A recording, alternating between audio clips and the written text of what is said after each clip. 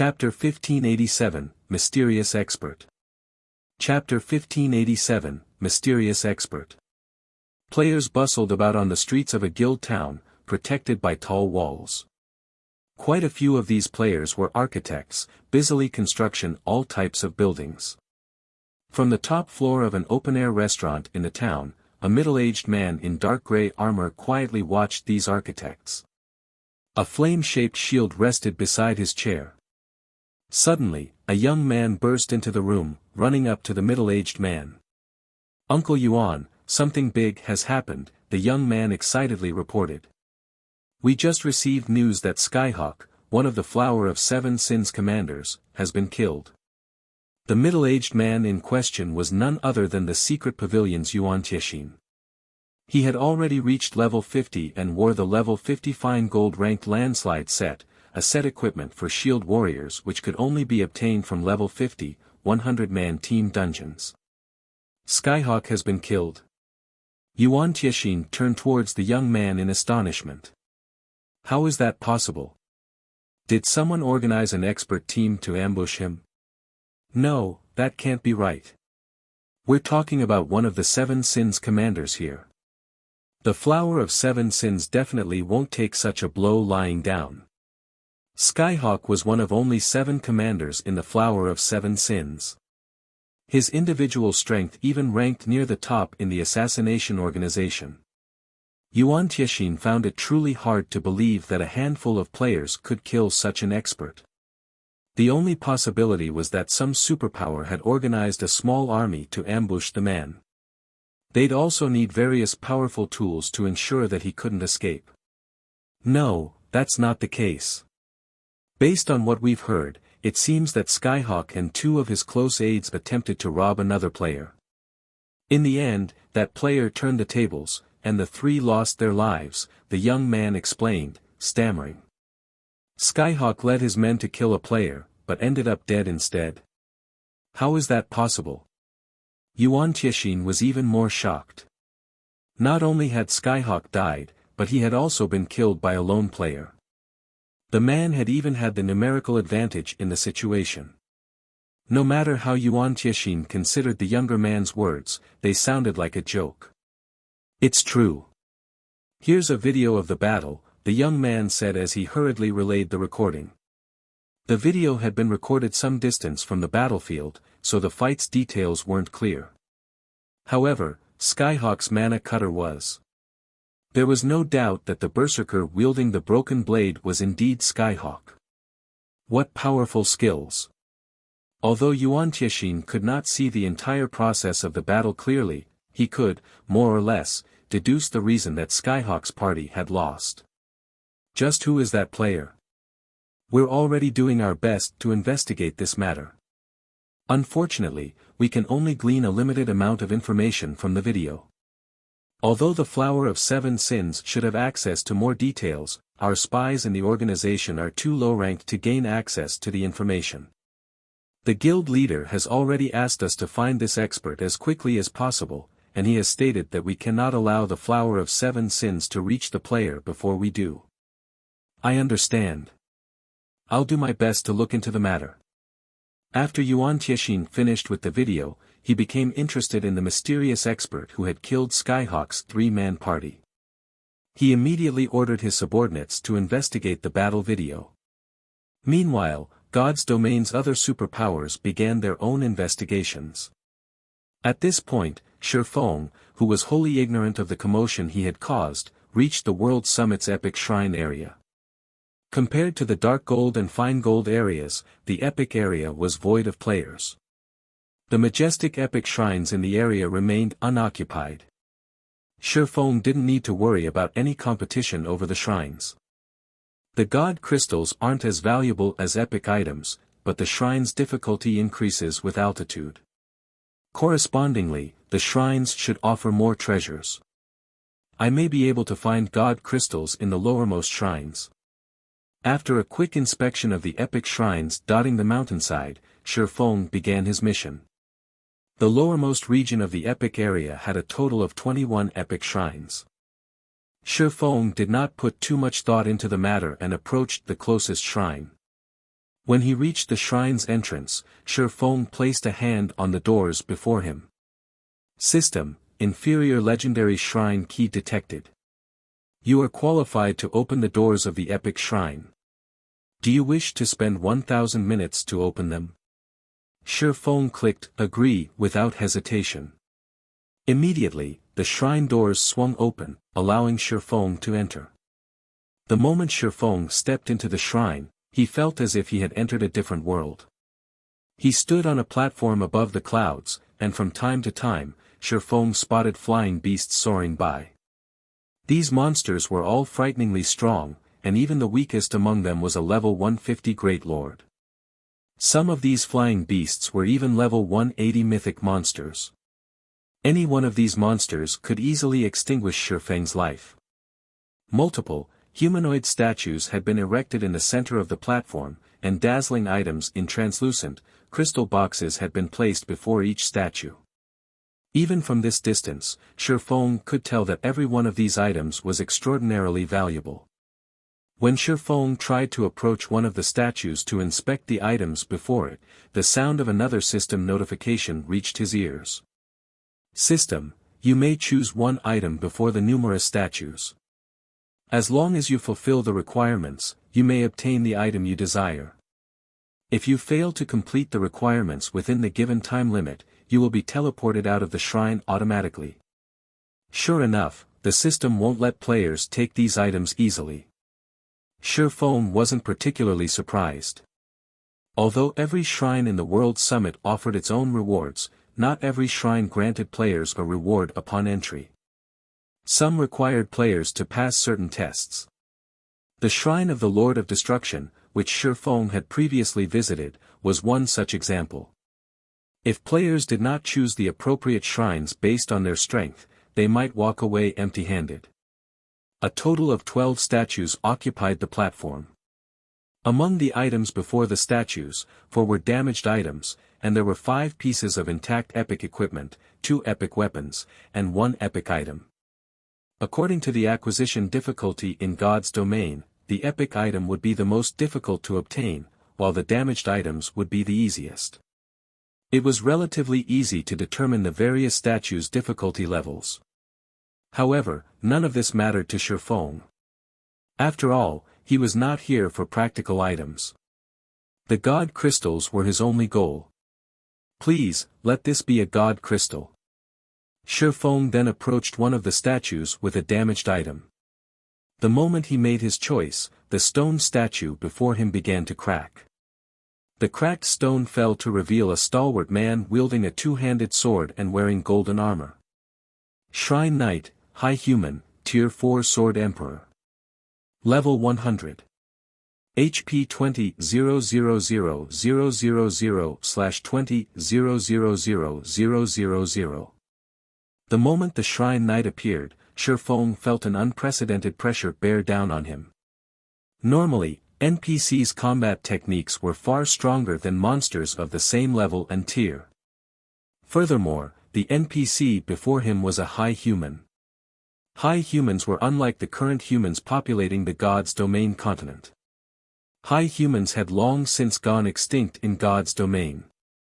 Long ago, the gods had blessed high humans, and their life rating was much higher than their ordinary, current cousins.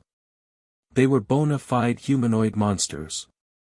In fact, the legends that spoke about humans who had slain dragons didn't refer to current humans, but high humans. Current humans' life rating was far lower than dragons, and not even a Tier 5 NPC would be a match for an ordinary Tier 5 dragon. However, high humans could fight and defeat dragons. As another example of how powerful high humans were, the Tier 4 Shrine Knight before Feng could easily kill mythic monsters of the same level as if they were ants. Chapter 1588, Bloodline Improves. Chapter 1588, Bloodline Improves. After the stone enveloping the Shrine Knight shattered on the platform, it started to move toward Feng.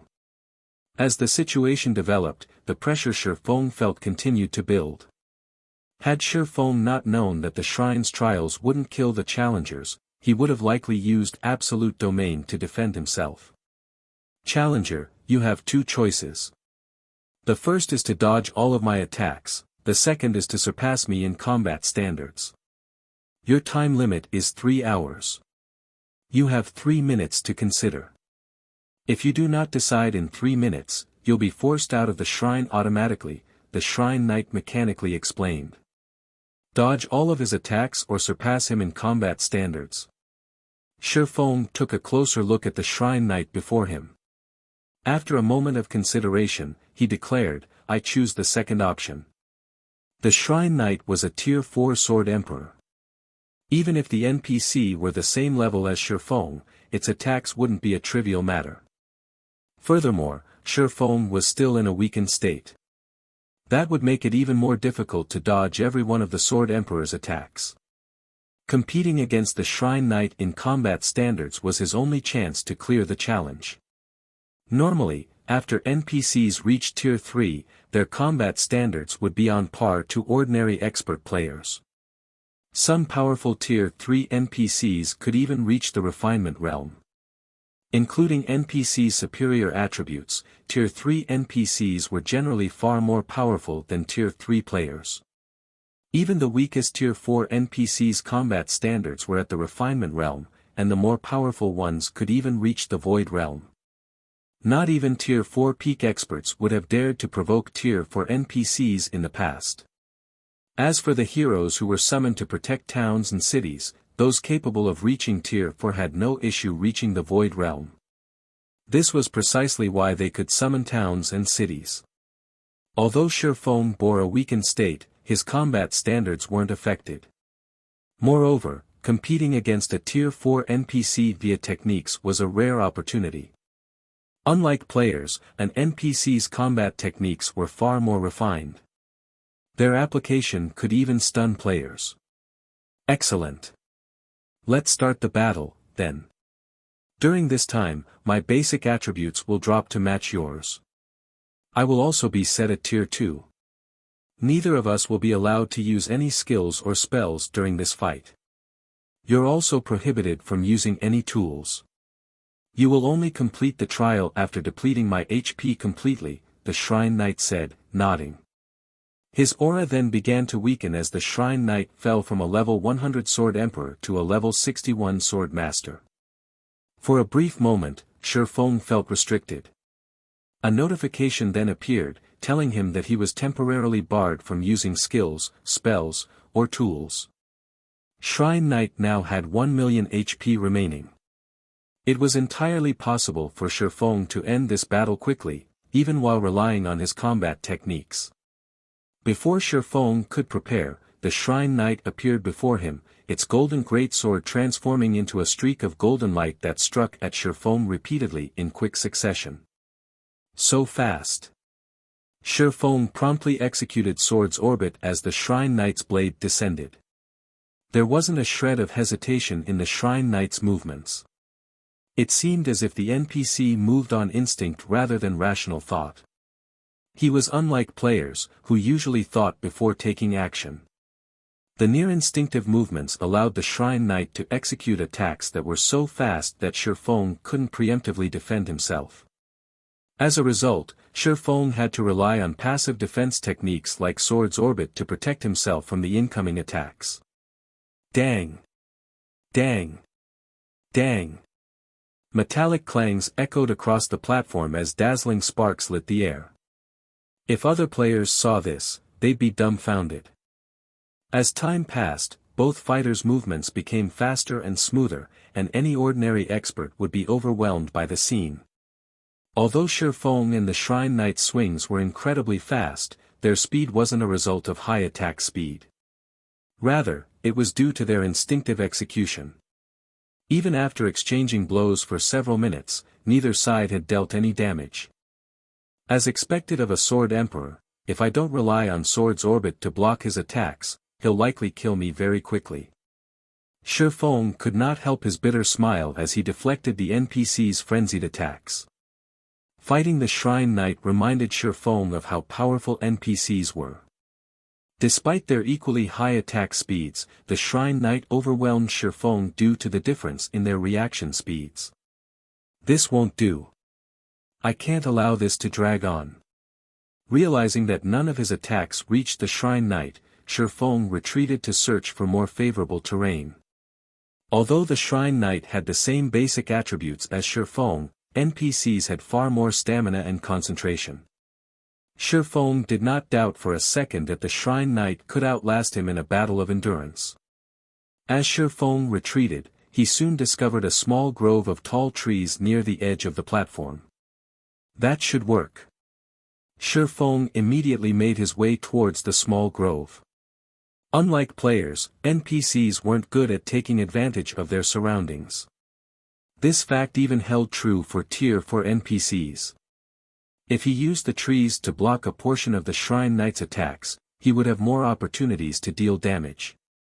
However, as soon as Feng left the platform's central area, the Shrine Knight stopped his attacks and leaped backward, withdrawing from the battle. The NPC then turned and walked back to his original position. Crap. Is this for real? The system won't even give me a chance of winning. Feng was speechless when he saw the Shrine Knight recover to his original state. If he could not fight outside of the platform's central area, he wouldn't be able to take advantage of the terrain. If he continued to exchange blows mindlessly with the Shrine Knight, he would exhaust himself and die before his 3 hours were up. Why is this trial so difficult even though it's the lowermost epic shrine? Feng felt a wave of frustration wash over him as he stared at the motionless Shrine Knight. Whether it was players or NPCs, as long as they reached the Void Realm, they would have a clear grasp of movement around them. In addition, the Shrine Knight could execute near-instinctive attacks. Aside from Domain Realm experts, Feng doubted that anyone was capable of beating the Shrine Knight's combat standards. Of course, there was one way that Void Realm players could defeat an NPC like the Shrine Knight. An advanced offensive combat technique. But even now, Feng had only learned basic offensive combat techniques. He had only learned 2 advanced combat techniques, one of which was Void Steps, while the other was Sword's Orbit. Void Steps was a footwork technique, and ineffective against Void Realm NPCs and players. As for Sword's Orbit, it was mainly a defensive combat technique. It could not be considered a true offensive combat technique. Is giving up my only choice? Feng took a moment to consider the situation. Without being able to use his skills and spells, he had lost one of his major advantages. He couldn't use the soul water or crystal of souls he had produced with the soul orb to enhance his focus either. Without these options, he had no hope of defeating the Shrine Guard. If this continued to drag on, he'd only waste his precious time. As Feng searched his bag for any items that might help him, he came across the Dark Iron Bloodline. The restriction period had already ended, and he could now use the Bloodline. Fortunately, this didn't count as a prohibited item. That's right. How could I forget about the Bloodline? Feng laughed as he gazed at the Dark Iron Bloodline in his bag. When consumed, Bloodlines improved a player's life rating. When a player's life rating in God's domain increased, every aspect of their being improved. Reaction speed, stamina, and concentration were just a few of these aspects. Feng retrieved the Dark Iron Bloodline from his bag. Removing the crystal bottle's lid, he consumed the pitch-black liquid contained within. Chapter 1589, Frightening Bloodline Power. Chapter 1589, Frightening Bloodline Power.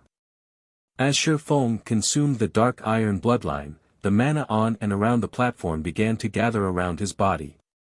Suddenly, 2 threefold magic arrays appeared above and below him. It looked as if the magic arrays had formed a barrier, enveloping Feng. The surrounding mana then poured into the threefold array above Feng, and golden, divine runes began to surround his body. As more divine runes appeared around Feng, his aura intensified. When the divine runes covered Feng entirely, a pillar of golden light emerged from Feng's body and shot into the sky. The golden pillar radiated an aura that was even stronger than the Shrine Knight's. A few seconds later, the light pillar began to dissipate and calm returned to the platform. Once the platform returned to its original state, Feng slowly opened his eyes. His previously pitch-black pupils now contained a trace of silver. Meanwhile, his aura, which he usually suppressed, overflowed. If an ordinary player saw him now, they'd assume that Feng was an NPC, not a player. Not only did he radiate a domineering aura, but his gaze also carried an indescribable cold. It felt as if Feng could remain calm and rational, regardless of his situation. So, this is the power of the Dark Iron Bloodline. Feng was shocked as he tried to process the changes to his body. There was no doubt that he was extremely excited, but before this feeling could reach its peak, a wave of serenity assaulted his mind, giving him instant peace. Even his perception of his environment had changed. He had previously needed to allocate the majority of his mental power to monitor his surroundings if he wanted to grasp movement around him accurately. However, despite investing only a small fraction of his attention, he could now gain an acute understanding of his environment.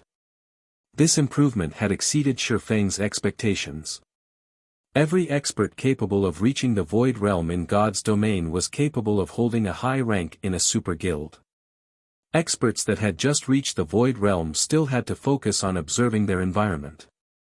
Even veteran Void Realm experts had to allocate a considerable amount of their mental fortitude to do so. Yet, now, Feng did not even need to allocate half of his attention to achieve the same result. The boost from the Dark Iron Bloodline was truly terrifying. There was a limit to a person's mental power in both the real world and in God's domain. Not everyone could multitask. Experts, however, had this skill. Of course, they were limited to simple tasks when dividing their attention. If an expert encountered a complex problem, they would struggle to multitask. Needless to say, observing every movement in one's surroundings was a complex task.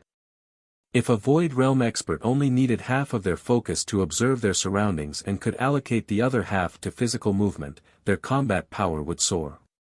Aside from the boost to his mental capacity, consuming the Dark Iron Bloodline had improved Feng's basic attributes. His strength had risen by 10%, agility by 7%, endurance, vitality, and intelligence by 5%. Although these were minor improvements, his total basic attributes would increase exponentially as he reached higher levels and tiers. Following which, Feng executed a few slashes at the empty air. As he did, his swords drew soundless, beautiful arcs of light before him. Sure enough, not only had the bloodline improved my basic attributes, but it's also improved my reaction speed.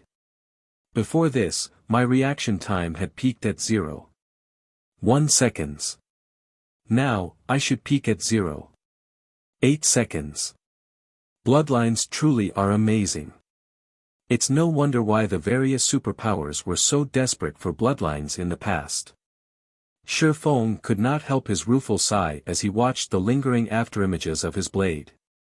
Although it was only a 0.2 second improvement to his reaction time, to most expert players, it was like the difference between heaven and earth.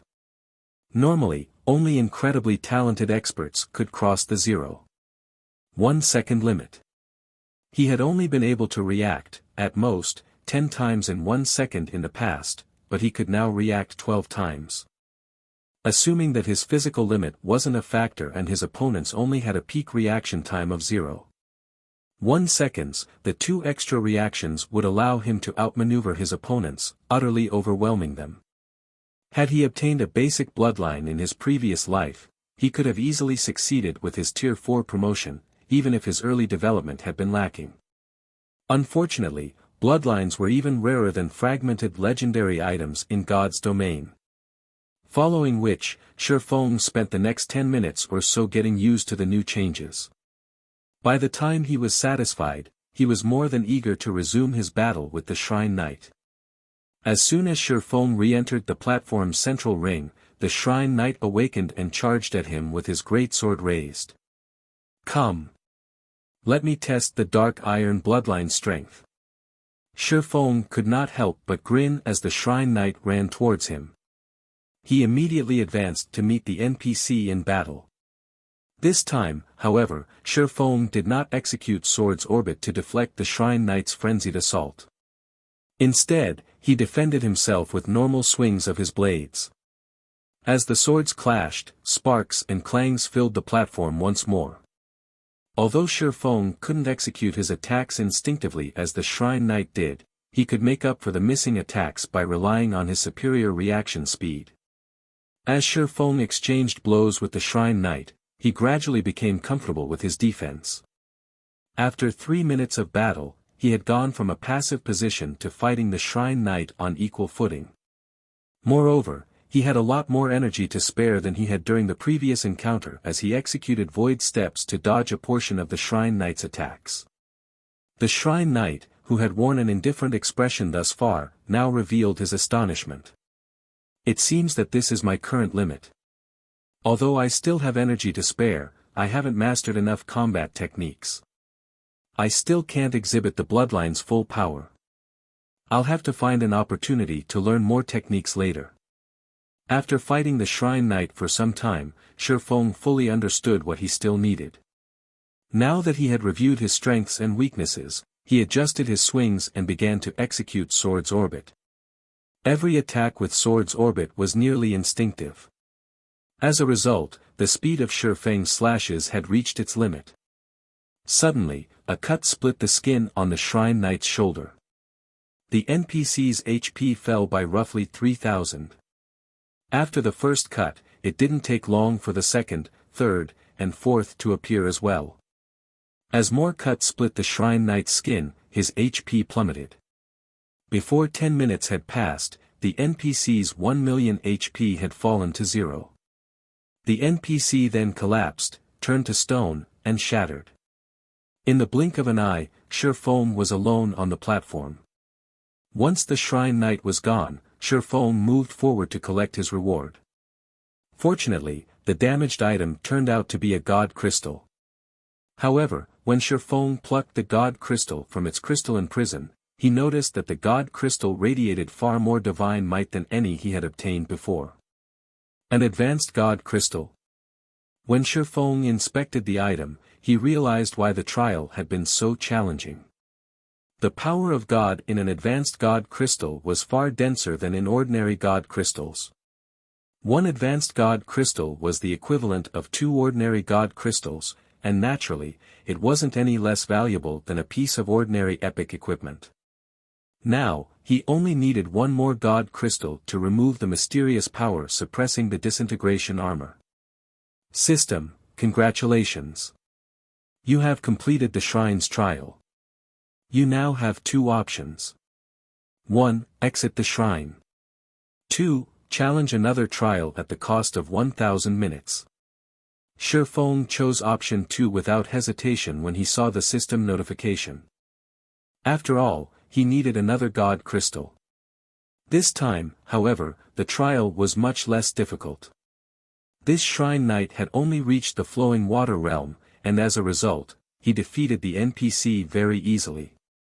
After Feng secured his 3rd God Crystal from the Epic Shrine, he received a notification that he had reached his challenge limit for Epic Shrines and was teleported out of the shrine without having any say in the matter. If you find any errors, ads pop up, ads redirect, broken links, non-standard content, etc.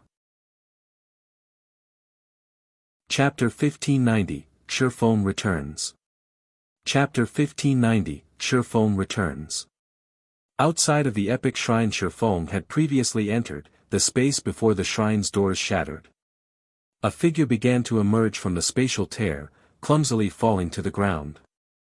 3 challenges is the limit. Feng gave the Epic Shrine's doors a bitter smile.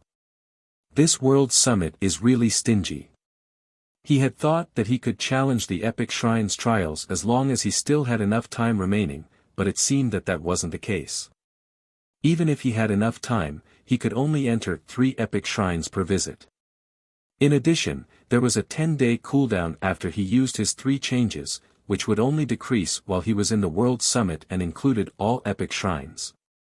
But after giving the matter some thought, Feng found it reasonable. The World Summit was a land of treasure. Even fragmented legendary items were available here, let alone epic items. As players reached higher levels, they'd grow stronger, and in turn, they'd be able to earn more time from the entrance test. If the system allowed players to visit the epic shrines without limit, they'd ruin God's domain's economy. It was only normal for the system to create limitations. These restrictions were particularly important when dealing with players who wielded special items. Take Feng's Moloch's ring for example. While demon players had to complete a large number of rare and challenging quests to earn visitation rights to the World Summit, Feng could simply teleport here. With Moloch's ring, Feng had to face far fewer challenges to obtain the World Summit's treasures. Forget it. In any case, I've achieved my goal. It's about time that I return, Feng thought as he gazed at the 3 god crystals in his bag.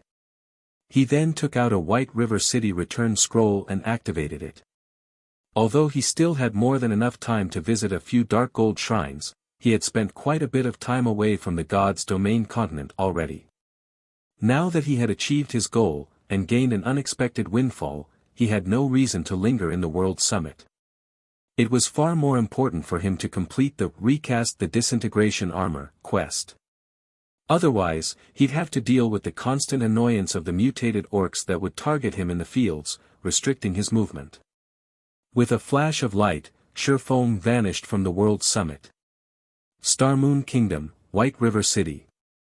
When Feng opened his eyes, he stood in White River City's teleportation hall.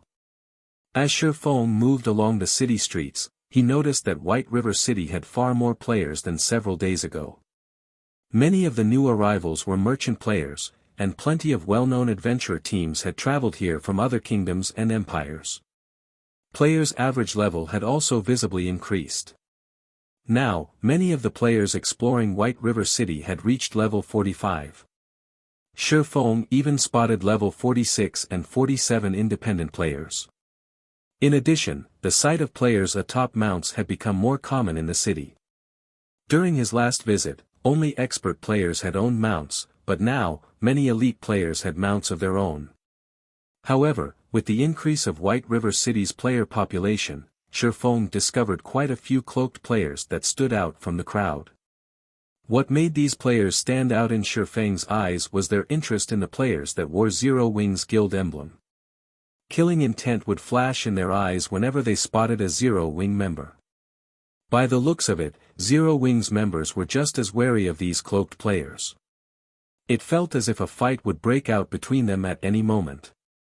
As Feng pondered the city's new, strange atmosphere, Aqua Rose contacted him. Guild leader, you've finally returned. Aqua Rose was visibly excited when she saw Feng's face. What's going on in White River City? Why do I feel like the city is polluted with killing intent? Feng asked as he glanced around him. It's all because of Blackwater and Heaven's Burial. Roughly 10 hours ago, they doubled the bounty on our guild members.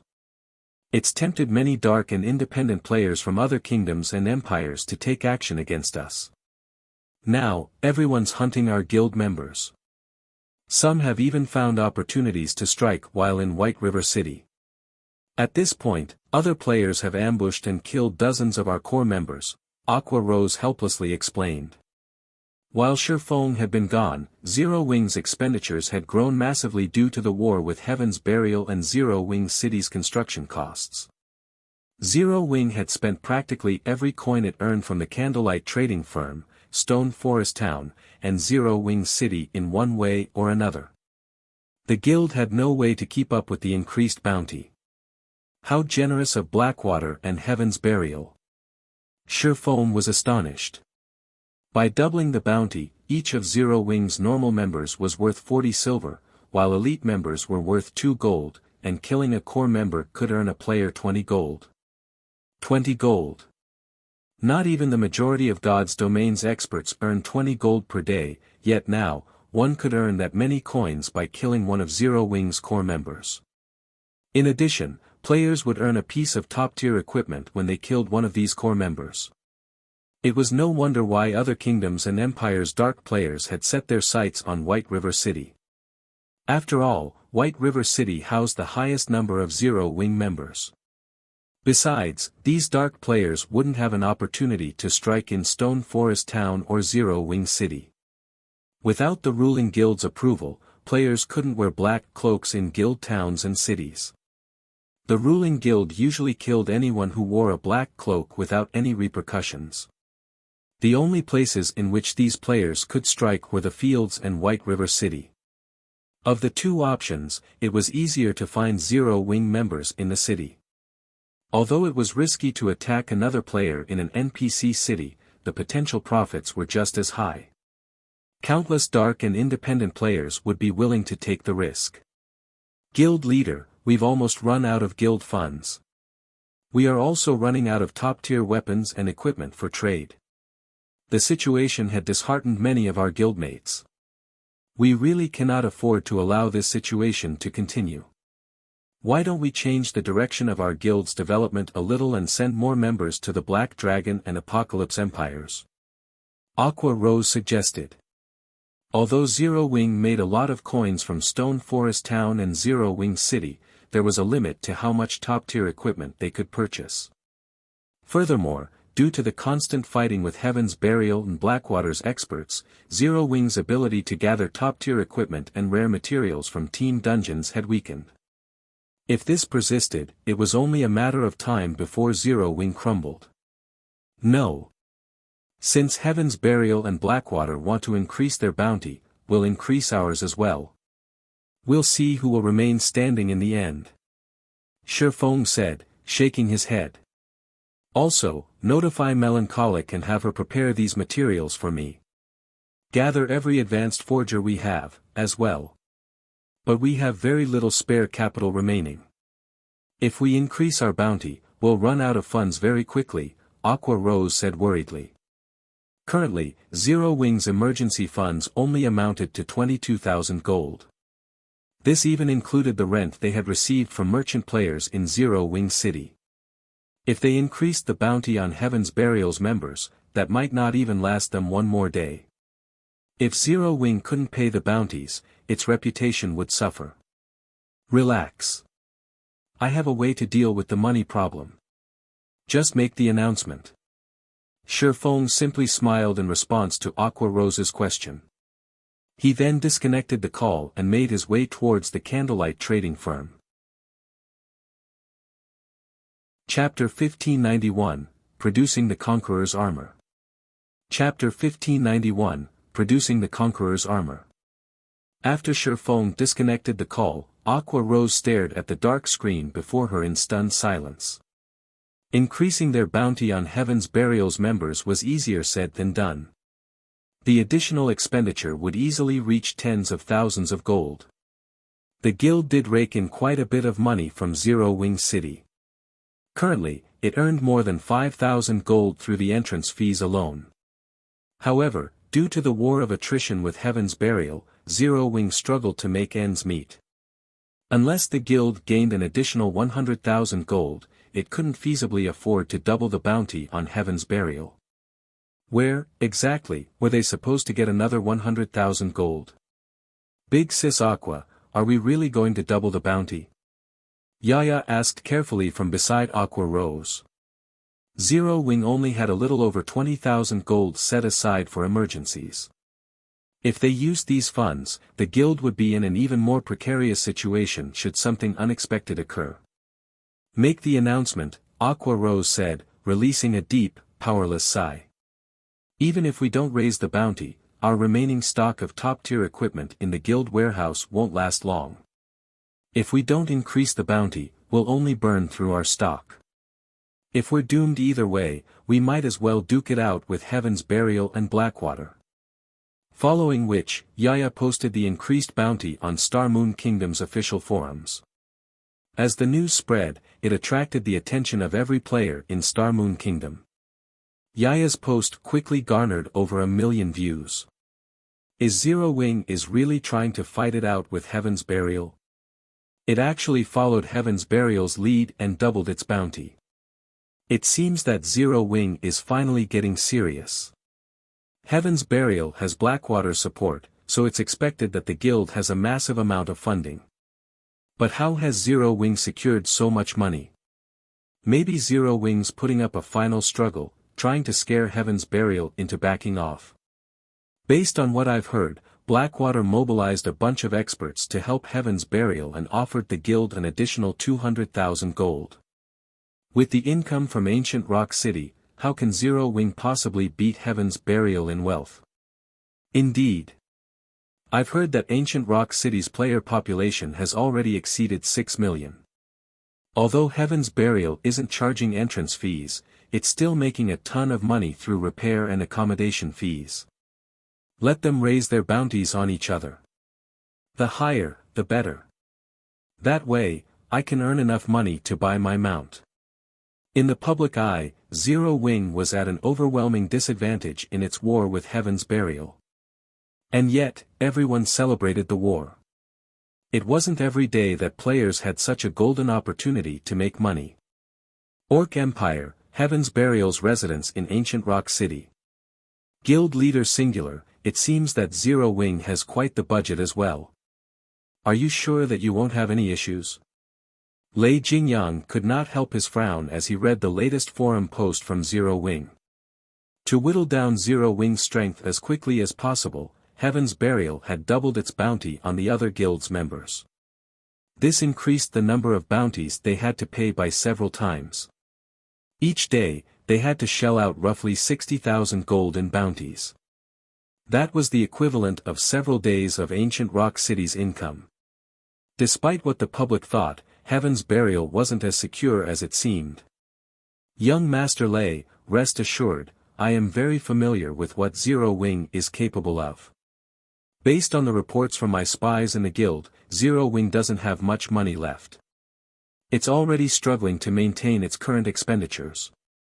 This is merely Zero Wing's final act of defiance, Singular Burial said, not particularly surprised to hear that Zero Wing had doubled its bounty. I've also reached an agreement with Blackwater. Not only have they invested 200,000 gold in Heaven's Burial, but they also intend to send another 300,000 gold later. 500,000 gold coins is more than enough to crush Zero Wing. Besides, we've also located a new mine in the Orc Empire. That mine has a magic iron vein and a certain chance of producing magic crystals.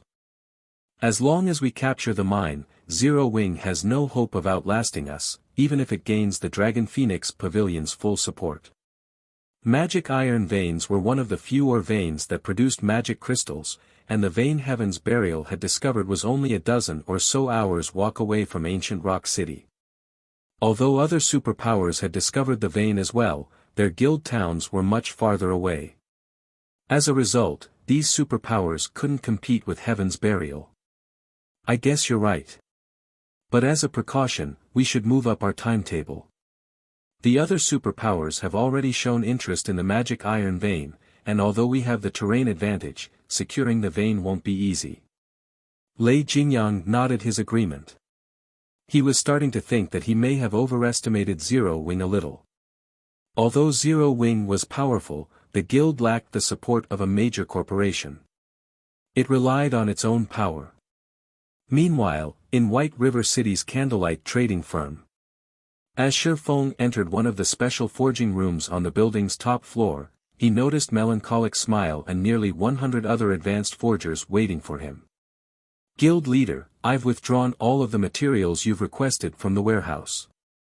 The candlelight trading firm is also purchasing the materials in bulk, Melancholic Smile reported as she approached Feng, gesturing to the various materials piled around the special forging room. The materials Melancholic had gathered in the special forging room were none other than the required materials for crafting the Conqueror's armor.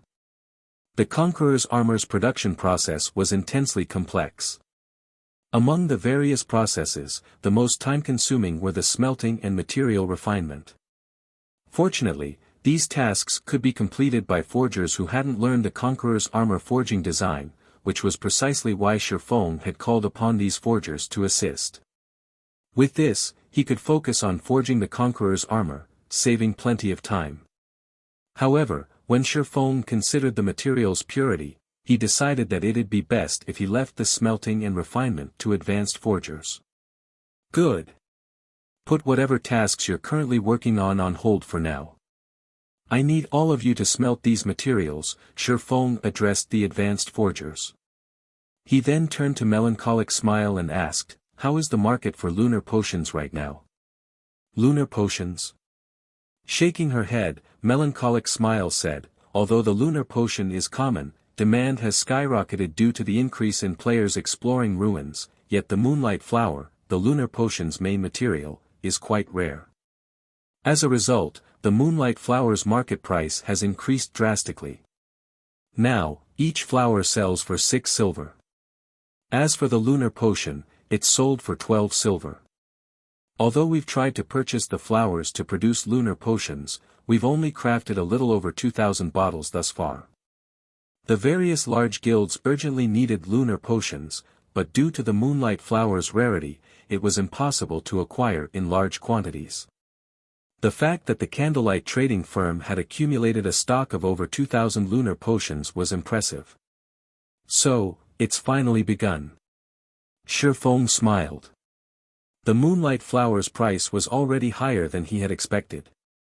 Following which, he retrieved the Moonlight Flowers he had stored in his epic spatial bag and spacetime herb garden. Use these to brew lunar potions and sell them for now. Send all of the money to Aqua to cope with our current predicament. Feng had used the spacetime herb garden to grow Moonlight Flowers ever since he obtained it. With the herb garden's increased survival rates, the Moonlight Flowers he planted had a 25% survival rate.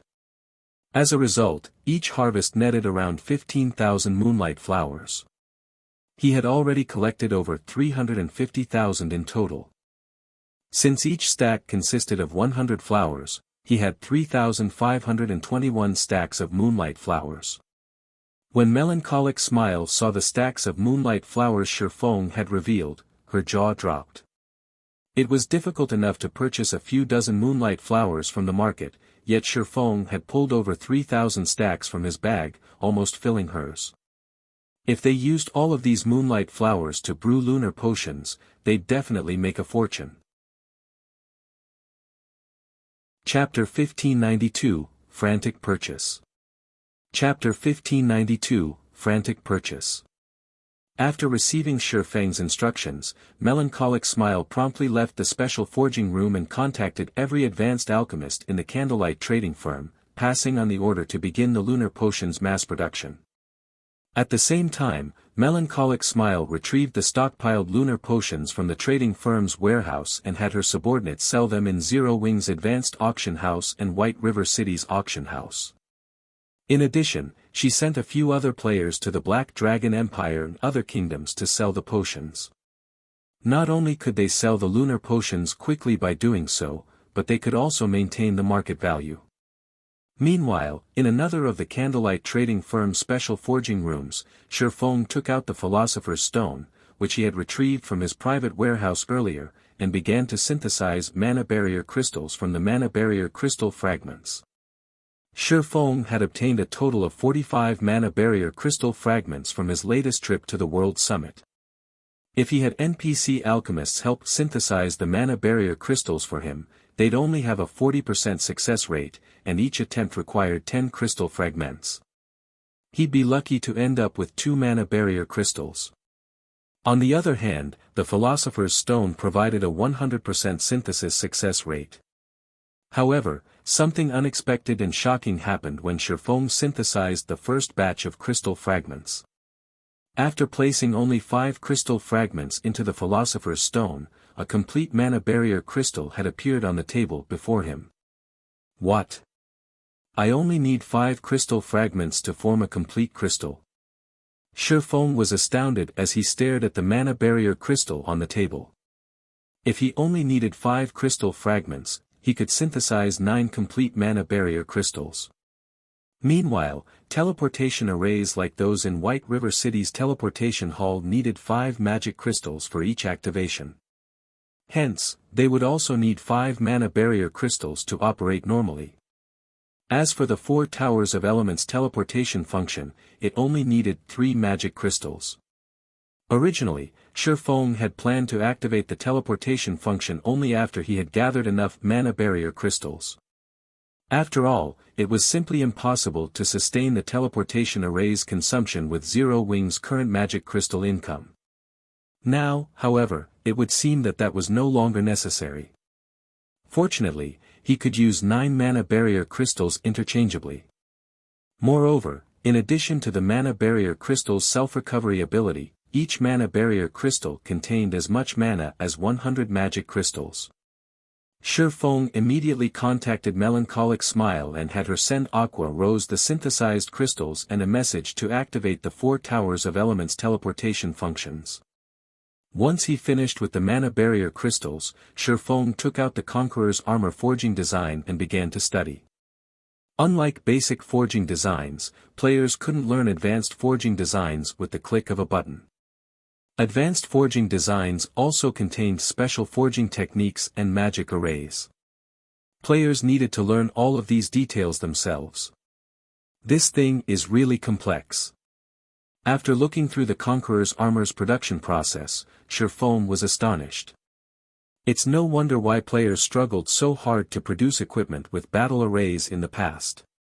So, the process of creating the battle arrays involves advanced magic arrays. Fortunately, I didn't leave the Conqueror's armor's production to Coco and the others. Otherwise, it'd take even longer to craft the armor. Basic magic arrays in God's domain were quite complex, and even experts needed a considerable amount of time to grasp the skills required to craft them. Needless to say, intermediate magic arrays were even more complex. Otherwise, Feng wouldn't have left the secret silver-ranked secret technique tablet in the guild's warehouse instead of putting it to use. Even now, Zero Wing didn't have enough players who could draw the intermediate magic arrays. Throughout Zero Wing, only Feng knew how to draw advanced magic arrays thus far. Everyone else was still a long distance away from being able to draw them effectively. Fortunately, the required advanced magic array isn't too difficult to draw. I should be able to learn it in a few hours. Feng breathed a sigh of relief after examining the necessary advanced magic array. Although he could already draw advanced magic arrays, there were simple and complex versions. Feng could draw the simple arrays in a handful of hours, but he might not be able to learn a complex advanced magic array yet with his current standards. If he couldn't draw the required advanced magic array, he wouldn't be able to forge the Conqueror's armor. Although it appeared as though Zero Wing and Heaven's Burial were competing via wealth, in reality, that wasn't the case. The true competition still lay among the guild's experts. Due to Lei Jingyang's partnership with Heaven's Burial, the guild had recruited a lot of expert players. Now, Heaven's Burial also had the assistance of a large number of Blackwater's experts. As a result, the gap between Zero Wing and Heaven's Burial's strengths had grown.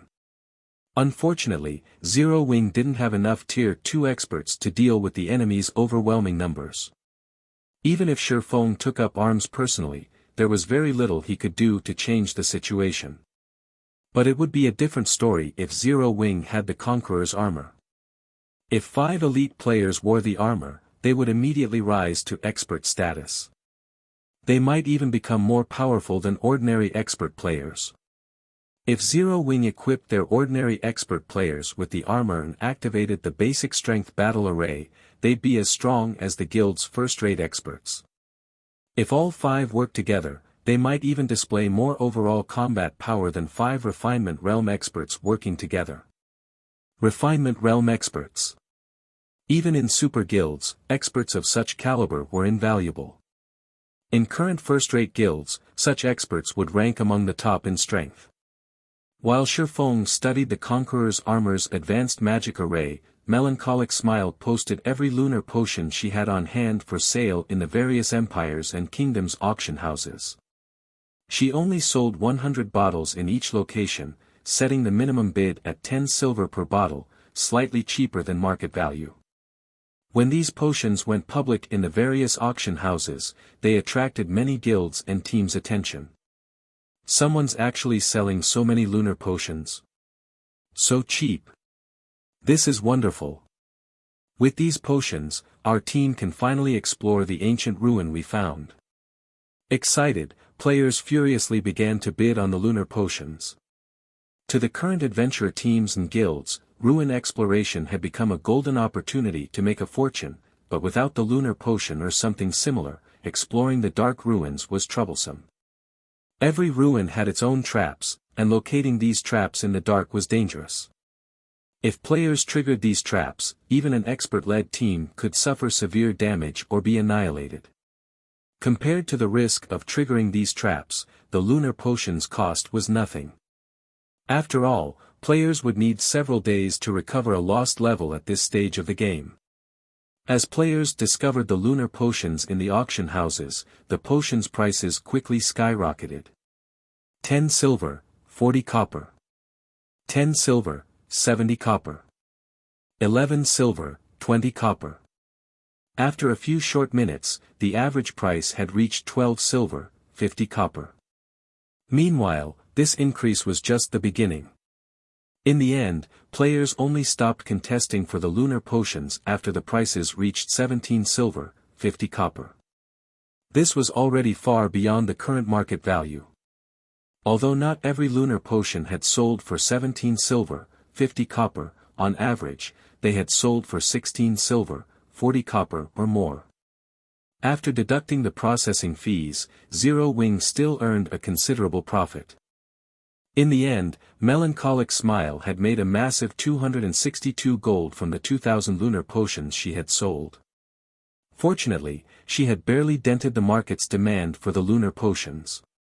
2,000 potions weren't nearly enough to quench players' thirst in a single kingdom, much less multiple kingdoms and empires. Chapter 1593, Zero Wing City's True Power. Chapter 1593, Zero Wing City's True Power. After the first batch of lunar potions had sold, none were available in the various auction houses. Because of this, regret ravaged the players who had failed to win the potions. Crap. The lunar potions have sold out already. I just got here. Damn it. I knew I shouldn't have waited. If I had just bought 2 or 3 bottles, our team would have had enough for an expedition. Many players had assumed that the lunar potions had come from some guild or trading firm. After all, no single player would be able to sell 100 bottles at a time. If that were the case, there was a high likelihood that another batch would show up in the auction houses sooner or later. However, even after over half an hour, no one had posted any new lunar potions. Meanwhile, Melancholic Smile, who was currently in the candlelight trading firm, was elated. The speed at which players are buying the potions is really frightening. With this, we won't need to worry about not being able to sell the potions in bulk. When Melancholic Smile received the proceeds from her subordinates, she brimmed with confidence regarding the large number of moonlight flowers in her possession. Although the candlelight trading firm produced a large number of items each day, not all of these items sold the moment they were put up for sale. They needed to let the market slowly digest some of these items. In fact, some items might never sell, collecting dust in the trading firm. However, the lunar potion was a different story. This first round of sales had proven that, as long as the candlelight trading firm crafted lunar potions, the market would devour their stock. Meanwhile, the candlelight trading firm had almost 100 advanced alchemists. With enough materials, mass-producing the lunar potions would be a piece of cake for these alchemists. In fact, while the first batch of lunar potions had sold, Silent Wonder and the others had brewed over 2,000 new bottles. With this production speed, the candlelight trading firm should earn around 200 or 300 gold per hour. With 48 hours per day in God's domain, the firm could make over 10,000 gold per day with the lunar potions alone. Although this amount of money couldn't change the war's overall situation, it was enough to resolve Zero Wing's current predicament. When Melancholic Smile gave the command to sell the second batch of lunar potions, an intense competition raged in the various kingdoms and empires' auction houses. The players that had previously adopted a wait-and-see attitude discarded the notion. They did everything in their power to get their hands on the potions for fear that they'd miss this opportunity. The lunar potions prices soared once again. The highest price during the first batch had climbed to 17 silver, 50 copper, but now it rose to 19 silver per bottle. By the time the 2,000 lunar potions sold out, Melancholic Smile had earned an additional 300 plus gold. Meanwhile, Aqua Rose was swamped with work in Zero Wing City. Big Sis Aqua, we've paid out over 1,300 gold since we've updated the bounty. Including the remaining funds we have set aside, we won't last another 2 days, Yaya worriedly reported as she examined the bounty claims summary in her hands. It's increased by so much. Aqua Rose could not help but frown. The increased bounty claims were far higher than she had expected. She had hoped that they would last a few more days in this war with the income from Zero Wing City and the guild's remaining funds, but it seemed that wouldn't be possible. Even if Heaven's Burial didn't mobilize its army, Zero Wing would crumble if it ran out of money. The guild's reputation would be in tatters. To make matters worse, Heaven's Burial's ancient rock city became more popular as time passed. Not only could players level up in the area, but they could also earn contribution points to purchase valuable items. In contrast, Zero Wing City's location was only suitable for leisure right now. Big Sis Aqua, under the guild leader's orders, the Candlelight trading firm has sent a representative with coins and items. Apparently, these should help us hold out for a little while longer, Yaya suddenly announced. They've sent funds? Good. I'll head over to meet them immediately. Aqua Rose breathed a sigh of relief when she heard that Feng had sent additional funds. She ran to the guild hall's lobby to receive the coins and items. Although she didn't know how Feng had obtained the additional funding, another 40 or 50,000 gold would help Zero Wing endure this war for a few more days. During that time, they could organize an auction to sell some of Zero Wing City's private housing. That might allow them to continue this fight with Heaven's Burial. They might even be able to put an end to this war. Heaven's Burial invested quite a bit of money each day as well, and no one wanted to see this drag on.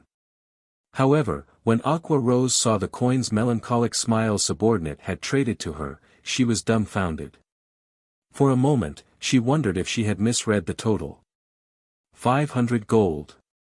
To a small guild or adventure team, 500 gold might be a considerable amount of money, but to Zero Wing, this was nothing more than pocket change. It was far from enough to pull Zero Wing from its current predicament. Is this supposed to help me hold out for another half an hour? Aqua Rose was speechless as she stared at the 500 gold. But when Aqua Rose noticed the 9 mana barrier crystals in her bag and inspected their attribute panels, her eyes began to glow. Everlasting magic crystals. Aqua Rose couldn't believe her eyes. She immediately contacted Feng and asked, Guild leader, just where did you get these mana barrier crystals? Do you have more of them? God's Domain's various guilds and players were all in desperate need of magic crystals, and Zero Wing was certainly no exception, yet not only were these mana barrier crystals the equivalent of 100 magic crystals, but they could also be used repeatedly. This was akin to having a miniature magic crystal vein. Furthermore, these mana barrier crystals only needed 48 hours to replenish their energy. They basically gave Zero Wing a stable income of 900 magic crystals per day. If they stored the mana barrier crystals in a location with sufficient mana density, their cooldowns would be even shorter. Although the mana barrier crystals could not be used in places like the Divine Colosseum, they were extremely valuable. You've already received them? Seeing Aqua Rose's excitement, Feng smiled bitterly as he said, mana barrier crystals are extremely rare items. Obtaining more is impossible at the moment. Naturally, Aqua Rose was a little disappointed to hear this. If they had 50 or 60 mana barrier crystals, Zero Wing would be set for life. However, after giving the matter some thought, she found it reasonable. If it were possible to obtain something as valuable as mana barrier crystals in large quantities, it would throw God's domain's market into chaos. Use the 9 mana barrier crystals to operate the 4 Towers of Elements teleportation array for now. With the mana barrier crystals and some additional magic crystals, we should be able to sustain the teleportation array's consumption easily. Sure, Feng could sympathize with Aqua Rose's desire for the mana barrier crystals, but they simply weren't that easy to obtain. Let the public know that Zero Wing City will activate a teleportation function that can transport players anywhere within 4 million yards of the city. The cost will be 5 silver coins per 1 million yards per person. At the same time, set up a membership system for the teleportation function. Those who wish to become members can pay a one-time membership fee of 20 magic crystals. In return, they'll get a 20% discount when using the teleportation function. Currently, Stone Forest Town and Team Dungeons were Zero Wing's main income source for magic crystals, but both Stone Forest Town and Zero Wing City needed a lot of magic crystals to operate. Furthermore, the guild had to sustain the daily magic crystal allocation for its members. It was practically impossible to sustain the 4 Towers of Elements' teleportation function with the guild's current magic crystal income. Although not every player would pay 20 magic crystals to become a member, Zero Wing would be fine as long as it earned enough magic crystals to sustain the 4 Towers of Elements teleportation function. Alright, I'll get it done right away. Aqua Rose nodded excitedly. She had waited to launch of the 4 Towers of Elements' teleportation function for a long time. Unfortunately, Zero Wing hadn't had enough magic crystals to sustain the teleportation array until now. Now that they had the mana barrier crystals, they could finally show off Zero Wing City's true power. Chapter 1594, Surging Towards Zero Wing City. Chapter 1594, Surging Towards Zero Wing City. Starmoon Kingdom, Starmoon City. Light flashed in the teleportation hall as a team of 20 players arrived in the lively Starmoon City. When these players appeared, many players in the hall turned to look. All of these 20 players' levels were impressively high, and they were well equipped. The lowest level among them was level 47, while the most inferior equipment was level 45 fine gold rank. The pair leading the team, a man and a woman, were even more awe-inspiring. Both were level 49 and wore nothing but level 45 dark gold equipment. Not even first-rate guild's experts could compare to this team. Most surprisingly, none of these experts wore a guild emblem, showing that they were all independent players. What a powerful team. Who are they? Don't you see the flaming fox logo sewn on their cloaks? They're members of Firecloud Fox, one of the top 50 adventurer teams in the Black Dragon Empire. That shield warrior in the lead is Remnant Cloud, Firecloud Fox's commander.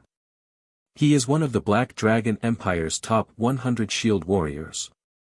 I've heard that several first-rate guilds in the Empire have offered high prices to recruit him, but he's refused every one. Since they're from an adventurer team in the Black Dragon Empire, why are they here in Starmoon Kingdom? Because of Stone Forest Town. The town's battle arena is a perfect place for experts like them to train.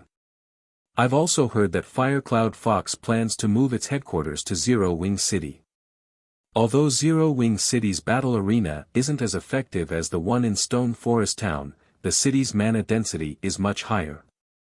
When the players in the hall saw Firecloud Fox's members, they all fell into heated discussions.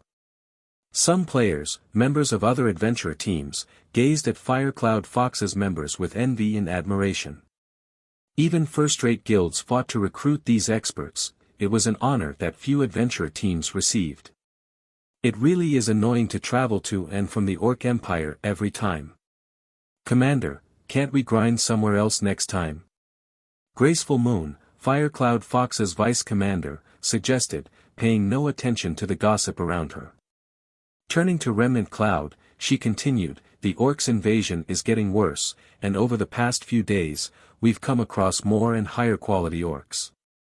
It'll definitely affect our leveling speed. In your dreams. If we don't continue questing in the Orc Empire and kill Heaven's Burial's members, how are we supposed to earn the money for our mounts? Remnant Cloud snapped. Although the Orcs upgrade had affected our leveling speed, opportunities like this don't happen often. Alright, enough complaining. Let's head to Zero Wing City to claim our bounties. I get what you're trying to say, but you've seen the difference for yourself. Those orcs are growing more powerful. At first, we usually only encountered elite-ranked orcs, but now, we've run into chieftains left and right. Their combat standards have improved, as well. I'm willing to bet that we'll need to waste several more hours to cross the border the next time we try to enter the Orc Empire, Graceful Moon grumbled.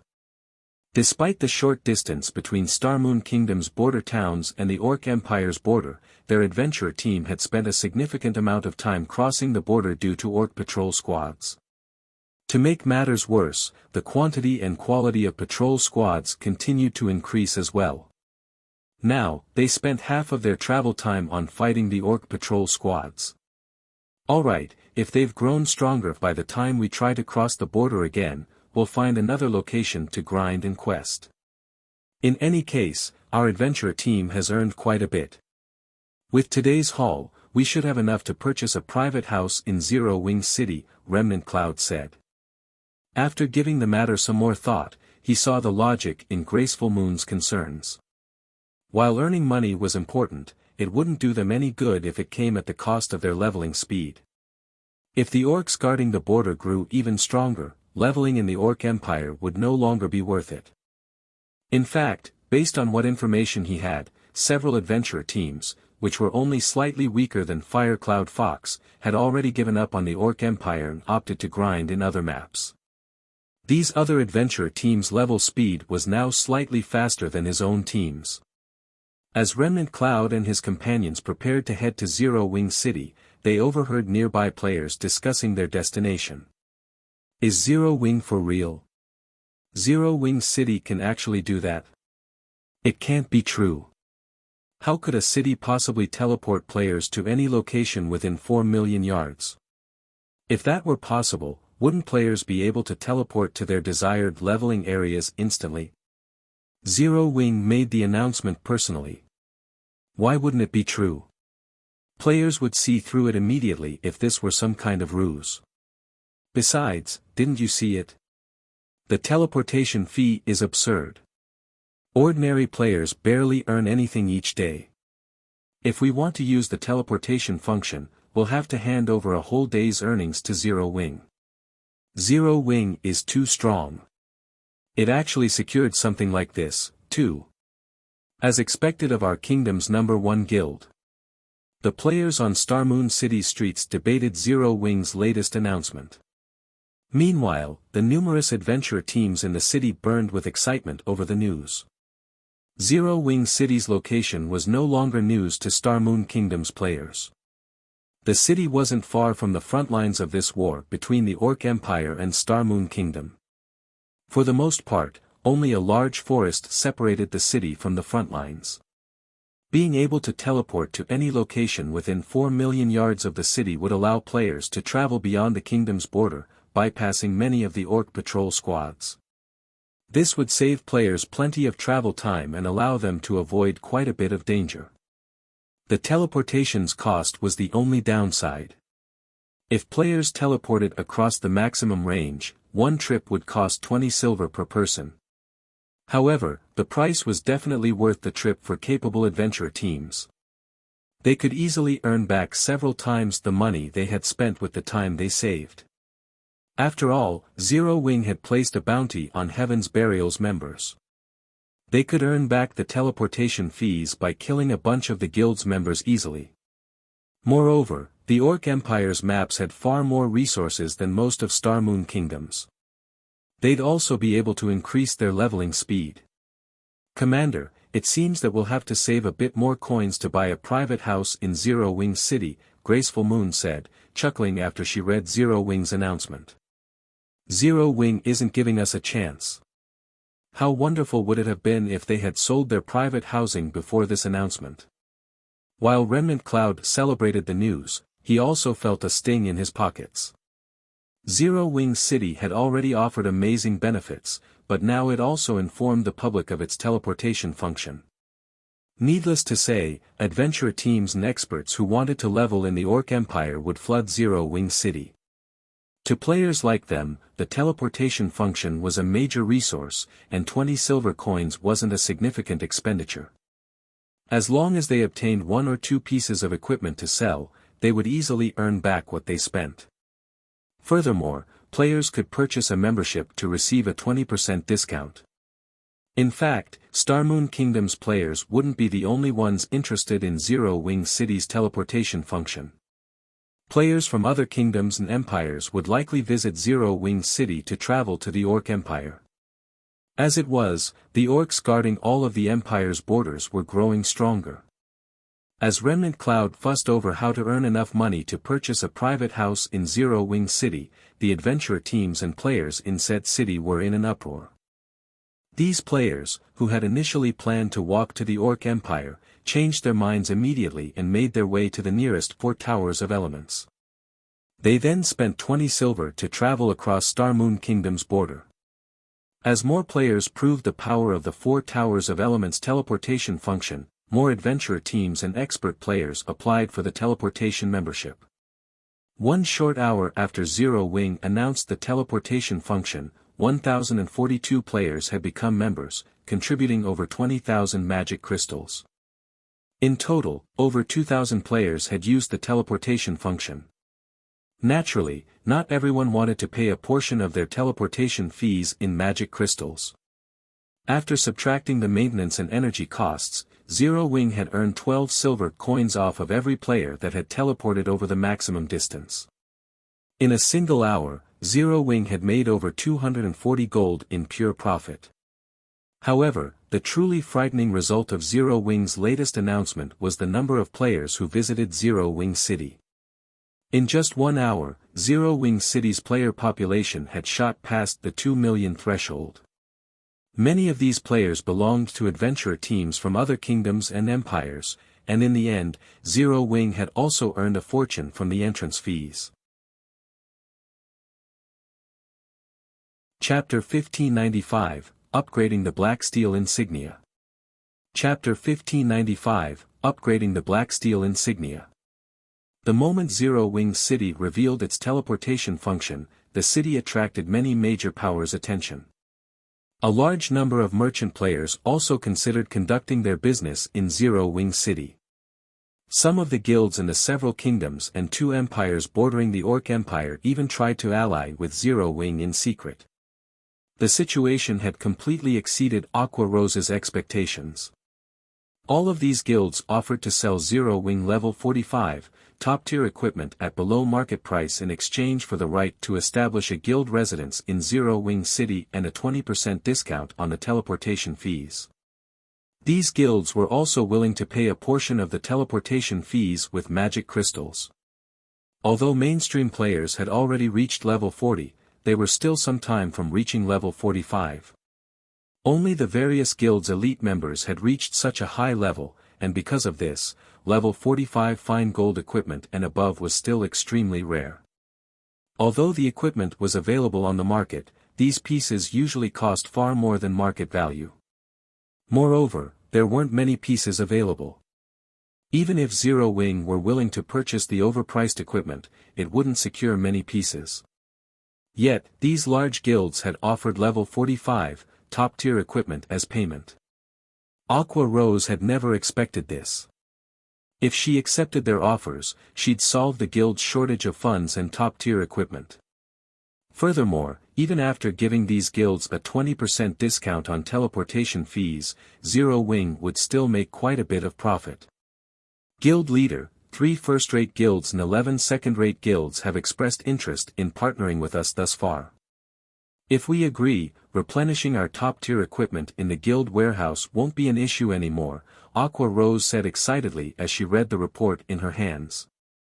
Rather than coins, Zero Wing urgently needed top-tier equipment for its war against Heaven's Burial. Every time their players died, they'd lose a piece of equipment. Occasionally, Heaven's Burial's members even used some special methods to force players to drop more than one piece when they died. Generally, Zero Wing compensated its members with GCPs, and these members would then trade their points for replacement weapons and equipment from the warehouse. Because of this, Zero Wing's members were rapidly depleting the guild's stock of weapons and equipment. If Zero Wing's guild warehouse ran out of top-tier weapons and equipment for its members, Zero Wing's GCPs would lose their value. If that happened, it would only be a matter of time before the guild crumbled. However, if Zero Wing could replenish its stock, Aqua Rose was confident that the guild could continue to duke it out with Heaven's Burial. There are so many guilds seeking an alliance. Aqua Rose's report surprised Feng. He hadn't thought that the Four Towers of Elements teleportation function would be such an effective advertisement. Alright. However, they have to pay 25% of their teleportation fees with magic crystals. Otherwise, no deal. While the Four Towers of Elements' teleportation function was powerful, its operation cost a lot of magic crystals. If he allowed these guilds to mass teleport their members, the 9 mana barrier crystals would drain in the blink of an eye. Zero Wing did not have many magic crystals to spare. If these guilds paid a quarter of their teleportation fees in magic crystals, they'd offset the additional cost. Zero Wing might even earn some magic crystal profit. I understand. I'll begin the negotiations right away. After Feng agreed, Aqua Rose disconnected the call and contacted the various large guild leaders. Meanwhile, the atmosphere among Zero Wing's members had lightened considerably due to the city's sudden popularity. Everyone's confidence of defeating Heaven's Burial renewed. They could easily imagine the future that awaited their guild city, and there was no way it would lose to Heaven's Burial's ancient rock city in any aspect. Similarly, Starmoon Kingdom's players had begun to change their minds about Zero Wing falling prey to Heaven's Burial.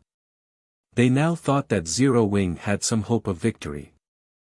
While Aqua Rose negotiated the contract's terms with the various guild leaders, Feng had finally learned how to craft the new advanced magic array and had begun to forge the Conqueror's armor. Although Zero Wing had solved its money and equipment problems, it still wouldn't be easy to defeat Heaven's Burial and Blackwater. Feng didn't even think that his current guild could do anything to the two guilds.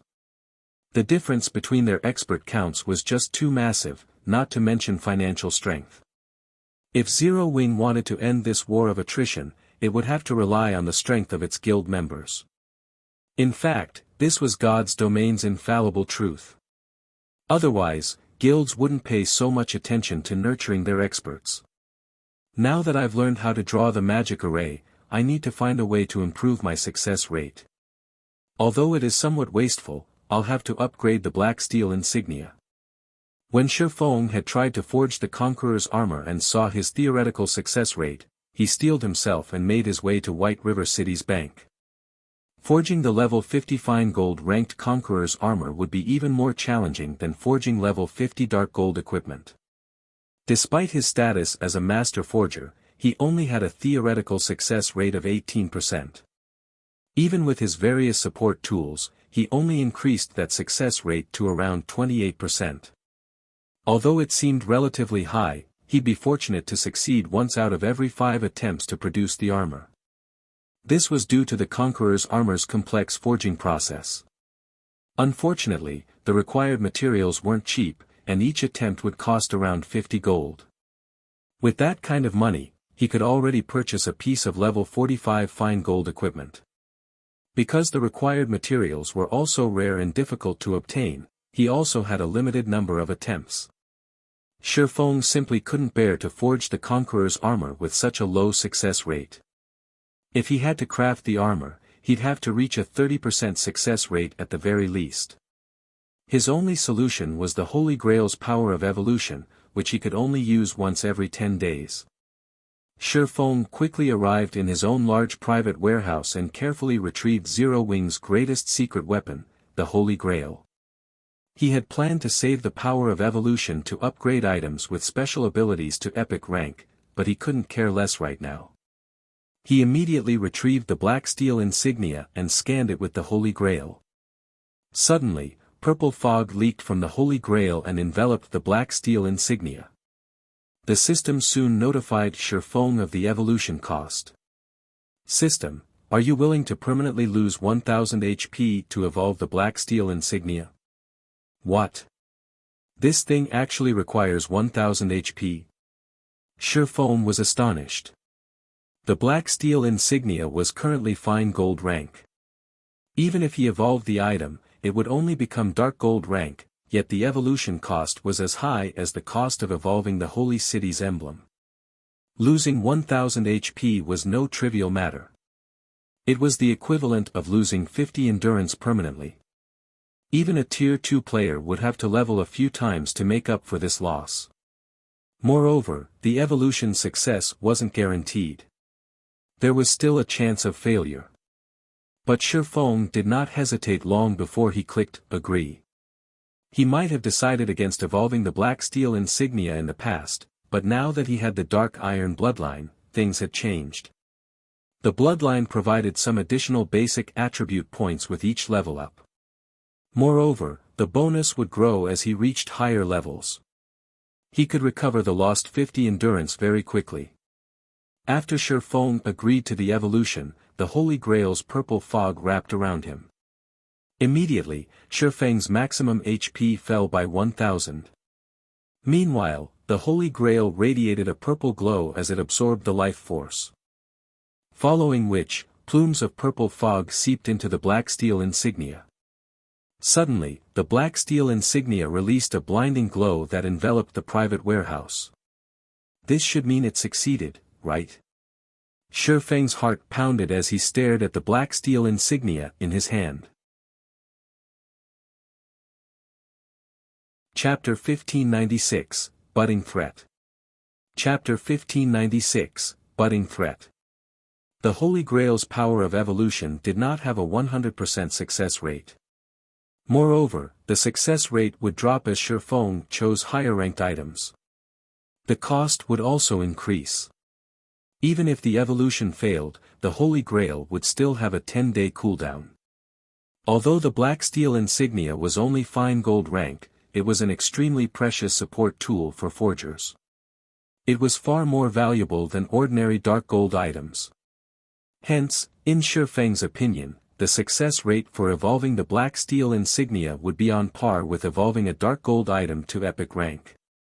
If the evolution failed, not only would he permanently lose 1000 HP, but he'd also have to wait another 10 days before he could attempt to evolve the Blacksteel insignia again. This was not a desired outcome. Following which, Feng took a deep breath as he clicked to inspect the Blacksteel insignia's attribute panel. Blacksteel insignia, dark gold rank. Unique equipment. User restriction, Feng. The Blacksteel insignia is the highest medal of honor amongst the Blacksteel dwarves. After equipping it, forging success rate increased by 10%, proficiency has a 15% chance to increase by 1 extra point. When forging, there is a 3% chance to increase the forged item's attributes. Feng breathed a sigh of relief when he saw the Blacksteel insignia's attributes. Ecstasy then gripped his heart. The dark gold ranked Blacksteel insignia is amazing.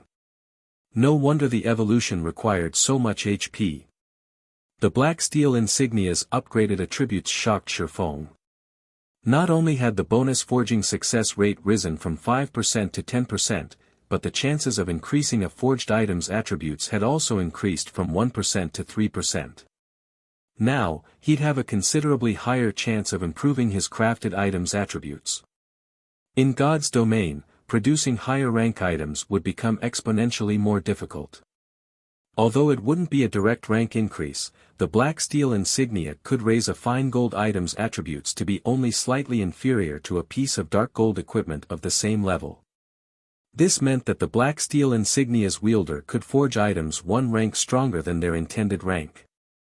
After dealing with the Blacksteel insignia, Feng returned to the candlelight trading firm to forge the Conqueror's armor. Meanwhile, an army of over 3,000 players, all level 46 or higher, assaulted an orc fortress within the orc empires. Although the orcs defending the fortress were around level 60 and ranked between elite and grand lord, they fell, one after another, under the players' fierce assault. Unfortunately, the players also suffered casualties. Focus on dodging the boss's skills. Ranged players, destroy the fortress's defense turrets. Singular burial commanded from the rear of the army.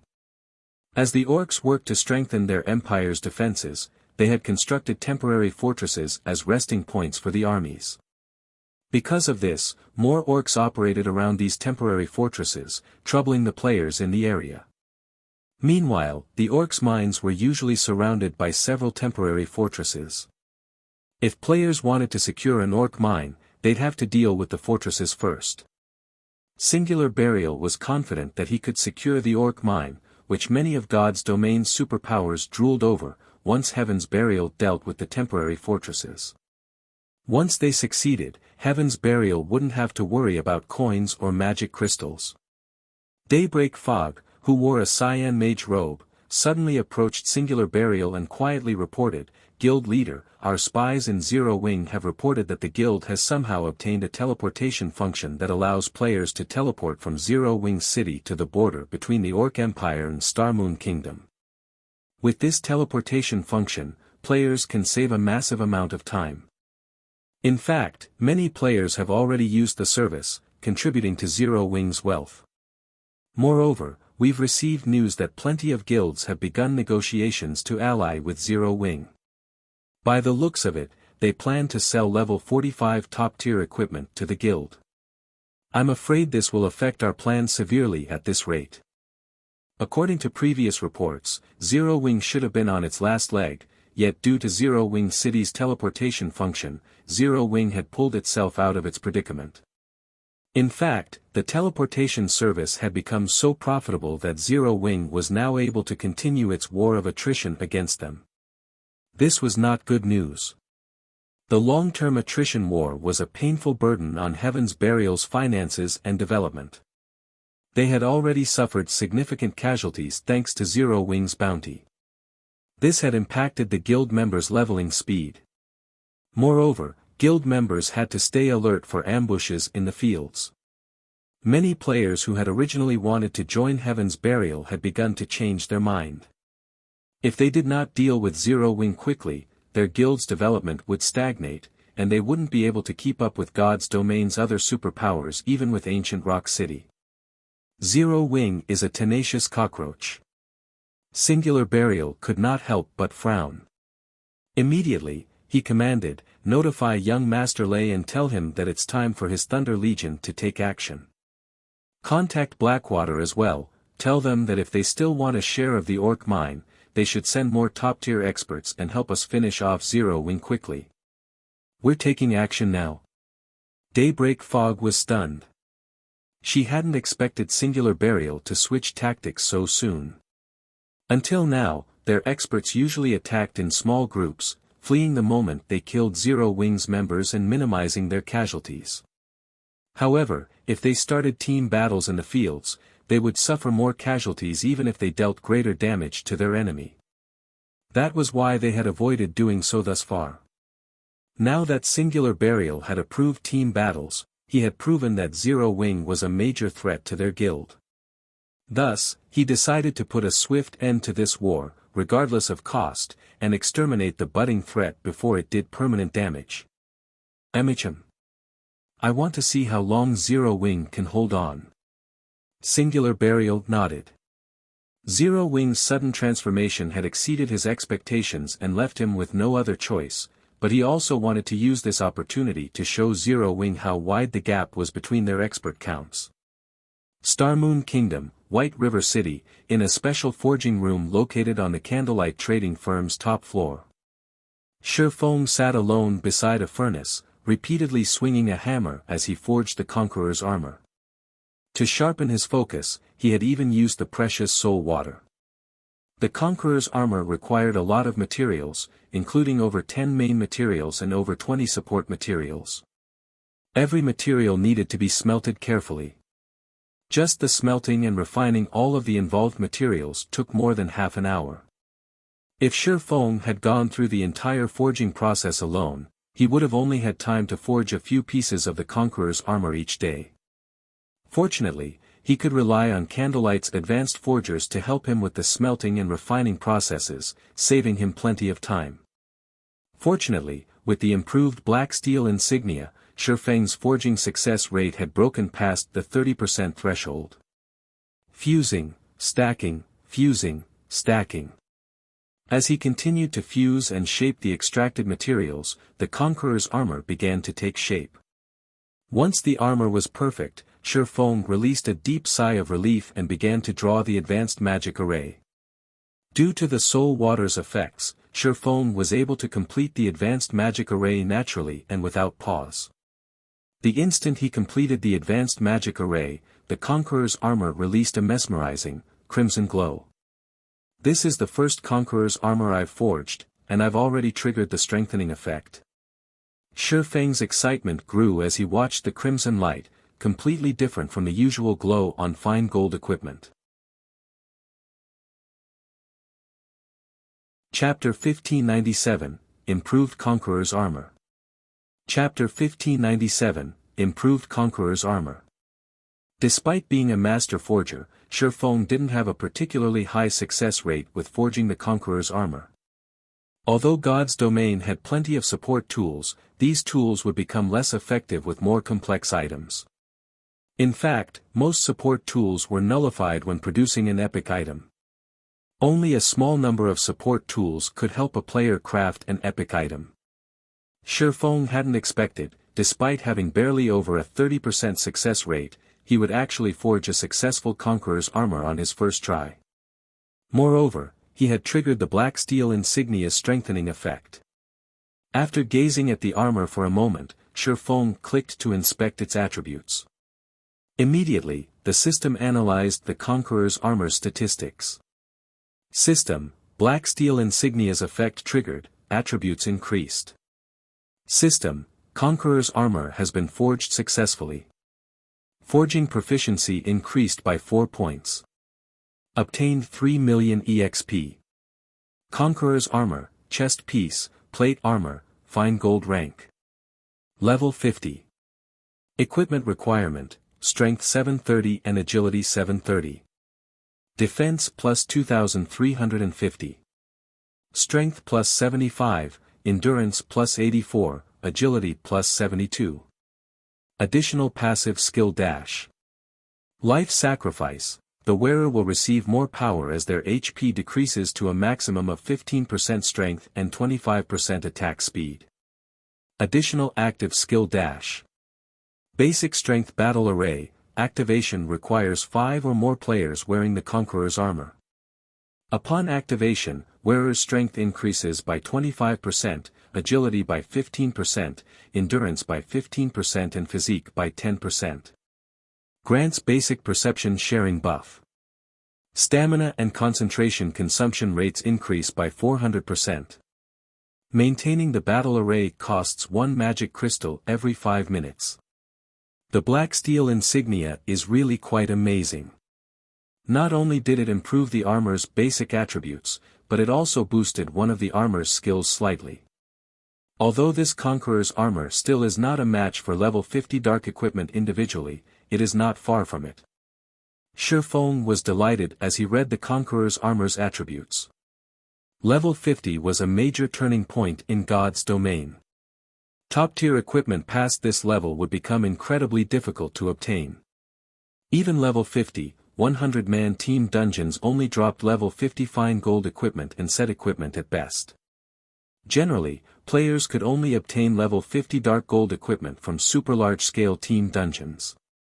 On its own, the improved Conqueror's armor was only slightly less valuable than a piece of epic equipment of the same level, but if he had 5 pieces of the improved version of this armor, each piece would be worth as much as a piece of ordinary epic equipment. Unlike the improved Conqueror's armor, epic equipment only provided powerful boosts to basic attributes and a few powerful skills. On the other hand, the Conqueror's armor's basic strength battle array could improve players' combat standards as well as basic attributes and physique. The only flaw was the armor's level limit.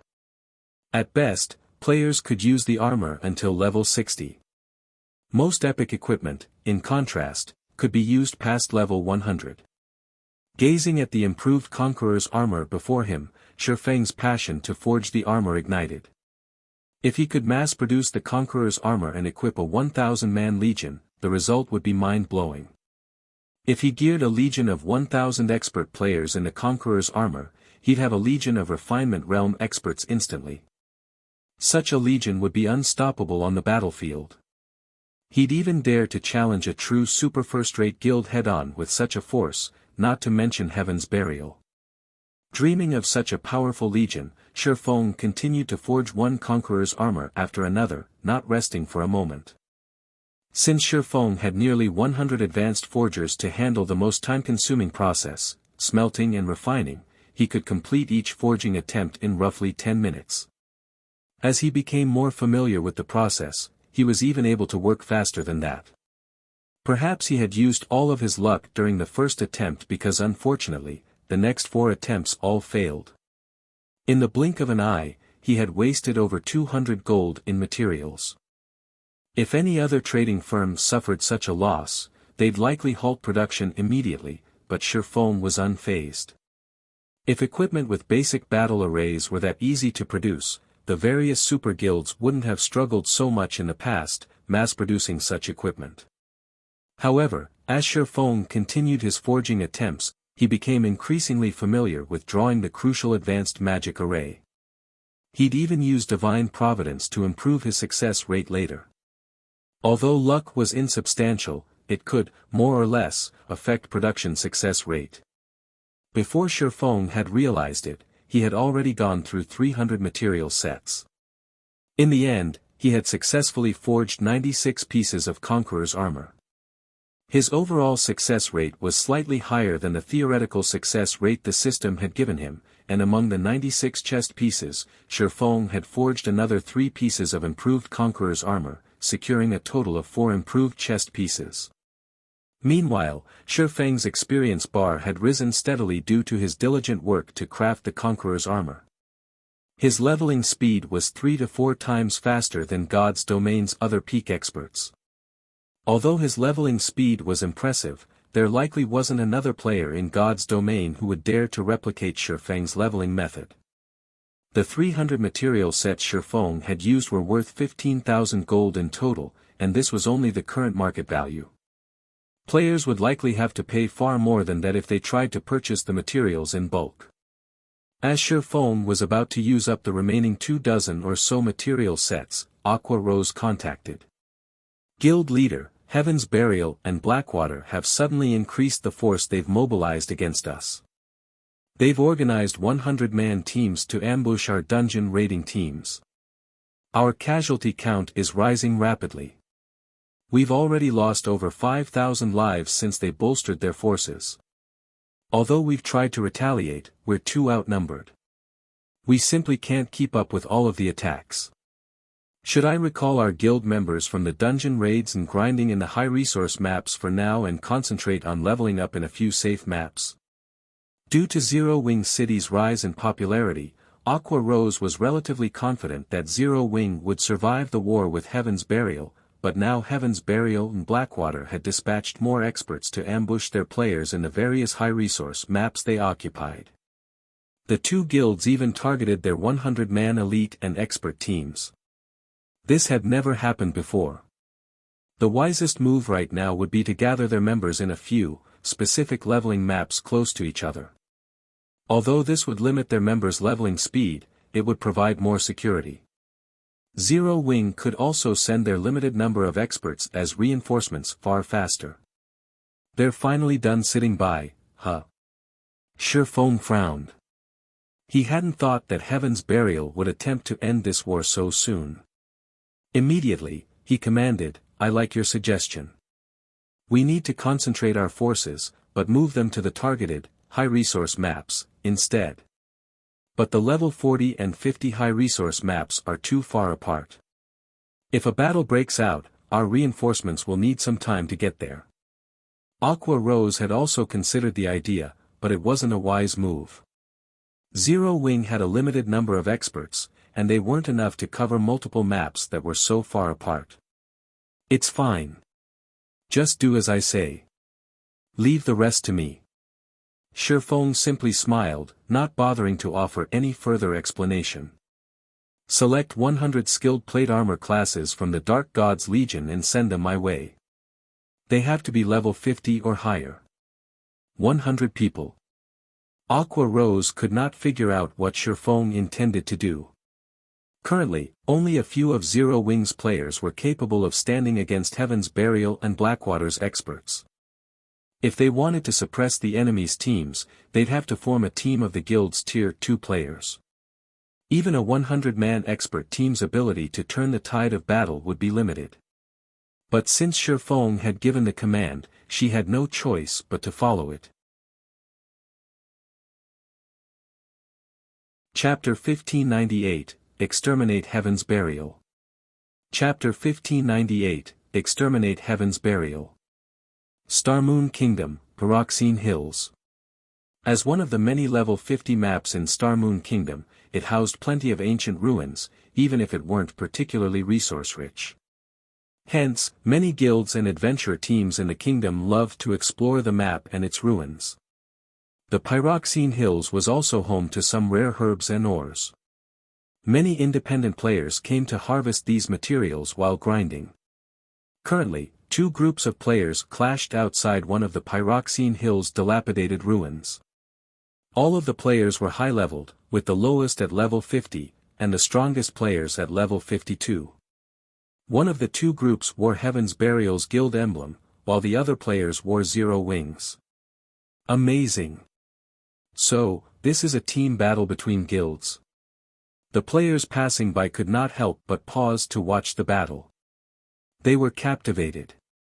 Compared to the PvP battles between independent players they had seen before, this battle was on a level of its own. When independent teams clashed, the fight usually involved a dozen players or so, most of which focused on their own fights. It was more apt to call these battles free-for-alls, rather than team battles. There was no coordination between any of the players. Normally, a single expert could change the course of the skirmish. However, battles between guild teams were a different story. These battles were akin to wars on ancient battlefields. Each team had clear leadership, and guild teams focused on coordination among team members, seeking the enemy's weak points to strike. In such battles, individual experts had very little effect on the outcome. For a time, Heaven's Burial and Zero Wings members fought. Spells and arrows flew across the battlefield as the healers in the back desperately cast one healing spell after another. However, as the battle drug on, Zero Wings' frontline melee players began to fall. Despite starting with the same number of players, Heaven's Burial clearly had the advantage due to its frightening number of experts. Generally, 5 or 6 expert players would lead a 100-man guild elite team. Yet, Heaven's Burial's elite team had more than 30 experts. In contrast, Zero Wings' team only had 15. Not only were expert players stronger than elites individually, but they also had better coordination, and they could easily find their opponent's weak points. As one player from Zero Wing fell after another, the battle became more one-sided. In the end, Zero Wing's team was forced to retreat. Unfortunately, Heaven's Burial's players clearly had no intention of letting their enemies get away as they chased after the fleeing players. Although Heaven's Burial suffered around 20 casualties, the team had annihilated the players from Zero Wing. Leader, Zero Wing's members are a bunch of weaklings. Had the guild leader given the command to attack earlier, Heaven's Burial would have long since dominated Starmoon Kingdom. That's right. Even if Zero Wing is powerful, it can only strut before first-rate guilds. It's nothing to Heaven's Burial. The players from Heaven's Burial laughed as they admired the weapons and equipment scattered across the ground. Zero Wing's time as Starmoon Kingdom's overlord was over, and Heaven's Burial wasn't the guild it had been in the past. Now, every aspect of the guild was formidable. In total, Heaven's Burial and Blackwater had dispatched over 8,000 experts and spread them across multiple teams to ambush Zero Wing's members. They had even dispatched top-tier and peak experts. With so many expert-led teams on the hunt, they would kill any Zero-Wing member that dared to show up in the various leveling maps. Shortly after the team from Heaven's Burial left, another 20-man team from Zero-Wing arrived on the battlefield. Damn it! We are too late again. Shadow Sword cursed as he surveyed the tattered battlefield. The leveling map he had been tasked to secure was simply too large, and Heaven's Burial had too many teams in the map. There was a limit to how many players he could save. Sometimes, the enemy ambushed faraway teams, and by the time he arrived, the fight would be over. He couldn't help but feel powerless. Moreover, his leveling speed had sharply decreased since he had focused on hunting down Heaven's Burial's teams. Commander Shadow Sword, we just received a message from Vice Guild Leader Aqua. She wants all members who want to level to gather in these 4 high-resource maps.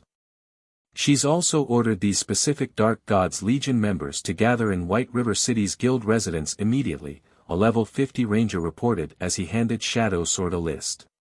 Gather in these 4 maps. Is this a joke? Shadow Sword gaped at the 4 specified maps. While it would make defense and reinforcement easier if they gathered their guild members in a few select areas, the 4 maps were spread out. Sending their members to these maps was the equivalent of splitting the guild's power, making it easier for Heaven's Burial and Blackwater to slaughter them. The Vice Guild Leader has said that this is an order from our guild leader. The ranger nodded solemnly. An order from the guild leader? Hearing this, Shadow Sword was even more confused. I understand. We'll head to our assigned map right away. Any Dark Gods Legion members on the list should return to the guild residence immediately. While Shadow Sword's team prepared for the trip to another map, Zero-Wing's guild members, who were scattered across Starmoon Kingdom, followed the same orders. Naturally, such a massive shift attracted the attention of the kingdom's various large guilds. What is Zero-Wing trying to do? Daybreak Fog was baffled as she read the latest report a subordinate had sent her.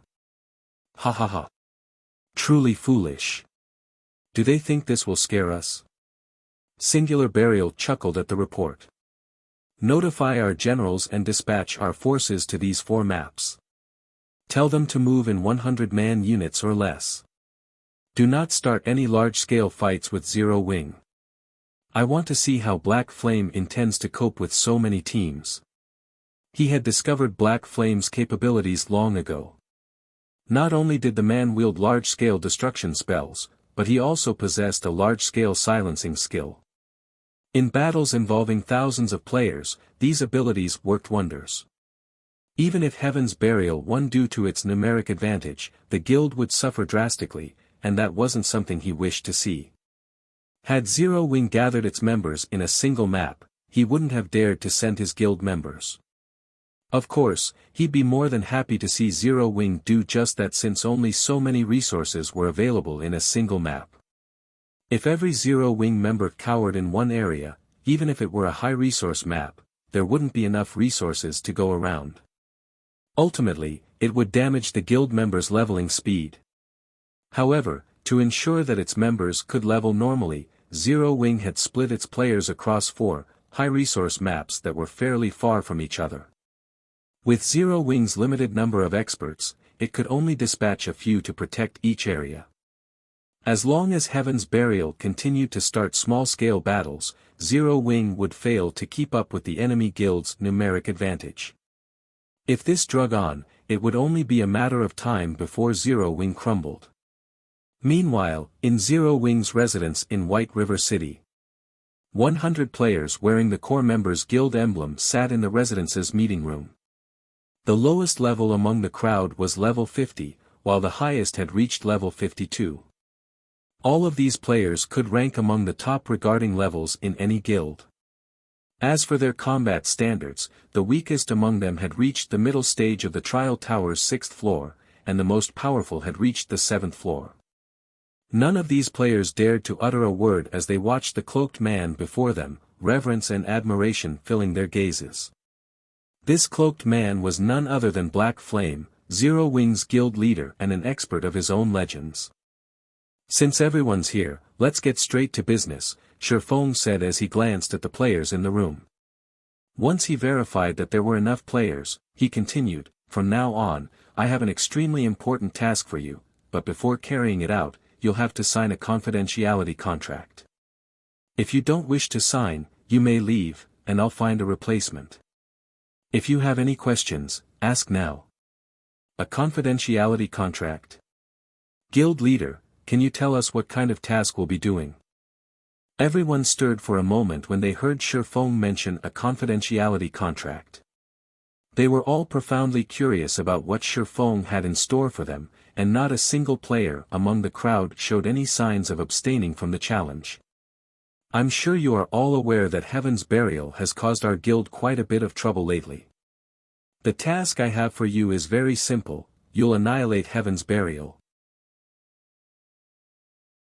Chapter 1599, Count Your Deaths on Me. Chapter 1599, Count Your Deaths on Me. When Feng finished speaking, silence descended on the meeting room. Heaven's Burial shone like the midday sun in several kingdoms and empires neighboring the Orc Empire. Not only had it annexed many workshops and adventure teams, but it had also captured ancient Rock City. Now, the guild had nearly as much overall strength as a super first-rate guild. Although Zero Wing was also powerful and had great growth potential, it wasn't as powerful as Heaven's Burial, which had both its own strength and the support of major corporations. In fact, as members of Zero Wing, they had prepared themselves for a long, arduous battle against their rival guild. Yet, Feng wanted them to exterminate Heaven's Burial. He had also made the declaration as if it were a matter of course. For a moment, they wondered if Feng had gone mad.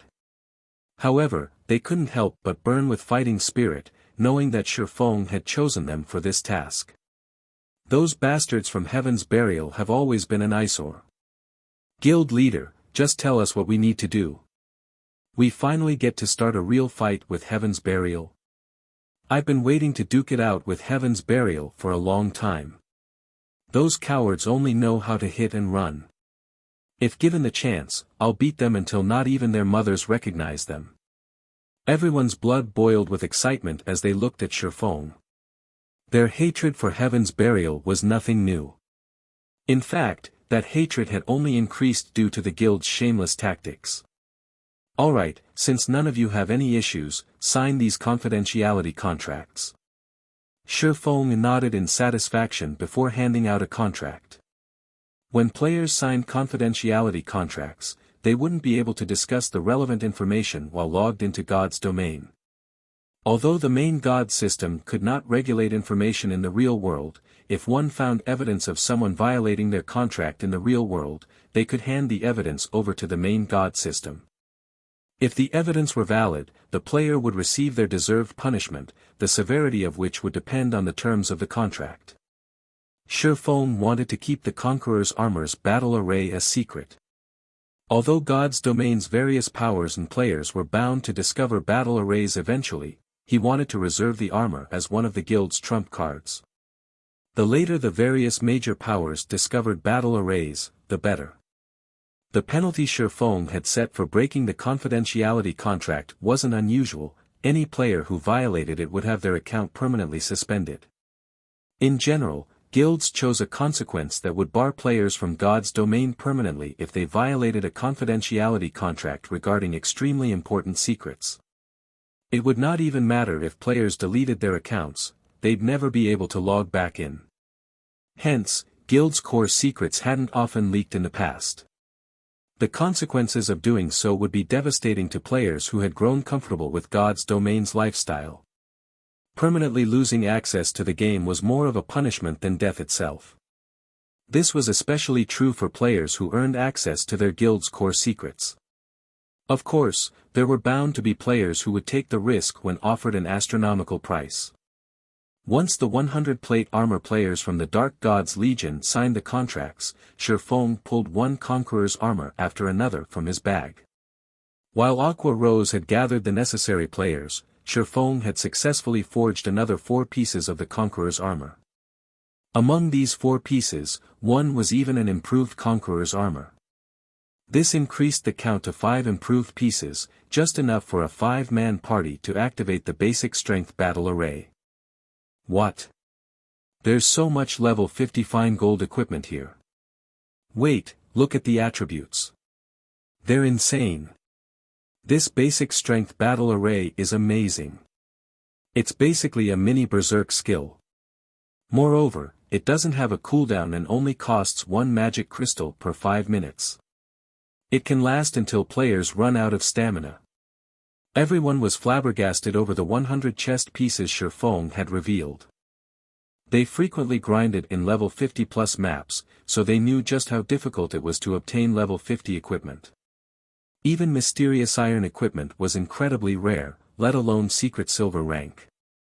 Level 50 mysterious iron equipment's basic attributes could easily rival those of level 45 fine gold equipment, and level 50 equipment provided higher defense than lower level equipment. However, the superior defense wasn't displayed in numerical value. Rather, it came in the form of impact mitigation. When players were attacked in God's domain, the impact oftentimes disrupted their stance, revealing flaws in their defense. Aside from damage reduction, a player's defense could also mitigate some, if not all, of the impact from an attack. Thus, when deciding between level 45 fine gold equipment and level 50 mysterious iron equipment, players usually chose the latter, even if the former had stronger skills. Needless to say, not even level 45, top tier, dark gold equipment could compare to level 50 fine gold equipment. Unfortunately, such equipment was extremely challenging to obtain. Even when raiding level 50, 100-man Hell Mode team dungeons, the armor only had a chance of dropping, it wasn't guaranteed. Yet, Feng had just set 100 pieces of such equipment before them. Moreover, the Conqueror's armor had a superb skill for large-scale combat. Every one of these players from the Dark God's Legion felt as if they were dreaming. Only a few of them had level 50 dark gold equipment, while most of them still used level 45 dark gold equipment or a combination of level 50 mysterious iron and secret silver equipment. Even in a first-rate guild, their equipment would only be second to those who wore epic equipment. In response to these players' elation, Feng simply chuckled and shook his head. All of these players only had eyes for the Conqueror's armor's basic attributes. They had no idea that the fine gold ranked Conqueror's armor was even more valuable than level 60 dark gold equipment. I want each of you to select one of the chest pieces. Then, I'll split you into 20 parties of 5.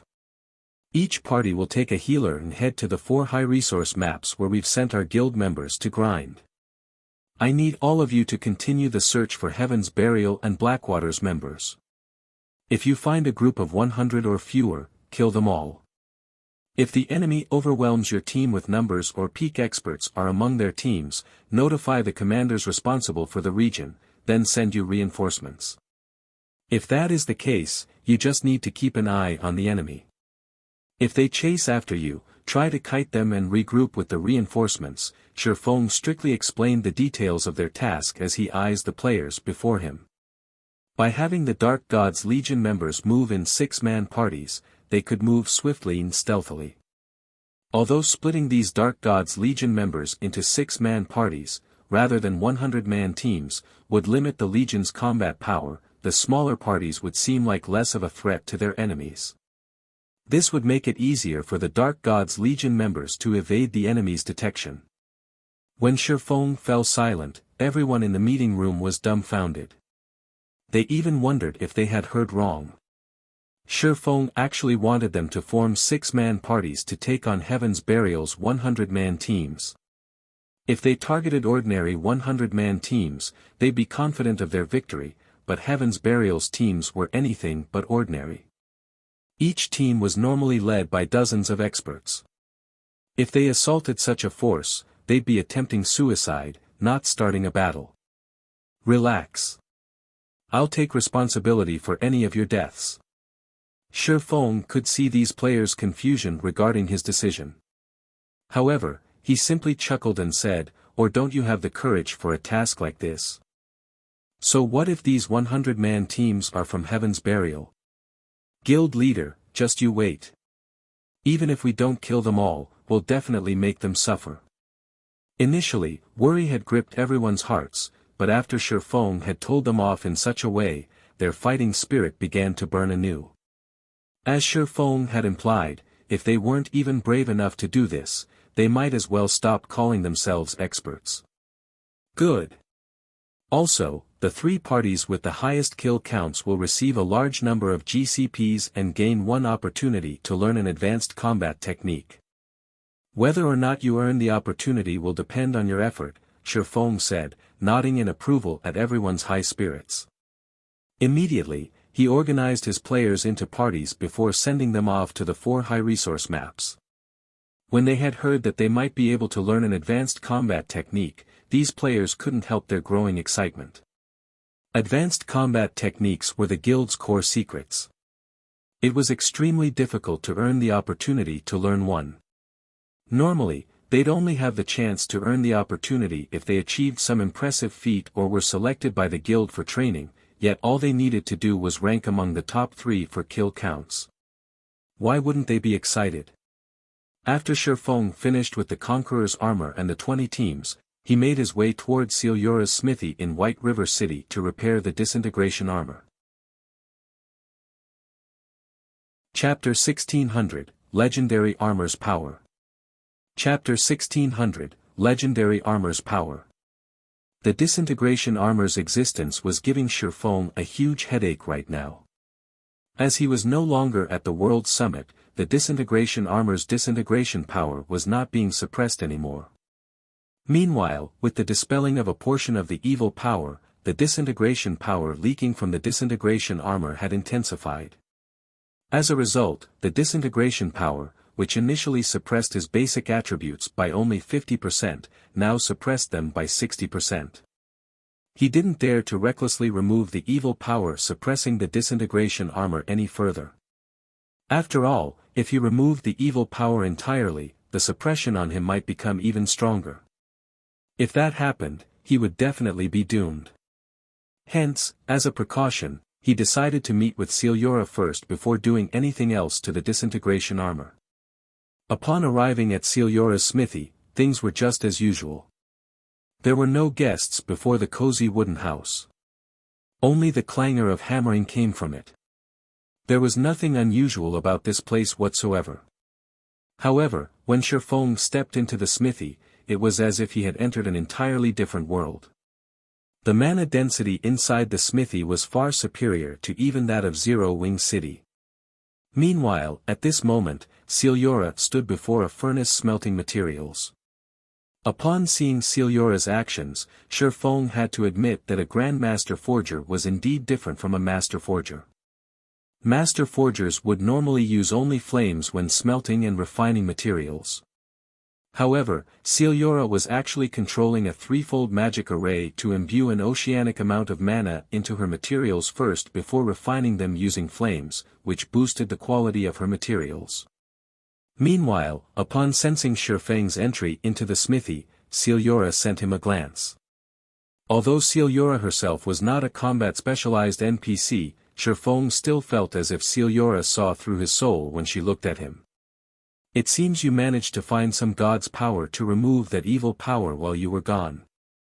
It's a pity that the god's power you acquired was too little to completely remove that evil power, Silura said, shaking her head as she looked at Feng. She then demanded, well, out with it. What are you here for? If you're looking for a method to suppress that disintegration power of yours, I don't have any solutions. Right now, the only thing you can do is gather enough God's power and remove that evil power as soon as possible. Otherwise, the disintegration armor will only lure even more orcs to you. Soon, it won't even matter if you're hiding inside a city, as those orcs would do anything to satisfy their greed for the disintegration power. If things drag on for too long, even NPC cities won't be able to stop the orcs. Feng could not help but be shocked when he heard Silura's words. He had never thought that removing a portion of the evil power suppressing the disintegration armor would have such frightening effects. If what Celiora said was true, then he really wouldn't have any place he could hide in the future. Lady Celiora, do you mean that if I manage to gather sufficient God's power, I'll be able to break free of my current predicament? Feng asked curiously. Previously, the reason why he chose to deal with the problem regarding the disintegration armor quickly was the armor serving as a beacon that lured mutated orcs to him. This situation prevented him from taking action out in the fields freely. If he could not deal with this problem, he wouldn't be able to do anything at all in the future. That should be the case.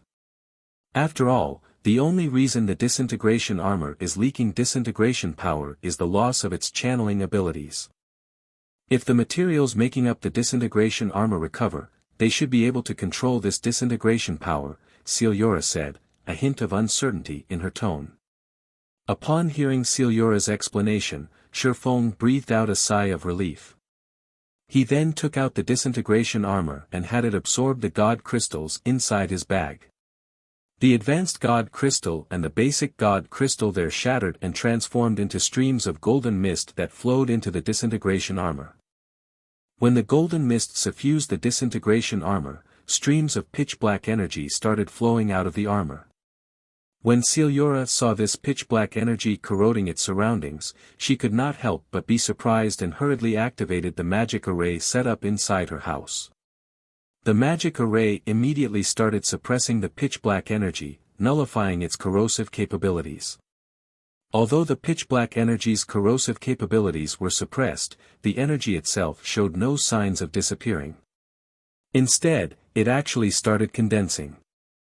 After 5 seconds passed, the mist-like energy transformed into a pitch-black energy bead that hovered quietly in midair, releasing a terrifying aura. What is this thing? Feng was indescribably shocked as he looked at the pitch-black energy bead before him. The aura the bead radiated made him feel as if a gigantic beast had just opened its bloody maw before him. At this moment, he could not even move his body in the slightest and could only look helplessly at the energy bead. Aside from the pitch-black energy bead, a change had also occurred to the disintegration armor, which he had placed on the table. As if the armor itself had gained life, Feng could clearly feel a surge of vitality from it.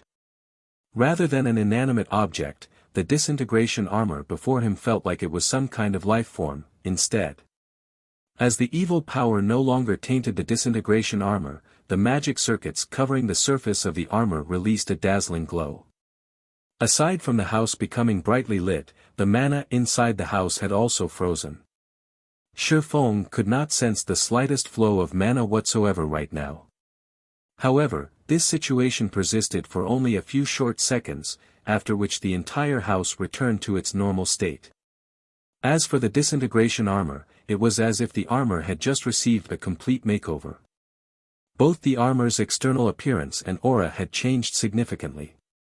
Despite the armor merely sitting atop the stone table, it radiated a power that made even Feng's soul shudder in fear. In fact, the stone table the disintegration armor sat on had even started disintegrating, unable to withstand the armor's power. So, this is the disintegration armor's original power? Feng was at a loss for words as he looked at the stone table decomposing at a speed visible to the naked eye. It should be known that Celiora was a bona fide grandmaster forger. Although the furniture placed inside her house appeared normal, in reality, that was far from the case. In fact, even the stone table before him had an extraordinary origin. From what Feng could tell, the table should be made of fire essence stone. Not only was fire essence stone incomparably tough, but it was also one of the top-tier magic resistance materials in God's domain. Yet, now, it actually couldn't withstand the disintegration armor's power despite the armor being in a passive state right now. This was simply inconceivable. However, before the stone table could fully disintegrate, Celiora quickly made her move, line after line of divine runes appearing before her. A moment later, a fourfold magic array formed around the disintegration armor. With the appearance of the magic array, the stone table stopped disintegrating. However, the magic array continuously produced crackling sounds, a sign that it couldn't withstand the disintegration armor's power either. Amazing! Truly amazing. Even a fourfold void magic array isn't able to contain this thing. As expected of a mythical artifact created by the great Orc Emperor. Ciliora's eyes glowed as she looked at her crumbling magic array. At this moment, it was as if her eyes had just been opened to a whole new world. Meanwhile, Feng was quite shocked as he looked at the disintegrating fourfold magic array. A fourfold magic array. That was a magic array that even mythic monsters could not destroy. Yet, a piece of equipment in its passive state was destroying such a magic array. It was no wonder the Disintegration set was considered as one of the 9 great legendary sets in God's domain. Despite the Disintegration armor being damaged, it still possessed such frightening capabilities. One could just imagine how powerful the founding emperor of the Orc Empire was when he wore the complete Disintegration set. Based on this, the legends of the founding emperor fighting against gods were not exaggerations at all. I don't have the ability to suppress the power this Disintegration armor is releasing. Do you wish to take this armor away, or let me recast it for you right now? Ciliora asked, smiling as she looked at Feng. Take it away. Feng smiled bitterly. If Ciliora couldn't suppress the Disintegration armor's power, he would be a fool if he thought even for a second that he could. He immediately replied, I'll have to trouble Lady Ciliora, then. Chapter 1601, Recasting the Disintegration Armor. Chapter 1601, Recasting the Disintegration Armor. With Feng's permission, Ciliora looked at the Disintegration armor before her and smiled. She then stretched out her hand and grabbed the armor directly. The Disintegration armor's frightening disintegration power could destroy even a table made out of fire essence stone. Yet, now, the armor had no effect on Ciliora's gloved hand whatsoever. Amazing. Sure enough, a Grandmaster Forger really is an extraordinary existence. Feng was indescribably shocked as he looked at the leather gloves Ciliora wore. The fact that the gloves remained unaffected by the disintegration power the Disintegration armor radiated could only mean that the pair of gloves was legendary equipment. In God's domain, legendary items were likewise items that NPCs could obtain only by chance. Even among Tier 4 NPCs, very few of them would have a legendary item. Meanwhile, those who did were no doubt powerful individuals in kingdoms and empires. Moreover, Ciliora did not have just one legendary item. When the Disintegration power tried spreading to Ciliora's body, a layer of invisible power blocked it abruptly. Meanwhile, the only possibility Feng could think of to explain such a phenomenon was that the leather armor Ciliora wore was also legendary rank. 2 legendary items. In the past, even players who obtained only one legendary item could challenge opponents of a higher tier. Meanwhile, players that managed to acquire 2 legendary items had been as rare as a phoenix's feather in God's domain, and every one of them was a Tier 6 God-ranked player. Just as Feng was admiring the legendary items on Ciliora, the latter picked up the Disintegration armor and placed it in the heart of the magic array protecting the smithy. She then began drawing runes and chanting an incantation. Following which, line after line of divine runes flew rapidly to surround the Disintegration armor. After just a short moment, hundreds of lines of divine runes encircled the Disintegration armor. These runes then transformed into magic arrays. In the blink of an eye, a 5-fold magic array formed around the Disintegration armor. The frightening pressure that the 5-fold magic array radiated made even Feng extremely uncomfortable. When the 5-fold magic array's formation was complete, the magic array thoroughly suppressed the disintegration power the Disintegration armor was leaking. Seeing this, Ciliora took out a crystal, which glowed with a golden hue, and inserted it into the 5-fold magic array. Boom! The moment the golden crystal came into contact with the magic array, the entire magic array ignited with dazzling, golden flames. Unlike ordinary flames, these golden flames gave off a sacred and gentle feeling. Meanwhile, the Disintegration armor trapped inside the magic array started transforming. The incomparably tough materials making up the armor turned bright red and even showed signs of melting. What? This is sacred fire. Feng could not help but gape in shock when he saw the golden flames. Sacred fire was something he had only seen depicted in the ancient texts of God's domain. This kind of flame was known as a refining treasure. However, sacred fire did not exist naturally in the continent of God's domain. It only occurred in certain special spaces. Aside from ancient gods, nobody else could truly control it. Meanwhile, the sacred fires that could be found in God's domain were all sealed in special crystals left behind by the ancient gods and could be used only once. Even so, sacred fire was still a flame countless forgers dreamed of obtaining. It was fervently sought after because this flame was the best flame for forging legendary items. In Feng's previous life, a crystal-encased sacred fire had appeared in the Blackwing auction house.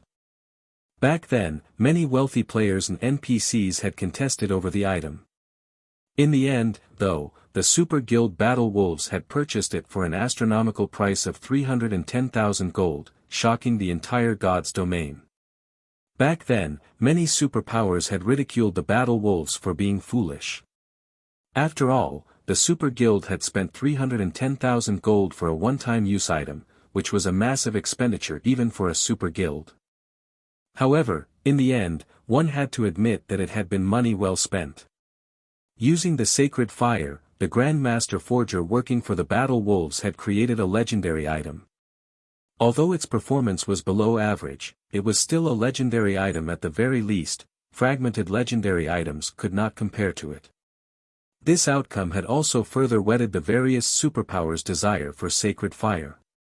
Feng had never imagined that Celiora had actually managed to get her hands on a sacred fire. Moreover, she even used it on the disintegration armor without asking for payment. If he was required to cover the cost, even if he sold himself now, he wouldn't be able to gather enough money. While Feng was lost in his thoughts, the disintegration armor inside the five-fold magic array had turned white-hot. Meanwhile, Celiora started writing another series of divine runes and merging them into the disintegration armor. Despite Feng having a certain level of understanding of divine runes, his mind was a complete blank when he looked at the divine runes Celiora wrote. 5 minutes later, the white-hot disintegration armor was covered entirely in golden runes. At this moment, Celiora stopped writing divine runes and breathed out a sigh of relief. Although her face was visibly tired, her eyes glowed with excitement. Good. Now is the time. Use your blood to establish a contract.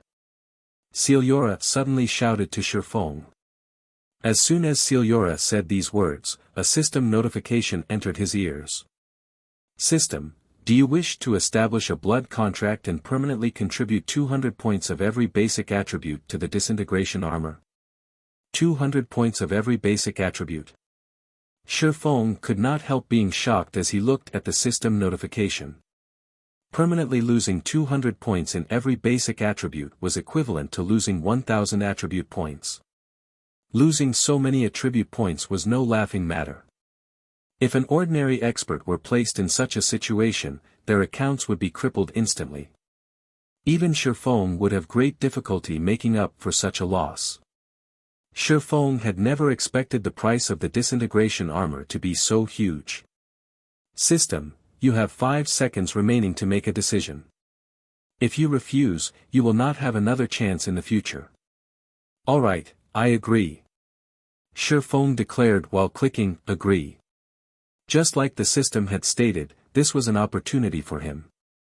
If he rejected it, who knew when he would gain another chance to obtain a legendary item in the future? Moreover, the disintegration armor was top-notch even among legendary items. In comparison, 1,000 attribute points was indeed an insignificant price to pay. Only, some of the advantages he had accumulated thus far would disappear as a result of this decision. After Feng clicked agree, a blood-red magic array appeared before him. He then placed both his hands on the magic array without hesitation. He felt power leaving his body right away. At the same time, blood-red magic circuits appeared on the surface of the disintegration armor. Once these magic circuits covered the entire disintegration armor, the armor released a pulse, as if it had just gained life. This pulse of power instantly shattered the five-fold magic array. In the next moment, Feng felt an even more frightening aura coming from the disintegration armor. However, unlike before, the aura the disintegration armor exuded this time did not affect Feng whatsoever. On the contrary, he felt a sense of intimacy in this aura, as if the disintegration armor was an extension of himself. Meanwhile, as the disintegration armor's aura calmed down, another system notification entered Feng's ears. System, congratulations. You have completed the Recast the Disintegration Armor quest.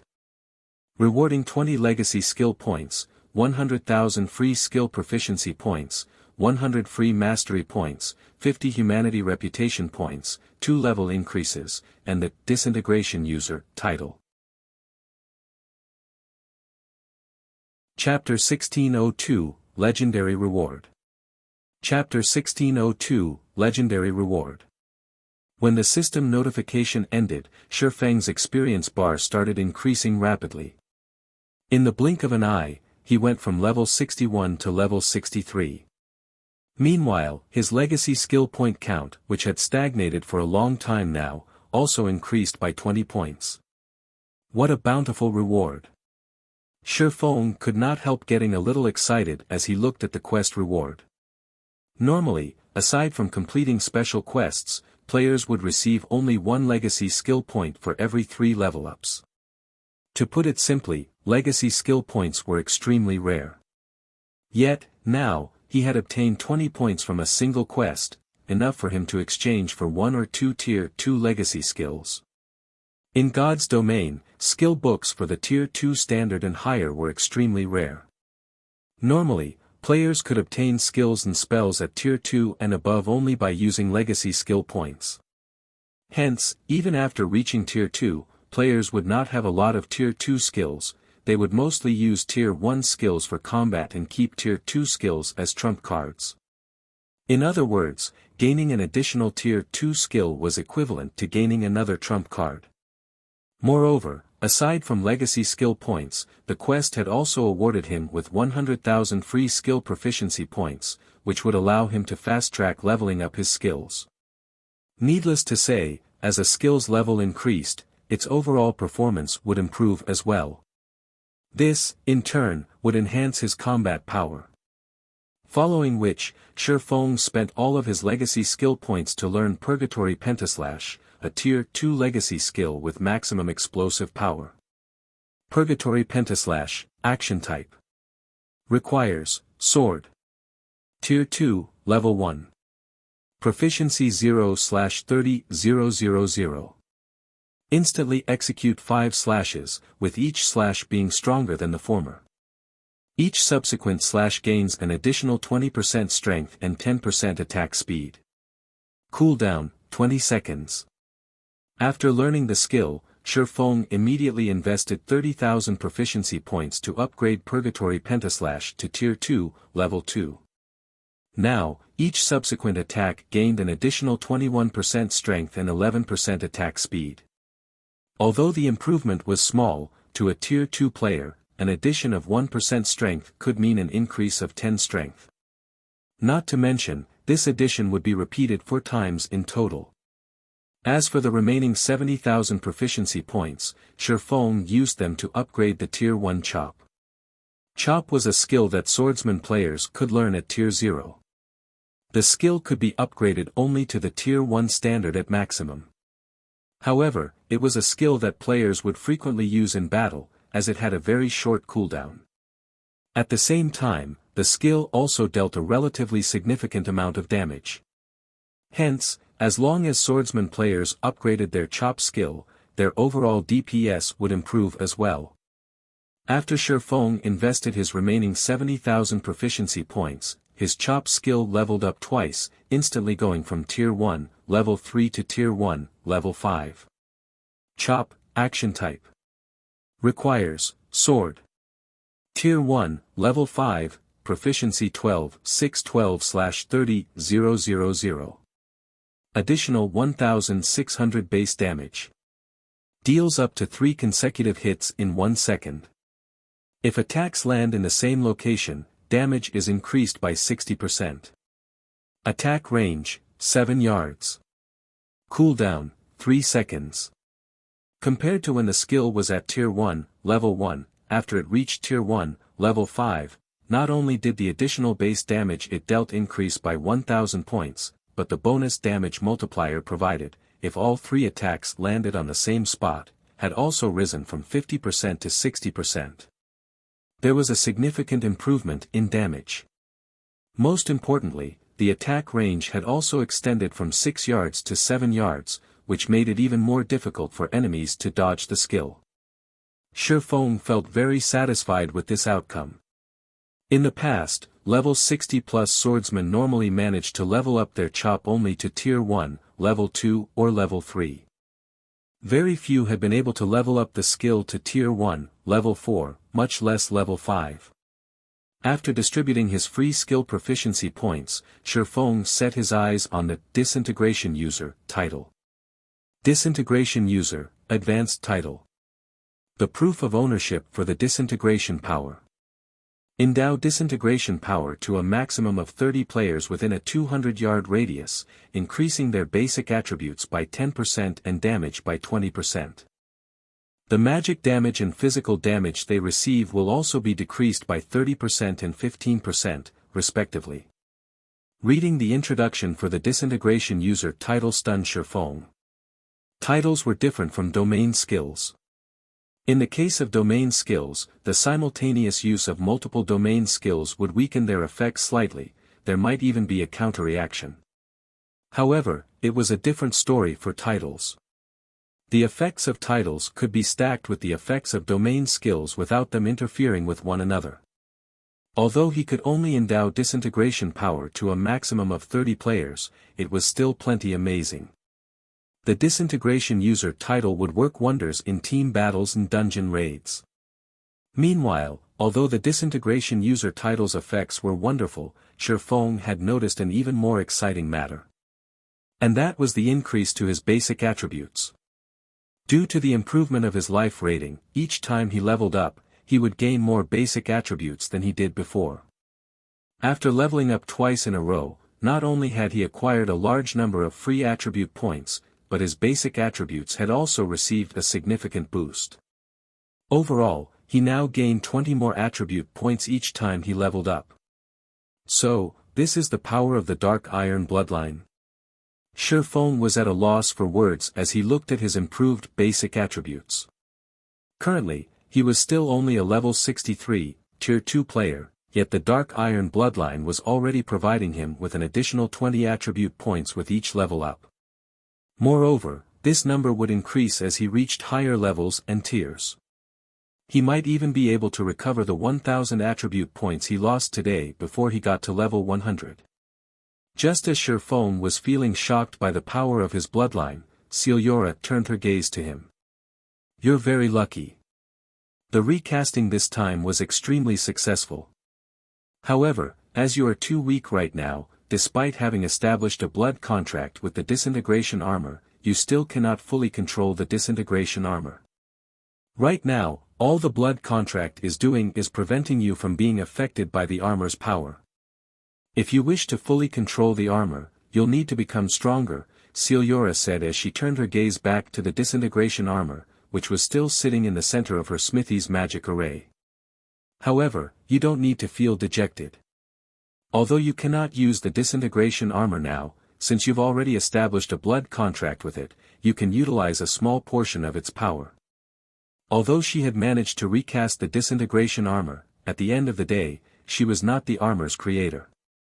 She only managed to shoddily re-establish the armor's magic circuits using her limited knowledge of divine runes.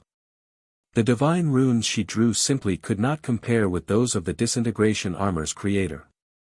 The final magic circuit she ended up forming still had many problems. The flow of energy in the armor also wasn't perfect. Without a considerable amount of power, one would not be able to control the armor at all. Upon hearing Ciliora's words, Feng could not help but take a look at the disintegration armor's attributes. Indeed, just like Ciliora had said, the disintegration armor was still considerably unstable after being recast. It needed him to reach Tier 3 before he could equip it. Aside from that, there was no other information stated in the armor's attribute panel. However, the disintegration field skill granted to him had strengthened considerably. Disintegration field disintegrates all skills and spells within a 100-yard radius. Skills and spells at Tier 2 and below will be nullified, while skills and spells above Tier 2 will be weakened by 60%. All entities within range of the disintegration field will sustain a 40% reduction to basic attributes, physique, and stamina in addition to a 400% increase to their stamina and concentration consumption rates. No cooldown. This is the real disintegration field. After looking at the new disintegration field, Feng finally understood why legendary items could allow players to challenge opponents of higher tiers. Currently, he could use only a small portion of the disintegration armor's power, yet the armor was already providing him with such great benefits. If he could equip the armor now, he would simply be invincible among the current players of God's domain. However, Feng only toyed with this thought. Legendary equipment was not that easy to equip, all the more top-notch legendary equipment like the disintegration armor. He should just be grateful that the disintegration armor no longer suppressed him and provided a stronger disintegration field. After storing the disintegration armor, Feng finally shifted his sights to the pitch-black energy bead floating in midair. Although the energy bead's aura had already disappeared, the energy bead had also formed a zone completely void of mana around itself. Just by entering this void zone, Feng felt his entire body becoming incomparably heavy. At the same time, his mind also became sluggish like never before. Chapter 1603, Destruction Crystal. Chapter 1603, Destruction Crystal. What is this thing? The closer Feng got to the hovering energy bead, the heavier his body felt. He even felt somewhat dizzy, his mind growing fuzzy. He felt as if his control over his own body had dulled, as if it no longer belonged to him. This was the first time he had ever experienced such a sensation in God's domain, both in this life and the previous one. If players merely lost some attributes, they'd, at most, feel physically powerless, but their mind wouldn't be affected. Yet, despite his unchanged basic attributes, his overall combat power had decreased by at least 80%. At this point, even an ordinary Tier 2 player could easily kill him. It's best if you don't get too close to this thing. When Feng was less than a yard from the energy bead, Ciliora raised her hand to stop him. Hearing Ciliora's warning, Feng obediently retreated from the energy bead. He only regained control of his body after he had left the void zone. He couldn't help but stare at the energy bead in shock. It was too strong. If he could wield this power, using it on the battlefield against other players, he'd become truly invincible. While the energy bead didn't suppress basic attributes, it significantly reduced players' control of their bodies, and regardless of how high a player's attributes were, they'd become a helpless child when subjected to the energy bead's mental suppression. This isn't something you can withstand at your current power. If you try to touch it, you'll lose your life on the spot. Even if you are a heaven-blessed individual, it'll still be some time before you can resurrect, Ciliora explained when she noticed Feng's dumbfounded expression. Death upon touch. And the resurrection time is so long. Feng couldn't help his growing curiosity over the bead's identity. Lady Ciliora, what is this item? He had heard of many items that could kill players upon contact, but he had never heard of items increasing players' resurrection time. As far as he knew, only certain skills and high-tiered NPCs could do such a thing. The ability to absorb a player's soul was one such example. Yet, even after using omniscient eyes on the energy bead, the bead's inscription still said unknown. He couldn't even get a name. This is a destruction crystal, formed from the power of destruction. Not only can it destroy physical material, but it can also destroy souls. If even a strand of this power of destruction taints an immortal soul, it will need a long time to recover, Celiora explained as she watched the hovering, black bead. Although the destruction crystal is currently inactive, even the weak energy it's radiating is dangerous to you. After her explanation, Celiora began to chant an incantation, writing several lines of divine runes in the air as she did so. In seconds, the divine runes encased the destruction crystal. With a wave of her hand, Celiora sent the hovering crystal to Feng. You can consider this destruction crystal as an unexpected reward. Use it during a crucial moment to save your life, but be careful when you do. If not handled properly, you might sacrifice your own life during the process, Celiora gravely warned Feng. Alright, you can leave now. I've gained a significant boon from recasting the disintegration armor, so I need to rest and process the information. Since I don't wish to be disturbed, I'll be leaving White River City for some time. Feng stored the destruction crystal and nodded to Celiora before taking his leave. Although it seemed as if Celiora hadn't done much, as a master forger, Feng was familiar with the delicacy of re-establishing the disintegration armor's magic circuits. The process would even exhaust a grandmaster forger like Celiora. After leaving Celiora's smithy, Feng could no longer bottle his curiosity as he inspected the destruction crystal in his bag. Destruction crystal, consumable. Sealed by Celiora. When unsealed, unleashes the power of destruction in a 1,000-yard radius. A 1,000-yard AoE. Feng's jaw dropped when he read the introduction text. The destruction crystal's AoE was even stronger than Tier 4 large-scale destruction spells, but unlike these spells, which could be cast from a distance, the disintegration crystal would explode the moment the seal was lifted. Even if a player threw the thing when they activated it, they'd be lucky to get it 100 yards away and would still get caught in the AoE. Meanwhile, the power of destruction would damage both the physical body and the soul. If this power killed a player, the consequences would be even more severe than if their immortal soul were absorbed. It was no wonder why Celiora warned him to take care when using the destruction crystal. I mustn't use this unless it's absolutely necessary. When Feng recalled the feeling of standing too close to the power of destruction, his heart skipped a beat. However, now that he had dealt with the disintegration armor, his basic attributes were free of its suppression.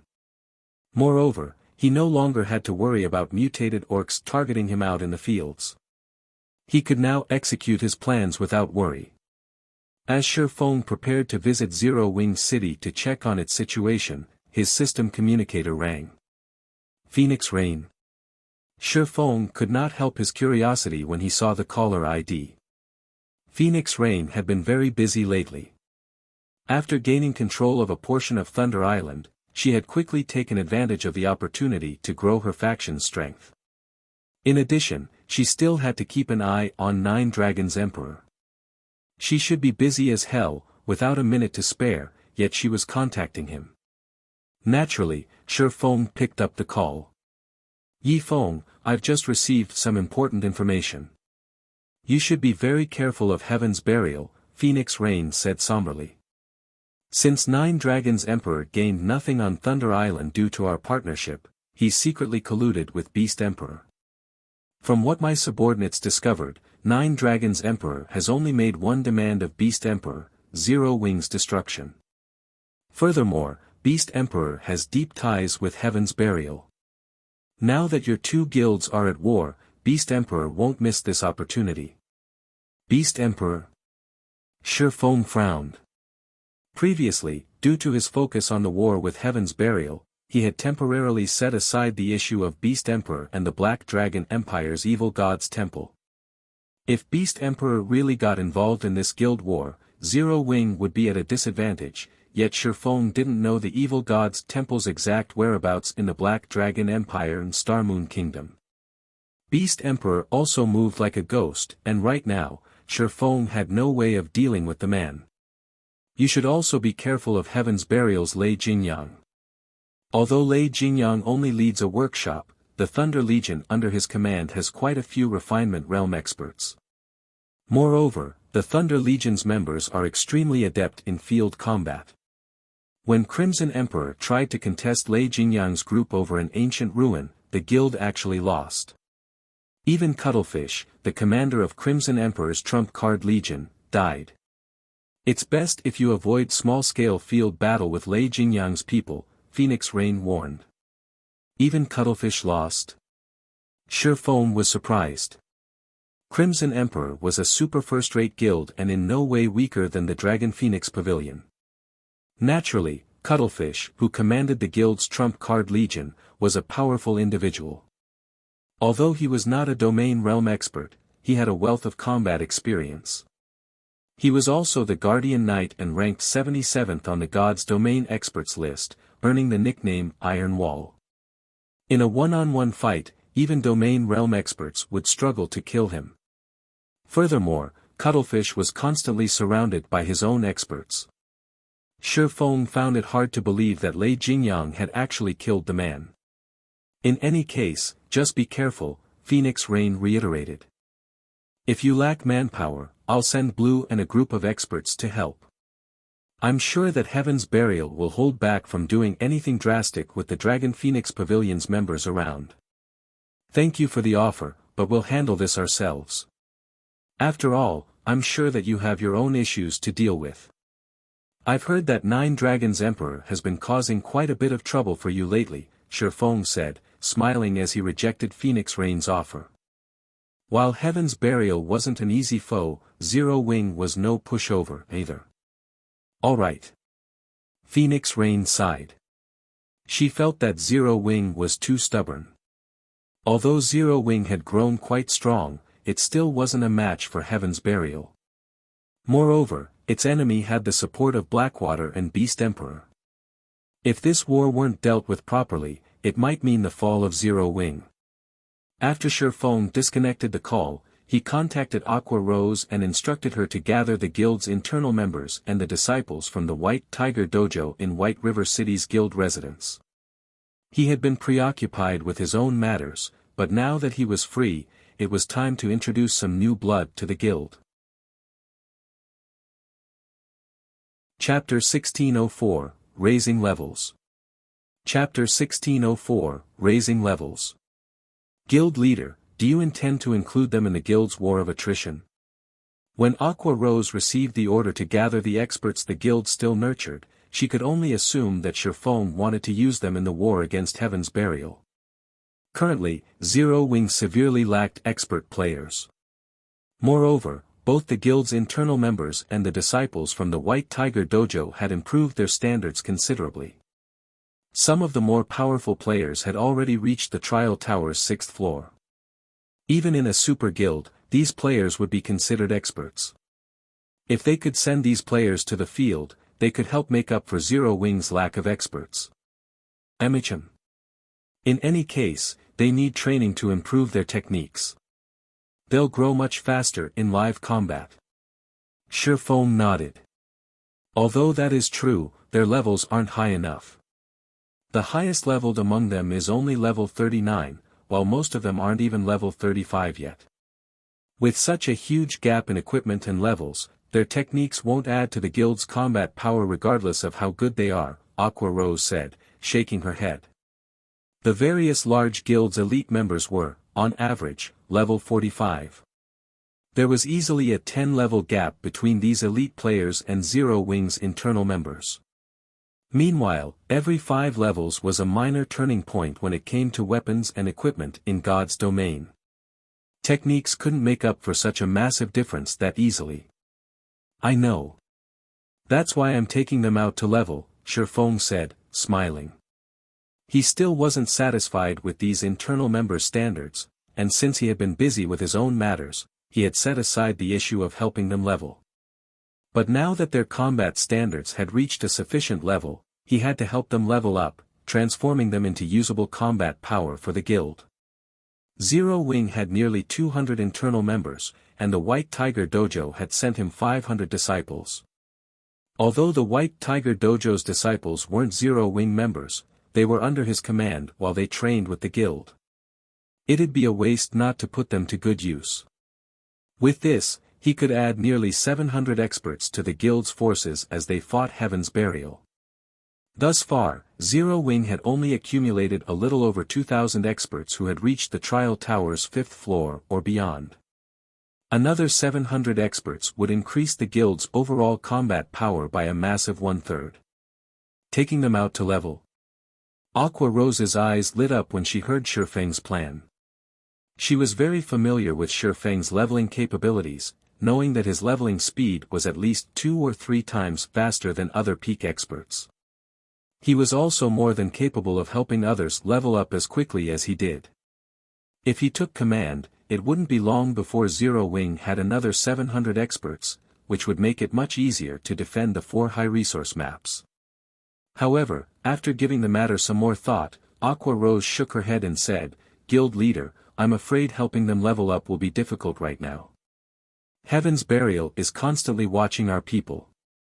If we send our internal members to the fields to level, Heaven's Burial will certainly ambush the group. They might lose levels, rather than gain them." "Relax. That is only true if Heaven's Burial can follow us," Feng said, chuckling. When he had decided to take Zero Wing's internal members out to level, in truth, it had been a passing thought. Obtaining mana ore was his true goal. Although the Boneless land was rich with ores, it was also a good leveling area. Plenty of low HP and defense demonic creatures roamed the map, and their respawn rate was fairly fast.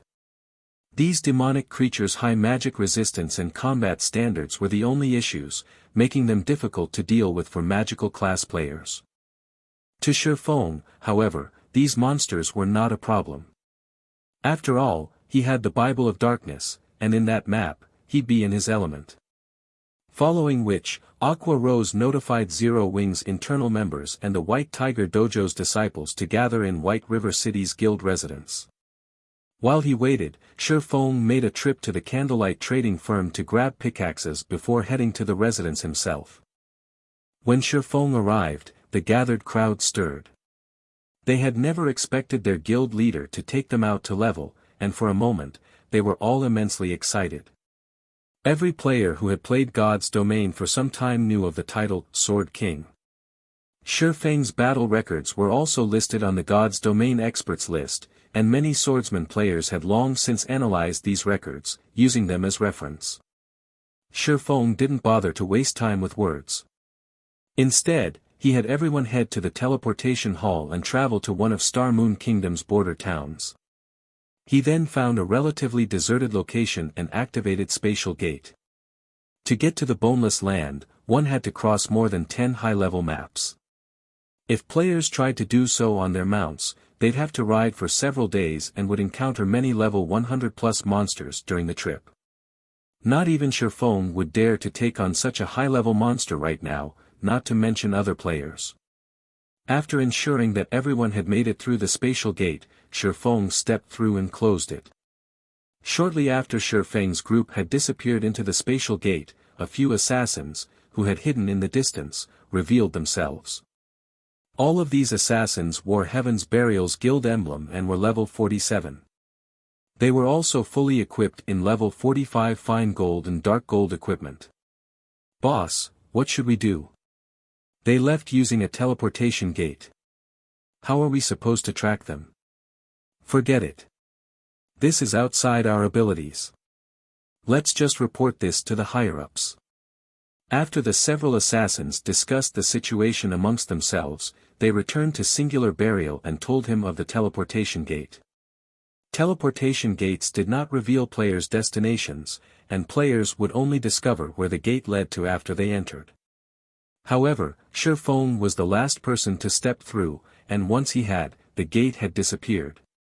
They had no way of tracking the group from Zero Wing. "It seems we've backed Black Flame into a corner."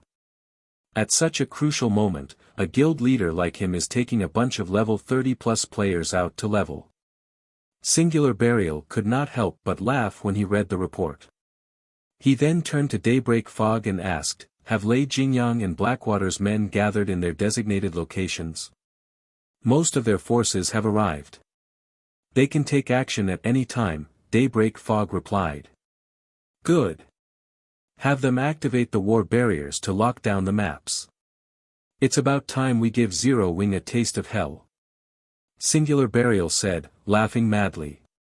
To crush Zero Wing swiftly, they had dispatched 8,000 experts to hunt down the enemy guild's members in the 4 high-resource maps and utilized the war barriers to trap them within. In addition, they had dispatched 40,000 elite members to guard the map's entrances. Understood. Daybreak Fog immediately commanded the guild members to spread out across the 4 maps.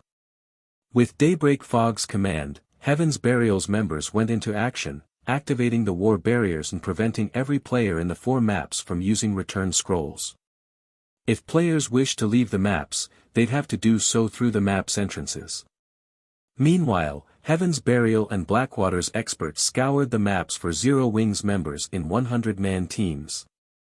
Boss Flo, there's a 6-man party from Zero Wing ahead, but they're all wearing cloaks, so we can't see their levels. Should we attack? A level 47 assassin reported through his team chat as he watched the small party walk through the forest ahead. A 6-man party? Are there any important players among them? Broken Flo, who wore level 45 Dark Gold set equipment, asked quietly. They knew just how powerful Zero Wing's experts were. This was especially true for Aqua Rose, Fire Dance, Cola, Flying Shadow, and the guild's other core members. Singular Burial had already warned them to stay as far away from these individuals as possible. Although Broken Flo wasn't pleased with the decision, he had no choice but to follow his guild leader's orders. No. None of the 6 players are on the list, but they seem to have pretty good equipment. They're likely an expert party from Zero Wing, the assassin reported after taking a closer look. Good. It seems that we've gotten lucky and come across one of Zero Wing's expert parties. Keep an eye on them. We'll head over right away. Broken Flo said as he licked his lips in anticipation. Immediately, he led his team towards the assassin's current position. Chapter 1605, Battle Array Activate. Chapter 1605, Battle Array Activate. In less than 2 minutes, Broken Flo's team found a 6-man party of cloaked players walking along a small forest path. All 6 players wore Zero Wing's guild emblem. Go. Don't let any of them escape. Broken Flo shouted in the team chat as soon as he laid eyes on the 6 Zero Wing members. Immediately, Broken Flo's 100-man team spread out, swiftly encircling Zero Wing's party and cutting off any escape route. Heaven's Burial. The 6 Zero Wing members readied their weapons as they were surrounded. You guys sure are unlucky to attract my attention. Broken Flo grinned at the 6 cloaked players. Immediately, he removed the level 45 Dark Gold greatsword from his back and approached the 6 at a leisurely pace. At the same time, he pulled a potion from his bag and drank it. He then commanded, everyone, guard the area. Make sure no one escapes. I want to take proper care of these Zero Wing members. When Heaven's Burial's members heard Broken Flo's command, they couldn't help their growing excitement and anticipation. These players sure are unlucky. It seems like the commander wants to finish them off personally. The last time the commander took action, he even gave an expert party from a first-rate guild a miserable beating. Not only were those experts powerless to fight back, but the commander also forced them to lose multiple pieces of equipment. I wonder if we'll get to witness the commander's trademark combat technique again. Hopefully these Zero Wing members aren't too weak and can put up a good fight. Otherwise, we won't get a share of the loot. Heaven's Burial's members laughed as they ridiculed the trapped Zero Wing members. The guild had already declared that, during this hunt, not only would they earn GCPs for killing Zero Wing members, but they also got to keep whatever loot dropped from their kills. Although Zero Wing's members had been ambushed countless times, the guild's experts had suffered minimal losses. Most of these experts still had their top-tier equipment. Even if the equipment they obtained wasn't suitable for their class, they could still sell the items and make a fortune. Despite the high demand for top-tier equipment, there was practically no supply. When ordinary players obtained a piece of top-tier equipment, they usually didn't sell it for coins even if they couldn't use it themselves. Rather, most players tried to trade one piece of equipment for another that they could use.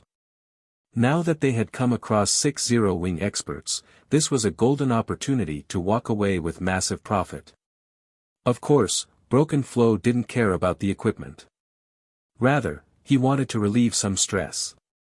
Broken Flow had previously been defeated in a fight with Zero Wing's top-tier experts, and he had been waiting to restore his reputation for some time.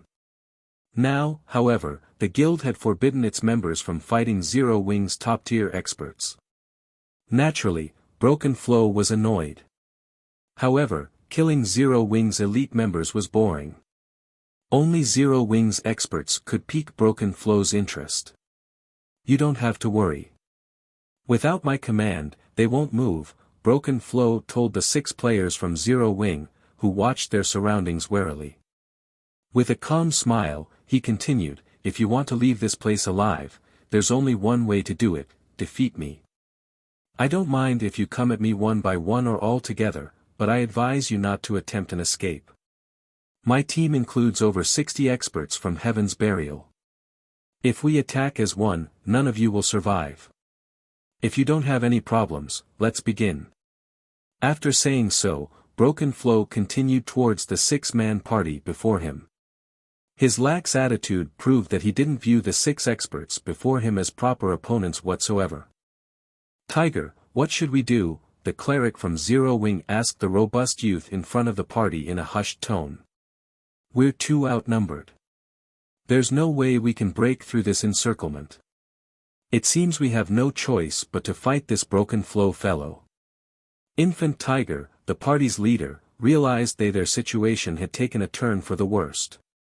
They might not have had an issue if they'd come across an ordinary expert team, but he hadn't expected them to encounter a team led by one of Heaven's Burial's top-tier experts. In a moment, I'll distract him while you guys find an opportunity to strike. Don't worry about hitting me. When the other members heard Infant Tiger's plan, they nodded silently. Their leader's decision didn't surprise any of them. Although they were strong, there was a considerable gap in strength between them and Broken Flow. Only the guild's core members, like Yi Wumian and Minor Wind, could go toe-to-toe with such an expert. However, Broken Flow did not give Zero Wing's party much time to consider their options. Once he was within 30 yards of the party, he abruptly accelerated and pounced like a ferocious tiger as it was freed from its cage. Broken Flow saw no value in Zero Wing's ordinary experts. He currently wore level 45 Dark Gold set equipment and wielded a level 45 Dark Gold greatsword. With his equipment standards, he'd even rank among the top in a super guild. As for his techniques, he had reached the refinement realm some time ago. He'd be a mainstay in any major guild. If not for Singular Burial's prohibition, he'd even challenge Zero Wing's peak experts like Fire Dance and Aqua Rose. So fast. Broken Flow's speed caught Zero Wing's members off guard. By the time they reacted, Broken Flow was already within 10 yards. In the blink of an eye, Broken Flow circled around Infant Tiger, who stood at the forefront of the party, and swung his greatsword. As his greatsword soared towards the enemy berserker, it split into 3 copies that struck from different angles. Combat Technique, Trishadao Interception. Just as Broken Flow's 3 sword lights were about to bite into Infant Tiger. Infant Tiger, who was at his wit's end, decisively activated the basic strength battle array. Immediately, the mana around Infant Tiger and the other 4 melee players in the Conqueror's armor went berserk. The 5 melee players felt as if their minds connected, their senses expanding in a way they had never before experienced. Despite Broken Flow's sword lights targeting his blind spots, Infant Tiger saw all 3 clearly. Suddenly, Infant Tiger turned and sidestepped, miraculously evading all 3 attacks.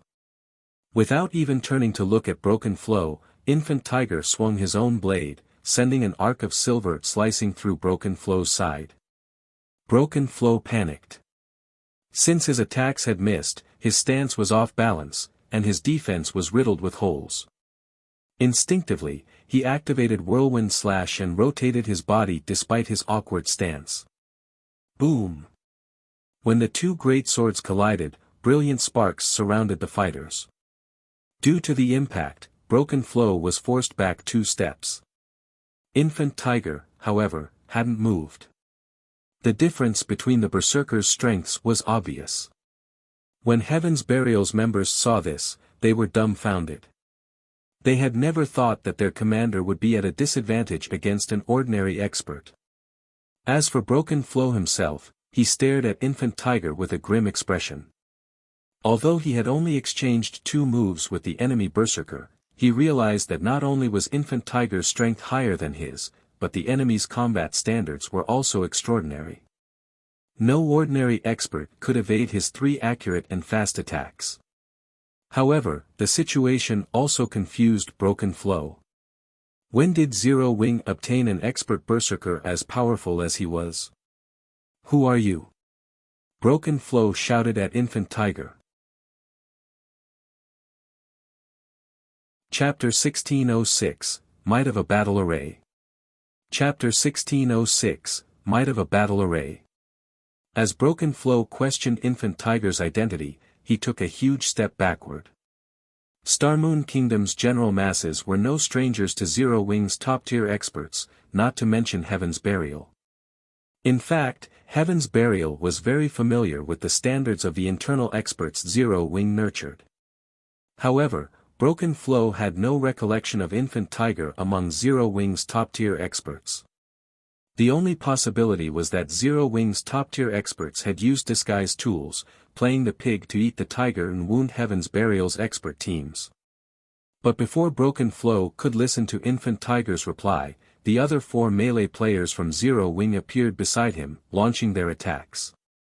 2 Berserkers executed the Tier 1 Cross Slash and Flame Slash, the Guardian Knight used the Tier 1 Justice Roar and Holy Slash, and the Shield Warrior raised his shield and used the Tier 1 Crumbling Mountain.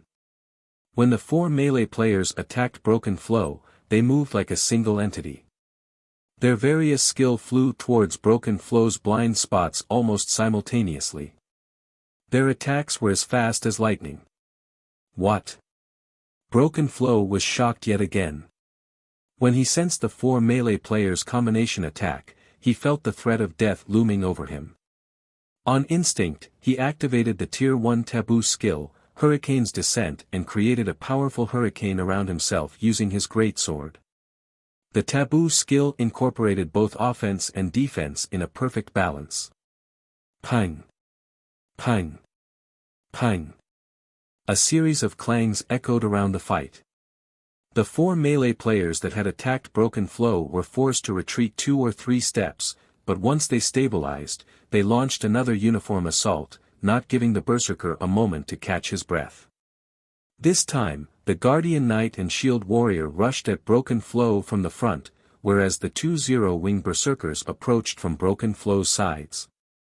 For a time, Broken Flow had to retreat as he desperately defended himself. While he did so, his HP continued to drain. What? The commander is actually... Heaven's Burial's members were utterly shocked as they watched Zero Wing's party suppress Broken Flow. Their previously playful expressions had vanished. None of these players were amateurs. They knew just how powerful their commander was, and even if they formed a 6-man party to challenge him, they wouldn't come close to killing Broken Flow. This wasn't due to the difference between their basic attributes, but the difference in their combat standards. If they tried to fight Broken Flow, he'd easily find and target their weak points. By the time they realized that they were under attack, it'd be too late to react. Moreover, Broken Flow could easily dodge and block their attacks. In the end, the Berserker commander would whittle down their HP and kill them. At most, Broken Flow would lose some HP when he blocked attacks or received a few hits that he couldn't dodge, but that'd be rare since he could use his positioning to prevent such situations. Yet, now, regardless of how Broken Flow shifted his stance, he couldn't avoid the 4 melee players' pincer attacks as they continued to shave away his HP. However, this wasn't the most frightening aspect of this fight. What Heaven's Burial's members found truly shocking was the fact that Broken Flow couldn't force his way out of the encirclement.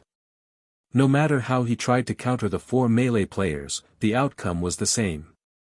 His targets would either deflect or block his attacks, refusing to budge an inch. Broken Flow looked like some beast trapped in a steel cage. The spectating Heaven's Burial members weren't the only ones shocked. Broken Flow, who desperately fought for his life, was flabbergasted. Of the 4 melee players assaulting him, one had combat standards to rival Infant Tiger. This Zero-Wing party actually had 5 Refinement Realm experts. Even super guilds valued Refinement Realm experts, and they'd be top-ranked fighters in first-rate guilds. Yet, this 6-man party had 5 of these experts. If he weren't familiar with the combat styles of Kola, Shadow Sword, Turtledove, Yi Wumian, and Zero Wing's other top-tier melee experts, he'd suspect that these 4 players were those experts in disguise. As Broken Flow continued to fend off the 4 Refinement Realm experts, whose basic attributes were even higher than his, a bitter taste filled his mouth. Although he had invited Zero Wing's party to attack him as one, he hadn't expected for Refinement Realm experts to gang up on him shamelessly. Even Infant Tiger danced around him, looking for the opportunity to land a fatal blow. What Broken Flow did not know, however, was that Infant Tiger and the others were just as shocked. They had never thought that the basic strength battle array would be this powerful. Not only did the battle array provide basic attributes akin to a miniature berserk skill, but their combat standards had also improved. Meanwhile, Infant Tiger wasn't moving around Broken Flow to land a fatal blow. Rather, he was helping his 4 companions by providing an additional view of the battle. By doing so, he gave his companions an accurate view of the enemy berserkers' movements regardless of how Broken Flow retaliated. When Broken Flow noticed that his HP had fallen by 2/3, he dismissed his previous promise as he shouted, "Everyone, attack! Do not let any of these people escape." At the same time, Broken Flow activated his berserk skill to break away from the enemy encirclement. If he didn't escape now, Infant Tiger and the other experts from Zero Wing would kill him before reinforcements arrived. Unfortunately, Heaven's Burial's other members were still dazed even after Broken Flow issued the command. Their minds only reacted a short moment later, commanding their bodies to move. As expected of Heaven's Burial, its members' word is nothing more than a fart. Infant Tiger ridiculed Broken Flow. Hearing the insult, Broken Flow's expression twisted into something dark. Could Infant Tiger have any less shame? Although he had challenged Zero Wing's entire party by himself, how could he have known that 5 of the 6 party members were Refinement Realm experts? Moreover, their coordination was so seamless that they moved as if they shared one body. Against such coordinated attacks, this team could even defeat a Flowing Water Realm expert, much less Broken Flow. However, Broken Flow's call for help prompted Infant Tiger and the others to activate Power of Darkness. Once their basic attributes soared, they launched another ruthless assault against the Berserker. This time, however, they held nothing back. After Feng had upgraded the Bible of Darkness, the power of darkness he granted his allies had grown stronger as well. Although Broken Flow's berserk skill was powerful, it was subpar compared to the improved power of darkness. In addition, Broken Flow's basic attributes were already lower than Infant Tiger and his companions. When both sides had activated their berserk skills, the gap between them only widened. Before the healers from Heaven's Burial could get within range, Zero Wing's Guardian Knight and Shield Warrior slammed their shields into Broken Flow, forcing the Berserker off balance. Infant Tiger and the other 2 Berserkers then appeared behind their target, launching a joint assault. Chop! Flame Slash! Cross Slash! Even under normal circumstances, Broken Flow would struggle to cope with these 3 simultaneous attacks. In the end, all 3 attacks landed squarely, draining his remaining HP. As his body collapsed, he dropped 3 pieces of level 45 dark gold equipment. "Commander? How is this possible?" Heaven's Burial's members were dazed when they watched their commander die. They had never dreamed that a peak expert like Broken Flow could be killed so easily. Moreover, Broken Flow had been slain by a bunch of Zero Wing members they had never even heard of. Chapter 1607, Difference in Teams. Chapter 1607, Difference in Teams. For a time after Broken Flow's death, Heaven's Burial's members were at a loss of what to do. However, Infant Tiger and his party members had no intentions of giving their enemies time to react. They immediately charged into the enemy ranks. They crossed the 30 yards to their targets in a few short seconds. Upon reaching the enemy frontline, the Shield Warrior and Guardian Knight slammed their shields into the enemy melee players, crumbling the battle formation. Meanwhile, Infant Tiger and the other two Berserkers nimbly weaved their way into the enemy lines before executing Whirlwind Slash. 3 powerful tornadoes instantly engulfed Heaven's Burial's members. Not only did the attacks push these players back, but they also lost a significant chunk of their HPs. Following which, the Berserker trio approached the nearest enemies and finished off their weakened foes. In the blink of an eye, several members of Heaven's Burial's team died. They're trying to break out of the encirclement. Kill them.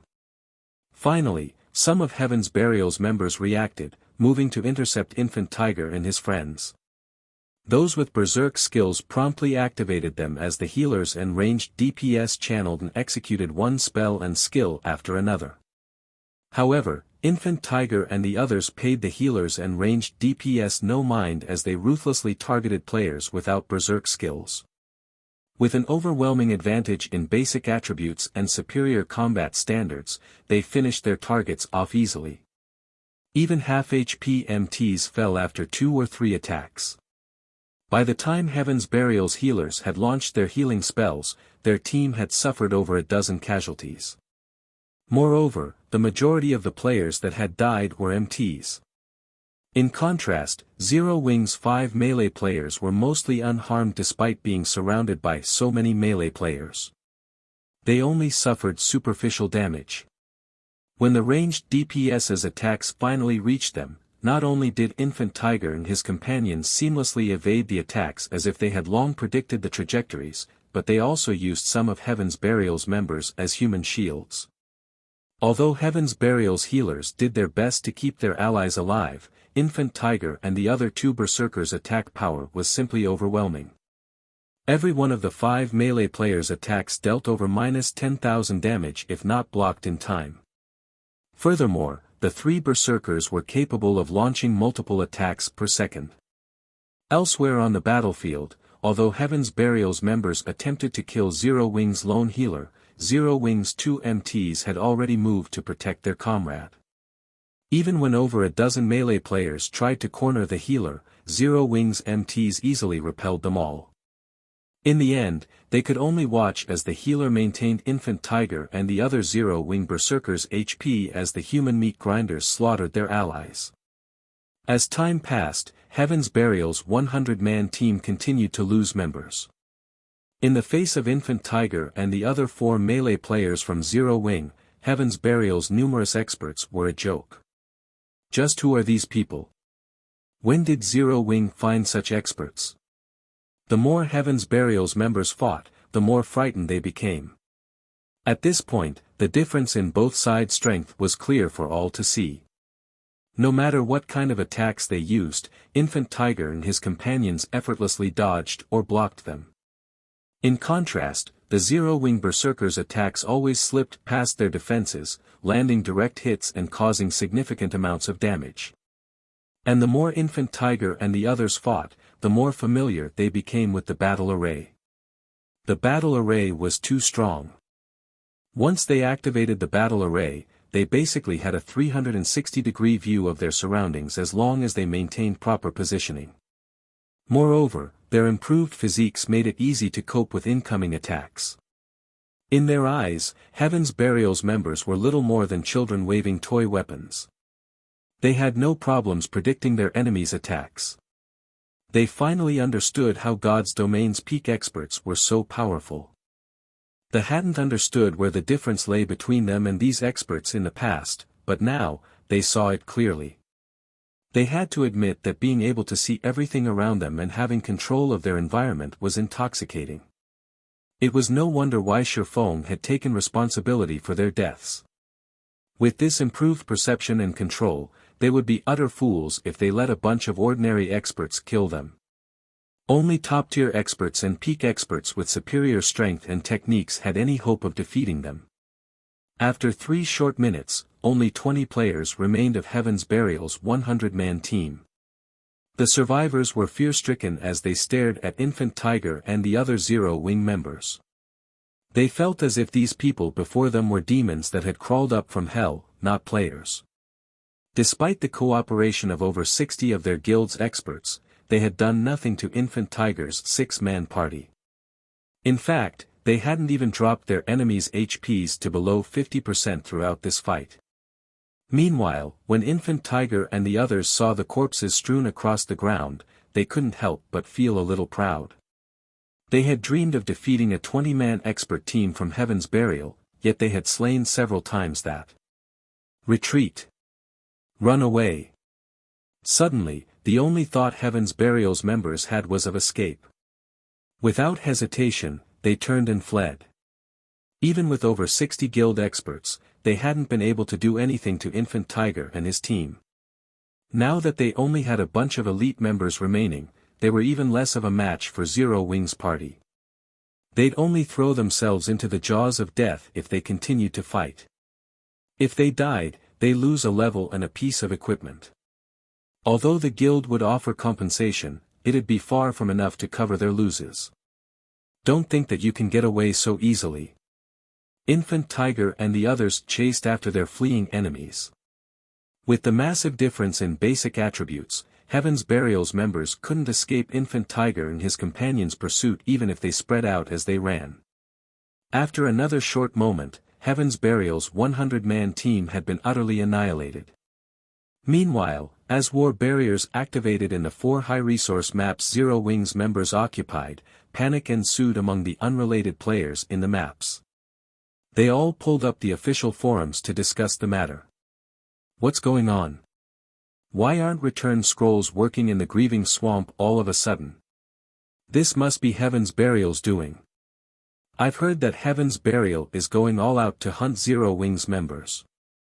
The guild has already dispatched over 8,000 expert members, not to mention the elites. It seems Heaven's Burial is finally getting serious. With 8,000 experts, they'll have no issues eliminating Zero-Wing. Crap. They're really fighting each other. There's a fight between Heaven's Burial and Zero-Wing's teams not too far from me right now. Heaven's Burial's 100-man team is amazing. It's completely overwhelming Zero-Wing's 100-man team. The public had become interested in Heaven's Burial's hunt. No one had expected the guild to dispatch 8,000 experts to slaughter Zero-Wing's members. Even a first-rate guild could, at most, field 3,000 experts. After all, the requirements to be considered an expert player in God's domain had become stricter than ever before. In the past, players would be considered experts once they reached the Trial Tower's 4th floor, but now, players had to reach the 5th floor. Some stricter guilds even required their experts to reach the 5th floor's middle stage. Yet, Heaven's Burial had nearly 3 times more experts than a first-rate guild. Guild leader, we've received a casualty report from Star Moon Kingdom. Daybreak Fog suddenly approached Singular Burial, who commanded the battle before them. Quietly, she said, thus far, we've killed 1,809 Zero-Wing members. That many? Didn't the battle start less than half an hour ago? Singular Burial nodded, satisfied, upon hearing the report. What about our casualties? Although the direct attacks were far more costly, they could deal a more severe blow to their enemy. Hearing Singular Burial's question, Daybreak Fog's expression darkened as she hesitated. Has something happened? When Singular Burial saw Daybreak Fog's reaction, apprehension welled within him. We've lost 3,237 members thus far. Among them, 923 are expert players, Daybreak Fog said. How is that possible? Singular Burial was dumbfounded when he heard these numbers. Immediately, he demanded, what happened over there? They had sent over 8,000 experts over to Star Moon Kingdom, and Zero Wing only had around 2,000 experts. Even if Fire Dance and Zero Wing's other peak and top-tier experts took action, they could never make up for the massive difference. Chapter 1608, Indiscernible Zero Wing. Chapter 1608, Indiscernible Zero Wing. Daybreak Fog could only shake her head helplessly in response to Singular Burial's question. Even she had been confused when she received the statistics report, wondering if someone had made a mistake when compiling the information. However, although someone could have miscounted the enemy's casualties, how could they do so with their own death counts? In other words, Zero Wing had indeed killed 3,237 of their members in less than half an hour. Moreover, nearly one-third were the guild's experts. Has no one discovered the reason behind this yet? Singular Burial growled, his brows twitching slightly in anger. Over 10% of their 8,000 experts had died in less than half an hour. If the other major powers learned that they didn't even know the cause of this grievous loss, they'd become a laughingstock. Unlike guild elites, a guild expended all of its precious resources into nurturing its experts. They were incomparably more valuable than the guild's elite members. A loss of one expert was a much larger impact than losing 10 elites. If a first-rate guild suddenly suffered nearly 1,000 expert deaths, the loss would be severe enough to hamper the guild's development. After all, experts were a guild's main combat power when obtaining top-tier equipment and contesting for resource maps. They were also the foundation when competing with other guilds.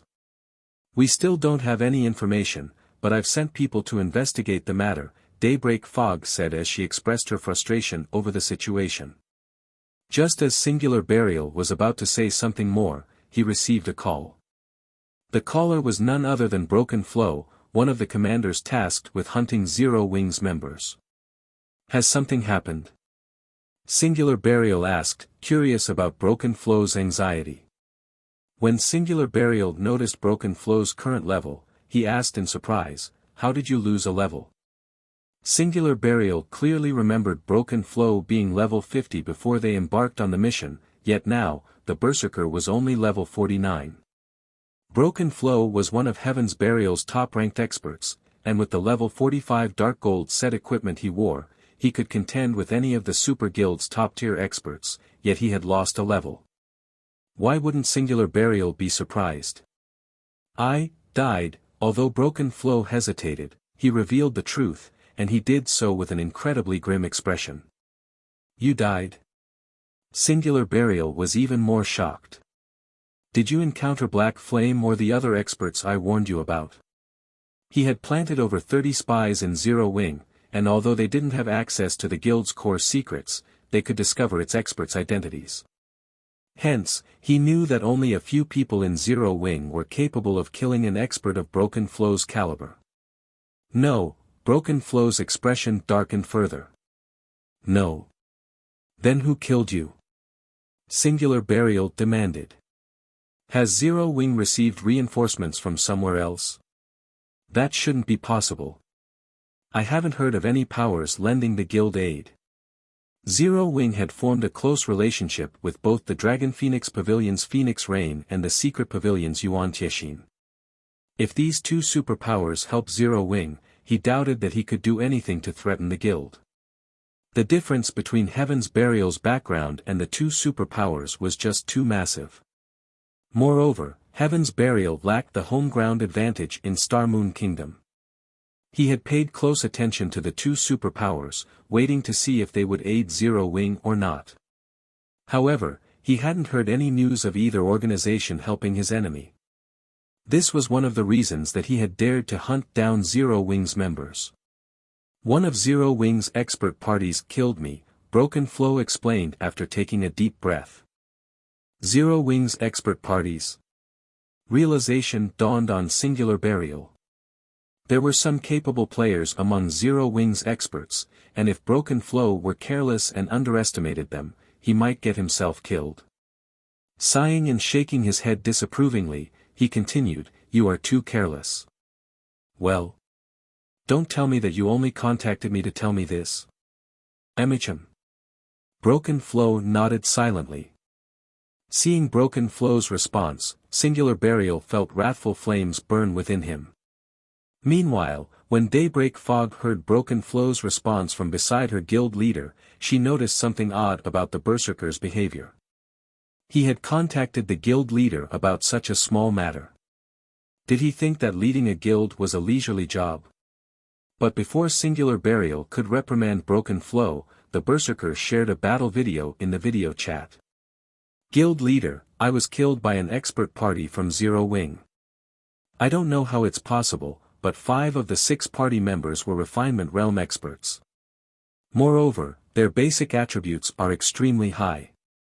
They were even higher than mine," Broken Flow explained. "Zero Wing still has 5 Refinement Realm experts we don't know about." "How?"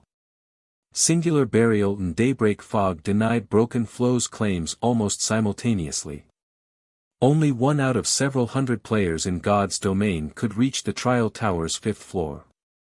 Among these experts, very few could overcome their limits, achieving extreme control of their bodies and entering the Refinement Realm. Refinement Realm experts were practically VIPs in first-rate guilds right now. Even super guilds struggled to nurture such experts. Whenever a new player reached the Refinement Realm, the various superpowers rushed to recruit them. Yet, Zero Wing had introduced 5 such Refinement Realm experts to the battlefield.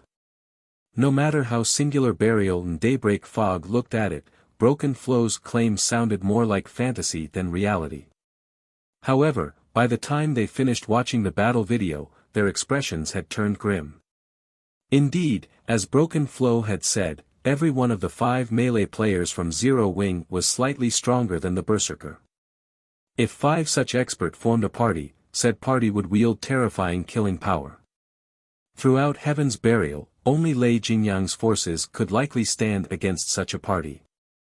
As Singular Burial was about to say something, Lightning Blade, the chief MT of Heaven's Burial's main force, contacted him as well. "Guild leader, look at this video. Not long ago, I encountered an expert party from Zero Wing with 5 Refinement Realm experts. My team was no match for them, and in the end, only a few of my brothers and I managed to escape. We need to notify everyone right away and tell them to be careful of this 6-man party," Lightning Blade urgently reported. As they listened to Lightning Blade's report, Singular Burial and Daybreak Fog's expressions darkened further. A trace of shock flashed in their eyes. What is going on? Singular Burial was even more confused after watching the battle video Lightning Blade had sent. Daybreak Fog struggled to comprehend the situation, as well. Both Broken Flow and Lightning Blade led 100-man expert teams, but their teams operated in different maps. Although the Refinement Realm experts Broken Flow and Lightning Blade had encountered wore black cloaks, they hadn't bothered to hide their appearances. The Refinement Realm experts in each party were also different classes. It was certain that Broken Flow and Lightning Blade had encountered different Zero Wing parties. This proved that Zero Wing had gained an additional 10 Refinement Realm experts.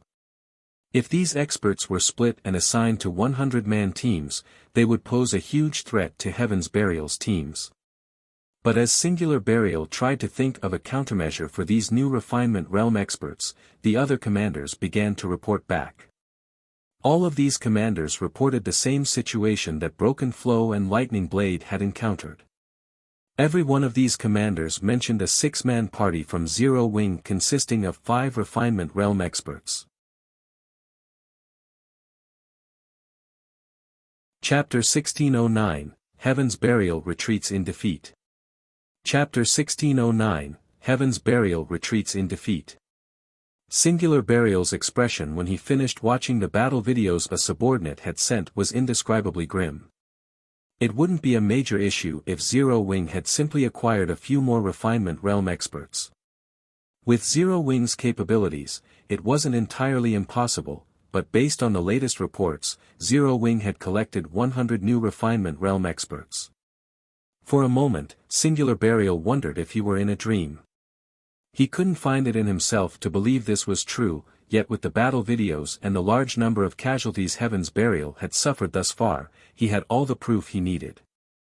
If Zero Wing had unexpectedly acquired 10 additional refinement realm experts, while it would give Singular Burial a headache, he could mitigate the problem by warning his subordinates to be careful during their hunt. However, 100 new refinement realm experts was a nightmare, not just a headache. Even now, veteran first-rate guilds only had a handful of refinement realm experts. Even Heaven's Burial only had 20 refinement realm experts right now. Moreover, this was after recruiting a large number of well-known workshops and expert players and allying with Lei Jingyang's workshop. It was also the reason he dared to hunt down Zero Wing's members. Yet, now, 100 refinement realm experts, whom he had never heard of before, had suddenly emerged in Zero Wing. Why wouldn't he be terrified? Guild leader, what should we do now? Daybreak Fog asked, pale after watching the battle videos. They had previously considered the possibility that some superpower would dispatch experts to aid Zero Wing. However, they had never expected Zero Wing to obtain 100 refinement realm experts on its own. 100 refinement realm experts. Only super guilds and super first-rate guilds could dispatch such a force. She truly couldn't figure out how Zero Wing managed to recruit so many refinement realm experts. Or did some hidden superpower they didn't know about back Zero Wing? Regardless of the cause, there was no changing the fact that Heaven's Burial situation was dire.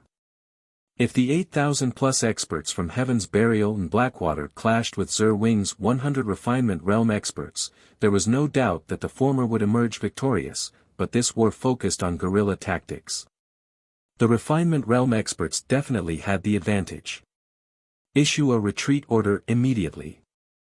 After some hesitation, Singular Burial decided to withdraw his forces. And send someone to investigate which superpower is supporting Zero Wing from the shadows. He refused to believe that Zero Wing had nurtured 100 refinement realm experts on its own. The only possibility was that Zero Wing had the secret support of some superpower. Understood. Daybreak Fog went into action and began to notify the teams in the hunting operation to withdraw. Shortly after she issued the command, Heaven's Burial and Blackwater's members in the 4 high-resource maps began to pull out.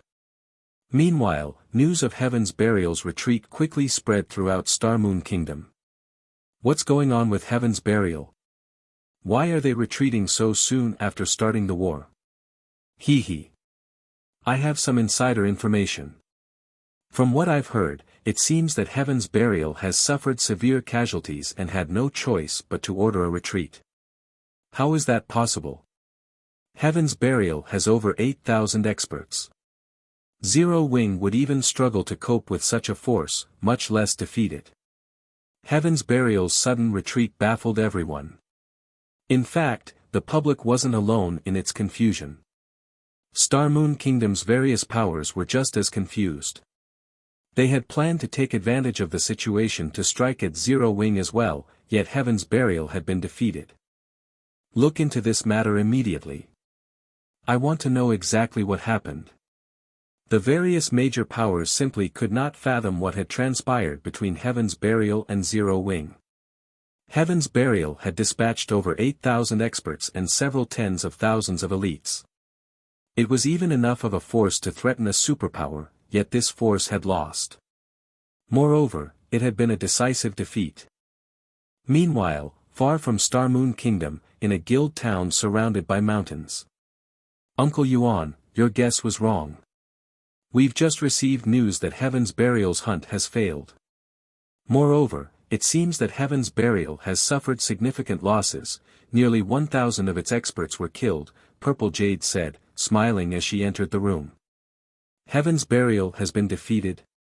How is this possible? Yuan Tianxin, who dealt with all sorts of documents on his desk, was astonished when he heard Purple Jade's announcements. Did Phoenix Rain send help?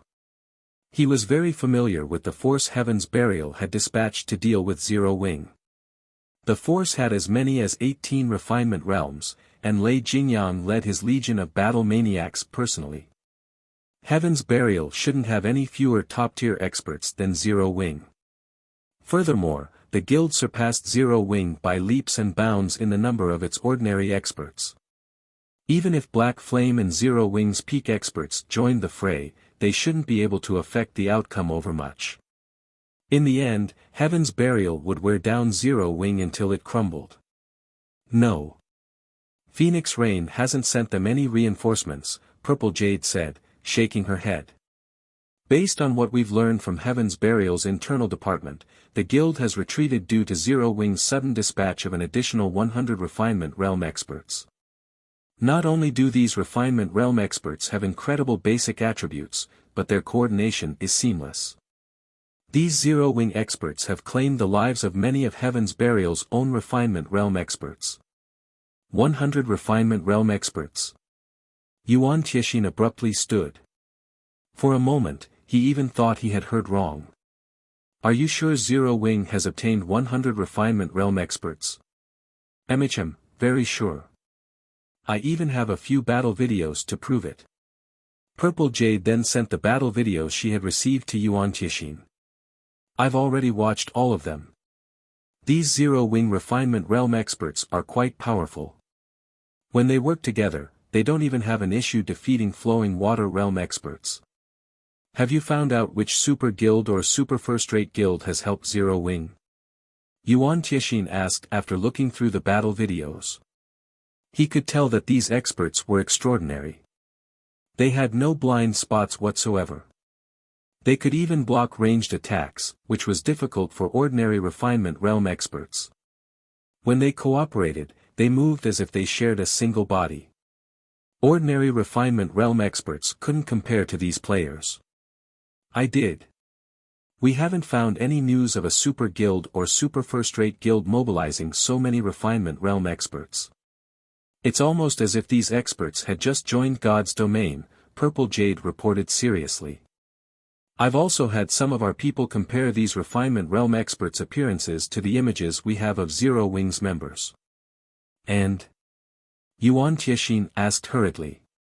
100 refinement realm experts were no trivial matter. Even superpowers like the Secret Pavilion would have to take such a force seriously. There's no doubt, these refinement realm experts were already Zero Wing members, Purple Jade said, her voice softening as even she struggled to believe it. They're all Zero Wing's members. How is that possible? Yuan Tiexin stared at Purple Jade incredulously. Have we made some mistake? Chapter 1610, Shock. Chapter 1610, Shock. Yuan Tiexin couldn't believe what Purple Jade had just told him. Even the Secret Pavilion struggled to nurture refinement realm experts. Before becoming a refinement realm expert in the Secret Pavilion, the guild's experts had to pass a series of stringent tests and a significant amount of training. Most people in the virtual gaming world couldn't even fathom the effort, talent, and resources required to become a refinement realm expert. Although God's domain's unique nature made it easier for players to reach the refinement realm, these players were still exceedingly rare. They were also considerably famous in God's domain. Zero Wing had only established a few months ago, and even if it had the support of some super guild or major corporation, it wasn't capable of nurturing so many refinement realm experts. There are no mistakes. All of those players are members of the Dark Gods Legion. I also read through the information we have on these players before I came here. Their combat standards were average at best before today. But for some reason, they've become frighteningly powerful, Purple Jade said, shaking her head. Honestly, she couldn't believe this either. However, she had no choice but to acknowledge that Zero Wing had more than 100 refinement realm experts after facing the facts before her. To think Zero Wing has hidden so much of its strength, suddenly, Yuan Tiexin realized why Feng's reaction had been so calm when he learned that the Black Dragon Empire's evil god's temple had activated. Jade, notify our subordinates and tell them to learn everything they can about this situation. We must learn who has backed Zero Wing. Any superpower that could nurture 100 refinement realm experts so quickly was definitely extraordinary. Not even most ordinary super guilds were capable of such a feat, and the secret pavilion hadn't heard of a superpower that could. When Yuan Tianxin thought about it, a sliver of fear penetrated his heart. Although he knew that God's domain's waters were deep, he didn't realize how deep. They had already learned of quite a few guilds, which had only established after God's domain had launched, that had the support of powerful corporations. And now, there was even an organization like Zero Wing. God's domain was practically a bottomless swamp, with various powers hiding in its muck. The secret pavilion wasn't the only superpower to discover this. Many of God's domain's superpowers had learned about Zero Wing's sudden development. After this, they all started to see Zero Wing in a new light. Although Zero Wing still had a low member count and lacked in many aspects compared to first-rate guilds, the fact that it had nurtured over 100 refinement realm experts made it far more powerful than first-rate guilds. Zero Wing had a high chance of becoming a super first-rate guild and one of God's domain's overlords in the future.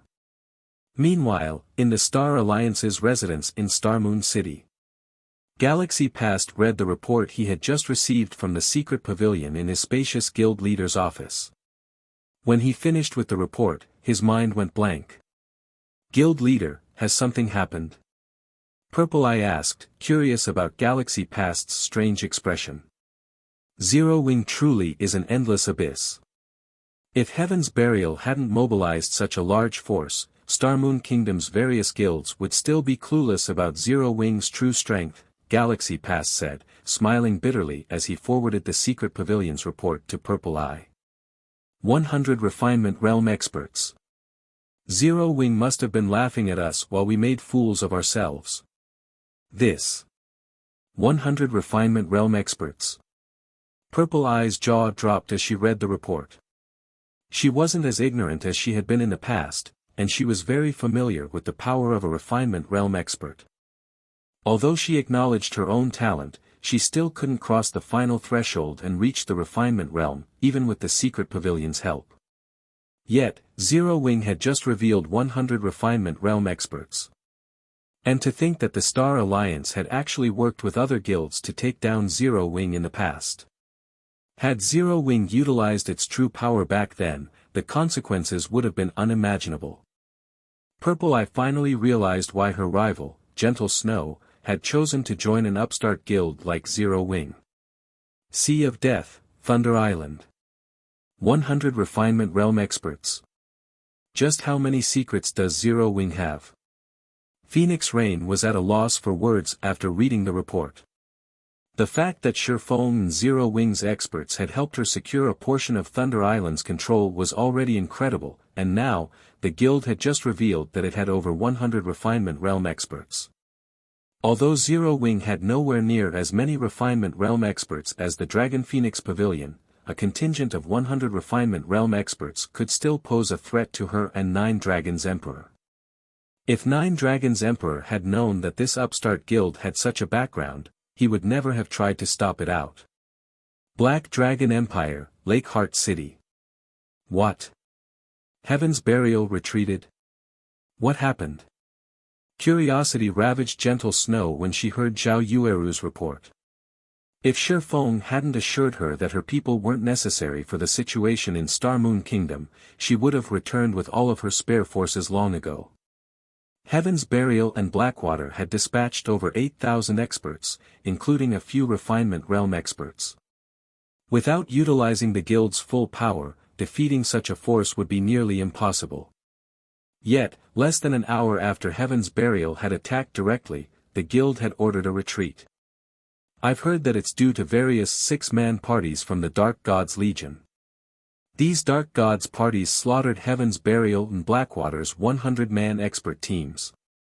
In less than half an hour, they killed nearly 1,000 guild experts. In contrast, none of our party members have died, Zhao Yueru explained. They've even killed quite a few of Heaven's Burial and Blackwater's refinement realm experts.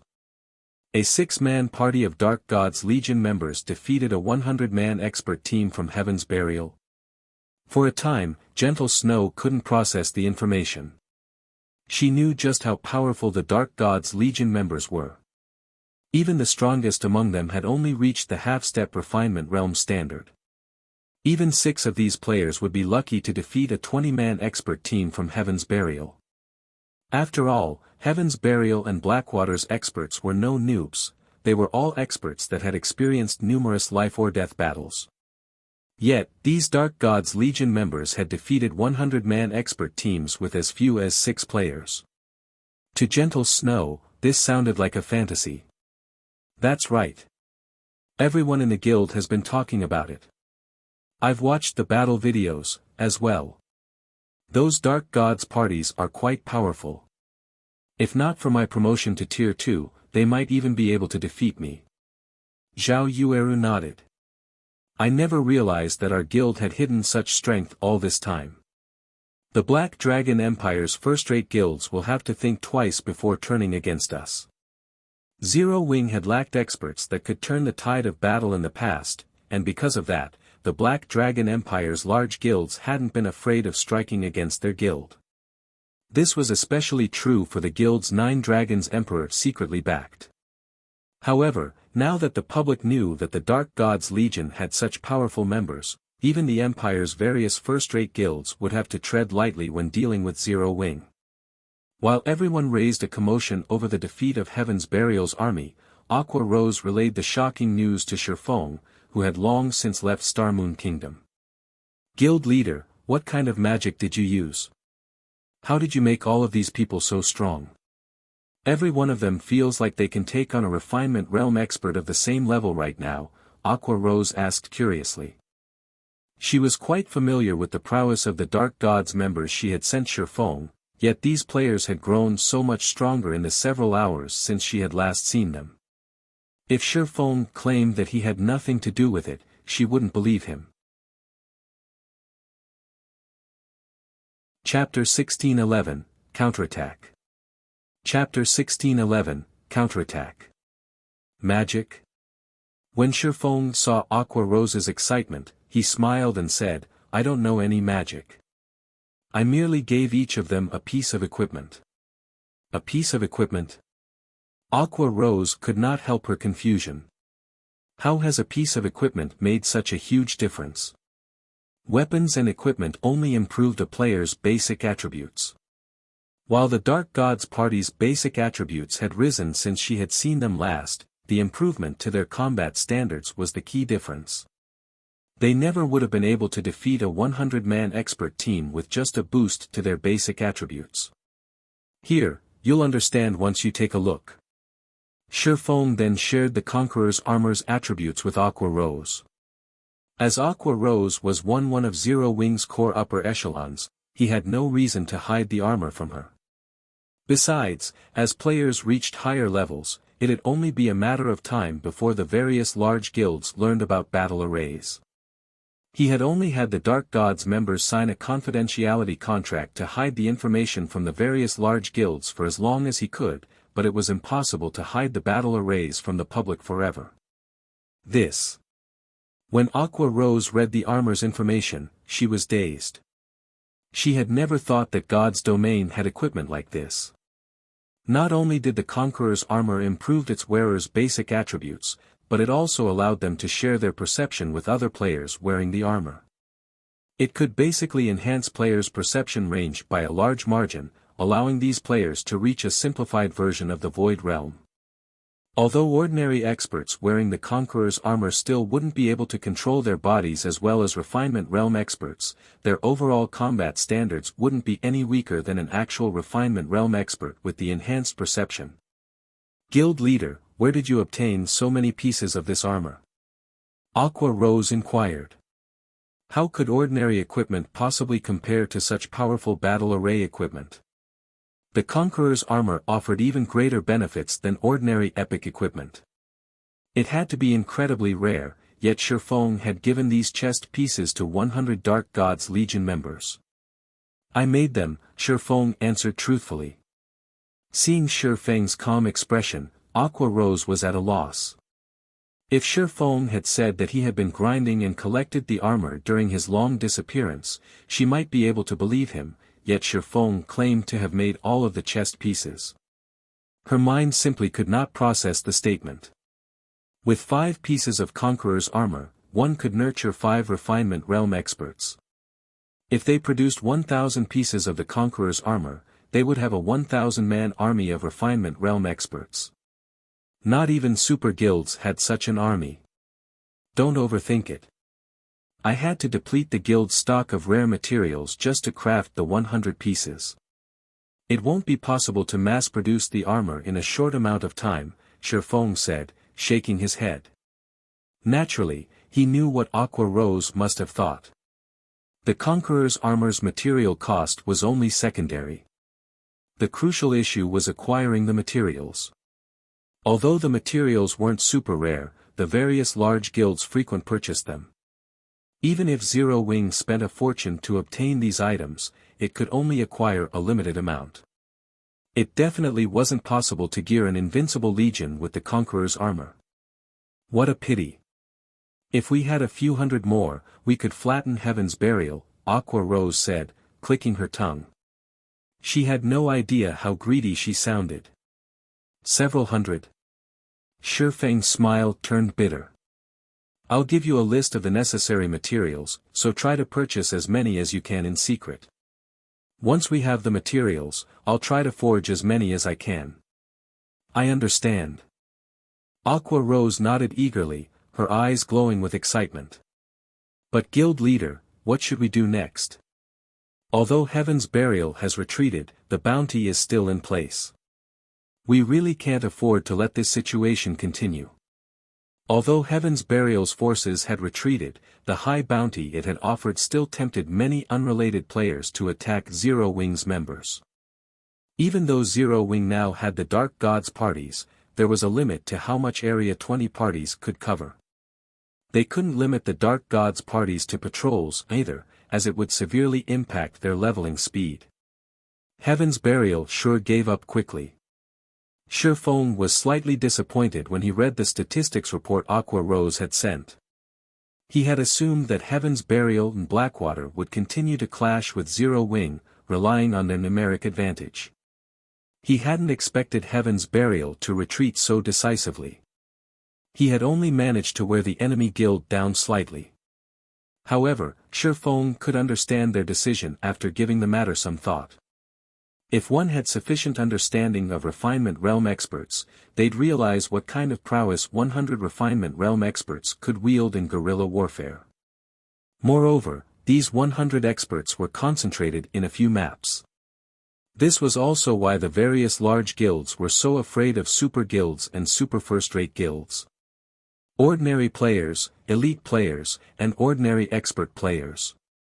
With enough money, a guild could recruit and nurture as many of these players as they wanted, but it was a slightly different story when it came to refinement realm experts and those who were stronger. Guilds couldn't necessarily recruit such experts just because it had the money to throw at them. Moreover, there was a qualitative difference between the power of a refinement realm expert and the power of an ordinary expert. Even in equipment with similar attributes, there would be a massive difference between the combat power refinement realm experts could display and that of ordinary experts. Without an overwhelming basic attribute advantage, several, maybe more than a dozen, ordinary experts would need to work together to take down a refinement realm expert. This granted refinement realm experts a massive advantage in field battles. Normally, guilds could only cope with these experts' ambushes by dispatching their own refinement realm experts or organizing their players into large groups. However, it wasn't feasible to send its members out in teams of hundreds or thousands as it would negatively impact their acquisition of EXP and equipment. Not even well-funded guilds would survive long if 100 experts interfered with thousands of its members' development. This was precisely why super first-rate and super guilds had maintained a solid footing in the virtual gaming world for so many years, finding it beneath them to bully first-rate and below guilds. Their strength was simply on a different level. Of course, refinement realm experts weren't enough to help a guild become an overlord in the virtual gaming world. Guilds also needed a large number of members to help with other tasks, such as occupying territory and harvesting resources. Since Heaven's Burial has retreated, we'll take the fight to them. It's about time we show Heaven's Burial that it's not the only power that can hunt players, Feng decided after giving the matter some thought. Notify Fire Dance and the others. Have them lead the Dark Gods parties to the Orc Empire and teach Heaven's Burial's members what it feels like to be prey. I want to see which of our guilds lasts until the very end. Due to its lack of experts, Zero Wing had only been able to defend against Heaven's Burial's brutal assaults, but now that it had the Dark Gods parties, it had no reason to hold back against its enemy. In his previous life, many super guilds and super first-rate guilds had often used this tactic, hindering a large group's development by sending small parties of refinement realm experts, when they wanted to avoid wasting resources to deal with troublesome guilds. He didn't mind testing this tactic on Heaven's Burial. Alright, I'll let them know. Aqua Rose's excitement built when she heard Feng's order. They had taken a one-sided beating from Heaven's Burial and Blackwater for too long now. They hadn't been able to counterattack, which made them all feel powerless. They simply hadn't had enough experts to put up a fight. If they had sent ordinary experts into Heaven's Burial's territory, they'd send their people to the slaughter, rather than damage their enemy. Now that they had an additional 100 refinement realm experts, their ability to retaliate had increased several-fold, even if they couldn't deal any lasting damage to Heaven's Burial. Chapter 1612, Insane Guild. Chapter 1612, Insane Guild. After Feng had given Aqua Rose his commands, he disconnected the call and contacted Melancholic Smile. He had Melancholic Smile post an announcement on the official forums for Zero Wing, stating that the guild had doubled the bounty on Heaven's Burial's members once more. The bounty for killing a normal member had already risen to 40 silver, but they had just raised it to 80 silver. The bounty on elite members had also risen from 2 gold to 4 gold per kill, while the bounty on Heaven's Burial's expert players had risen from 20 gold to 40 gold. Moreover, Feng had Melancholic Smile use a provocative title for the forum post. Heaven's Burial, do you dare to face us? Now, players could instantly earn enough money to purchase a common mount from NPCs just by killing one of Heaven's Burial's experts. Even if they already had their own mount, they could afford an ordinary piece of level 45 fine gold equipment. Even expert players found the remuneration incredibly tempting. Even the expert players that broke their back to earn money couldn't earn 20 gold in a single day. Moreover, as long as they killed one of Heaven's Burial's experts, even their death would be a worthwhile exchange. Guild leader, have you lost your mind? Melancholic Smile's eyes nearly fell from their sockets when Feng told her to double their bounties on Heaven's Burial. Where is our guild supposed to find that much money? If they posted this new bounty, it would definitely inspire a lot of expert players to kill Heaven's Burial's members, and the number of bounties Zero Wing would have to pay out would be no laughing matter. With Zero Wing's current income, it simply couldn't support such a high bounty. Doubling the bounty was a self-destructive move, and Zero Wing would become a laughingstock. Relax. I'll figure out a source. If we really can't afford to pay, sell a portion of the weapons and equipment the Dark Gods party obtained, Feng said. The current bounty was quite a burden on Zero Wing, but it was only a small annoyance to Heaven's Burial. At this rate, Zero Wing's situation would only become more disadvantageous. Unfortunately, since there were too few of them, the Dark Gods parties weren't enough to deal a severe blow to Heaven's Burial, regardless of how many members they hunted down. Fortunately, the Dark Gods parties had reaped quite a harvest for the guild during its hunt. They had collected over 400 pieces of level 45 dark gold equipment, over 700 pieces of level 45 fine gold equipment, and over 2,000 pieces of level 45 secret silver equipment. All of the equipment should be enough to help Zero Wing hold on for quite some time. Moreover, he had already dispatched the Dark Gods parties to the Orc Empire. If a large number of players joined the hunt for Heaven's Burial members, it would ease the burden on the Dark Gods parties. In turn, the Dark Gods parties could obtain more weapons and equipment. Aside from these factors, if they secured the mana or vein, Zero Wing would have another massive revenue source. All of the various large guilds urgently needed mana ore, and as a result, the market price had risen to a staggering 1 gold, 20 silver. Originally, the ore had only been worth around 40 silver. Meanwhile, the Boneless land was rich in mana Oregon. It would not be difficult to acquire a large amount of mana Oregon. I understand. Melancholic Smile could only nod helplessly in response to Feng's command. Although she was confident in Feng's abilities, she still could not help but feel that his decision was a little too crazy this time. Following which, Melancholic Smile published the new bounties on Star Moon Kingdom's official forums. Star Moon Kingdom's players went mad over the news. All hail Zero Wing. How rich! Is this Zero Wing's true power? Crap! Is Zero Wing for real?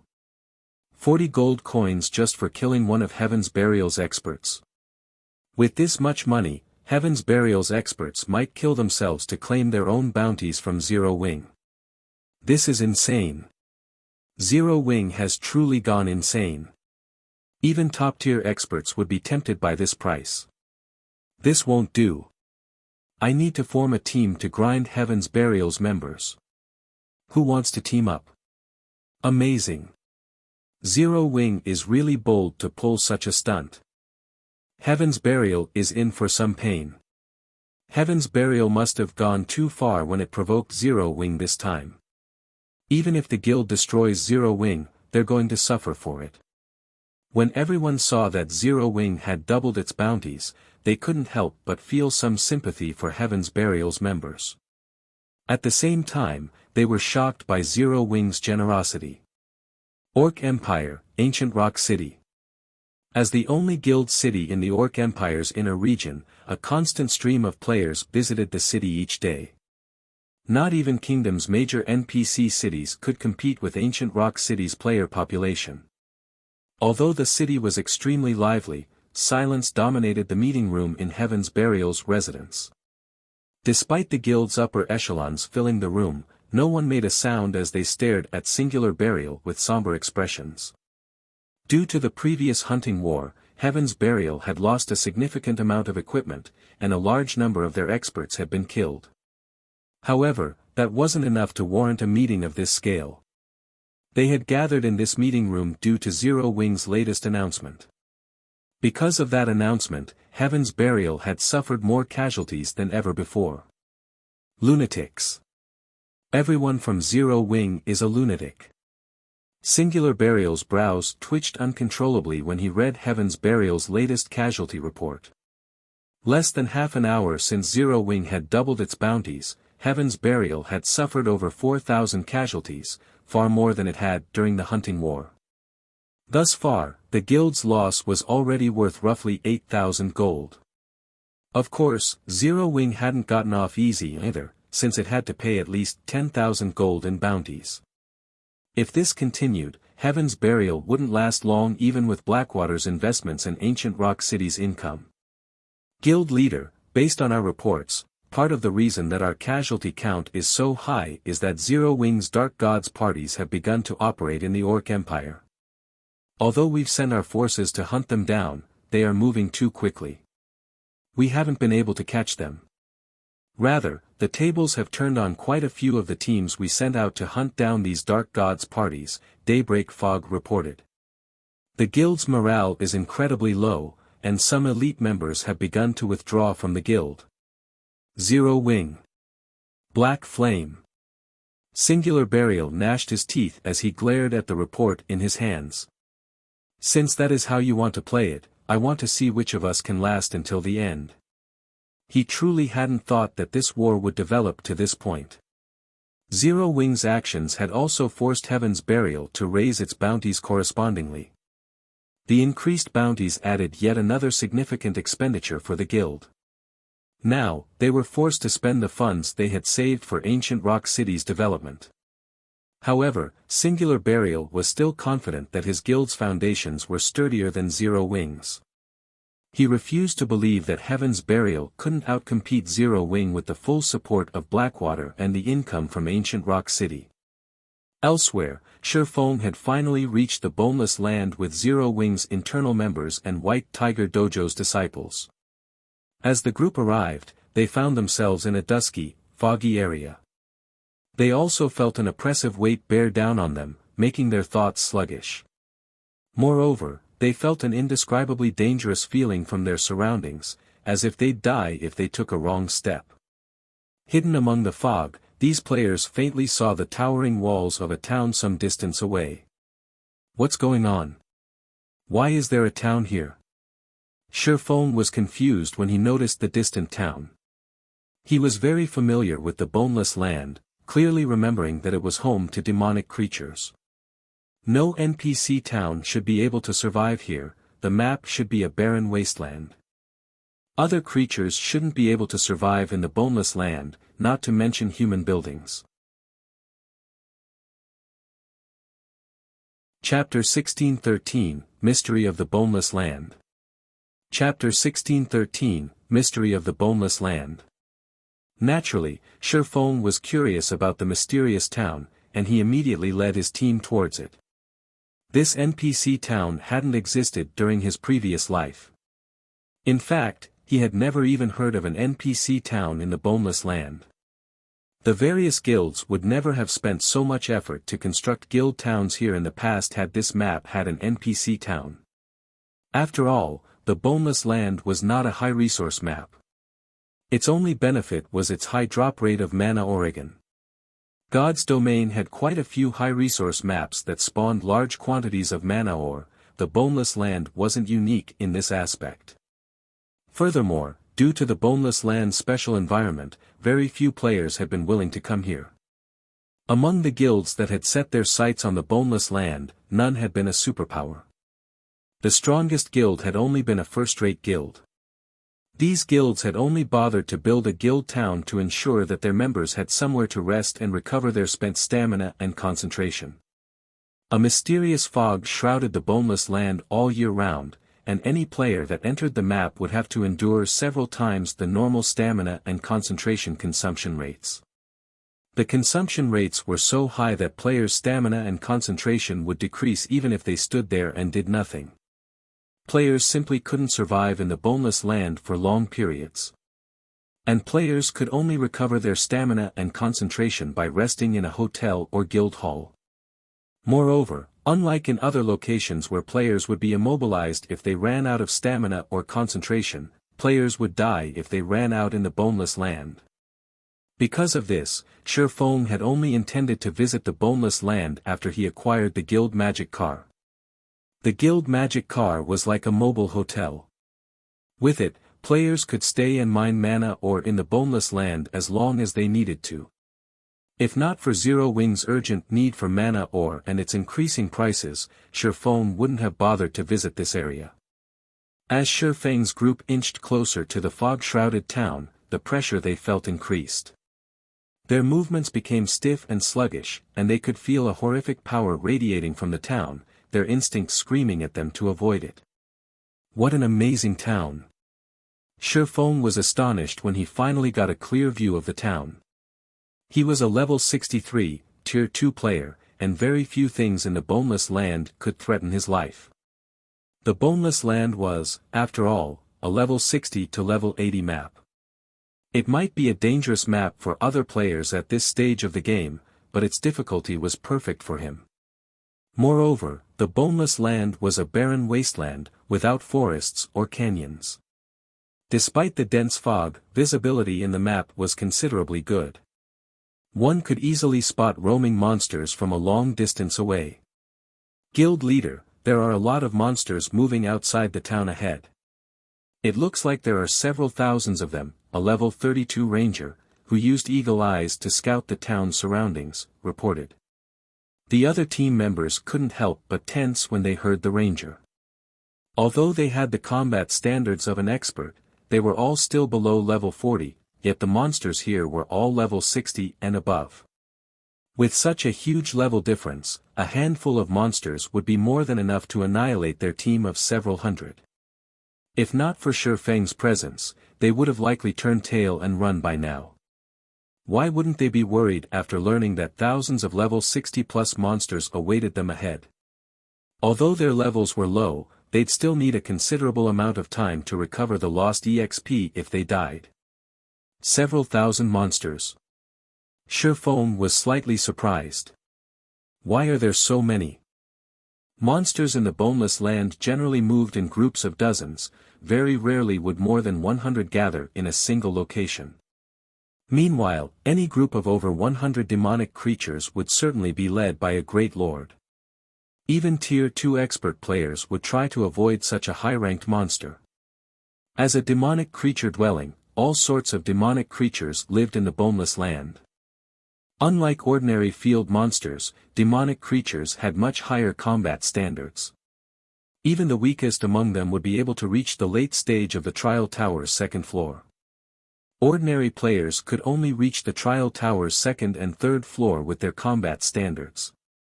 Meanwhile, demonic creatures also had much higher basic attributes than players of the same level. In other words, a Tier 2 ordinary player would be no match for a Tier 2 Lord-ranked demonic creature of the same level. Only Tier 2 expert players had any hope, yet even these experts would flee from a Tier 3 Great Lord-ranked demonic creature. Tier 2 experts would have to form a party to take one down. And now, thousands of demonic creatures had gathered around the town ahead of them. Guild leader, are we still going to the town? Zipping, who had already reached level 37, asked worriedly. When Zipping saw the screenshot the ranger had shared, littered with HP bars, even he, who had reached the Trial Tower's 6th floor, could not help but break out in a cold sweat. He couldn't fathom why Feng had brought them here. If these demonic creatures accidentally discovered them, Feng might be able to get away, but the rest of them would be slaughtered. Let's head over and take a look, Feng said after giving the matter some more thought. He had found an NPC town he had never heard of in the Boneless land. It'd be a waste not to investigate. If they could use the town as a resting point, it would save him a lot of trouble. Following which, Feng's team members had no choice but to grit their teeth as they followed him to the town. When the team reached a small slope not far from the town and caught sight of the large number of demonic creatures around it, they were dumbfounded. Although they had experienced their fair share of life-or-death battles, their hearts began to pound with fear when they saw the demonic creatures ahead of them. This was especially true when they saw the gigantic, demonic snake, which was over 1,000 meters long, guarding the town's main entrance. The snake's head alone was the size of a 5-story tall building. With a single breath, this serpent could create a powerful hurricane. Even from so far away, these players could feel the snake's breath push their skin. How does God's domain have such a creature? Is that really a monster? As these players stared at the massive snake, fear and despair welled within them. They felt powerless, paralyzed by their fear. As they watched the demonic snake, they felt how insignificant humans truly were for the first time in their lives. Even running from the demonic snake would require a certain amount of courage, much less fighting it. Two-headed bird monster, demonic creature, chieftain. Level 62. HP 7000000/7000000. Demonic Flame Hound, demonic creature, Lord. Level 64. HP 15,500,000/15,500,000. Three-headed Hellhound, demonic creature, Great Lord. Level 65. HP 34,000,000/34,000,000. Purgatory Serpent, archaic species, demonic creature, Grand Lord. Level 70. HP 160,000,000/160,000,000. However, unlike his teammates, who were shocked by the Purgatory Serpent and its demonic creature companions. Feng was surprised by the town beyond the Grand Lord. The town wasn't an NPC town at all, it was mining site, operated by demons. A large number of demons patrolled the town's walls, and inside the town, even more demonkin descended into and emerged from a massive hole in the town center. This massive hole seemed like a bottomless abyss, and Feng could feel a heart-wrenching aura radiating from it. Meanwhile, among the various ores the demonkin lifted out of the hole, Feng spotted the precious mana organ. Chapter 1614, Leveling Holy Land. Chapter 1614, Leveling Holy Land. A demon-operated mineral field. Feng was flabbergasted as he stared at the massive hole in the center of the town. He had never realized that the Boneless land had a mineral field, and such a large one at that. Based on the size of the mineral field, Feng estimated that it was a medium mineral field. He had never heard of anything like this in the past. If people had known that the Boneless land had a medium mineral field, even super guilds would fight over it, not to mention first-rate guilds. In God's domain, mineral fields were categorized by size. First, there were small mineral fields, like the one in Heaven's Burial's Red Iron Town. Small mineral fields had very small ore veins, and generally, 100 players and a full day were all one would need to mine a small mineral field dry for a single cycle. Even so, small mineral fields were extremely valuable. At the very least, a guild wouldn't lack the types of ore the mineral field spawned. The veins in medium mineral fields were slightly larger, requiring 300 players and a full day to mine the veins dry for a cycle.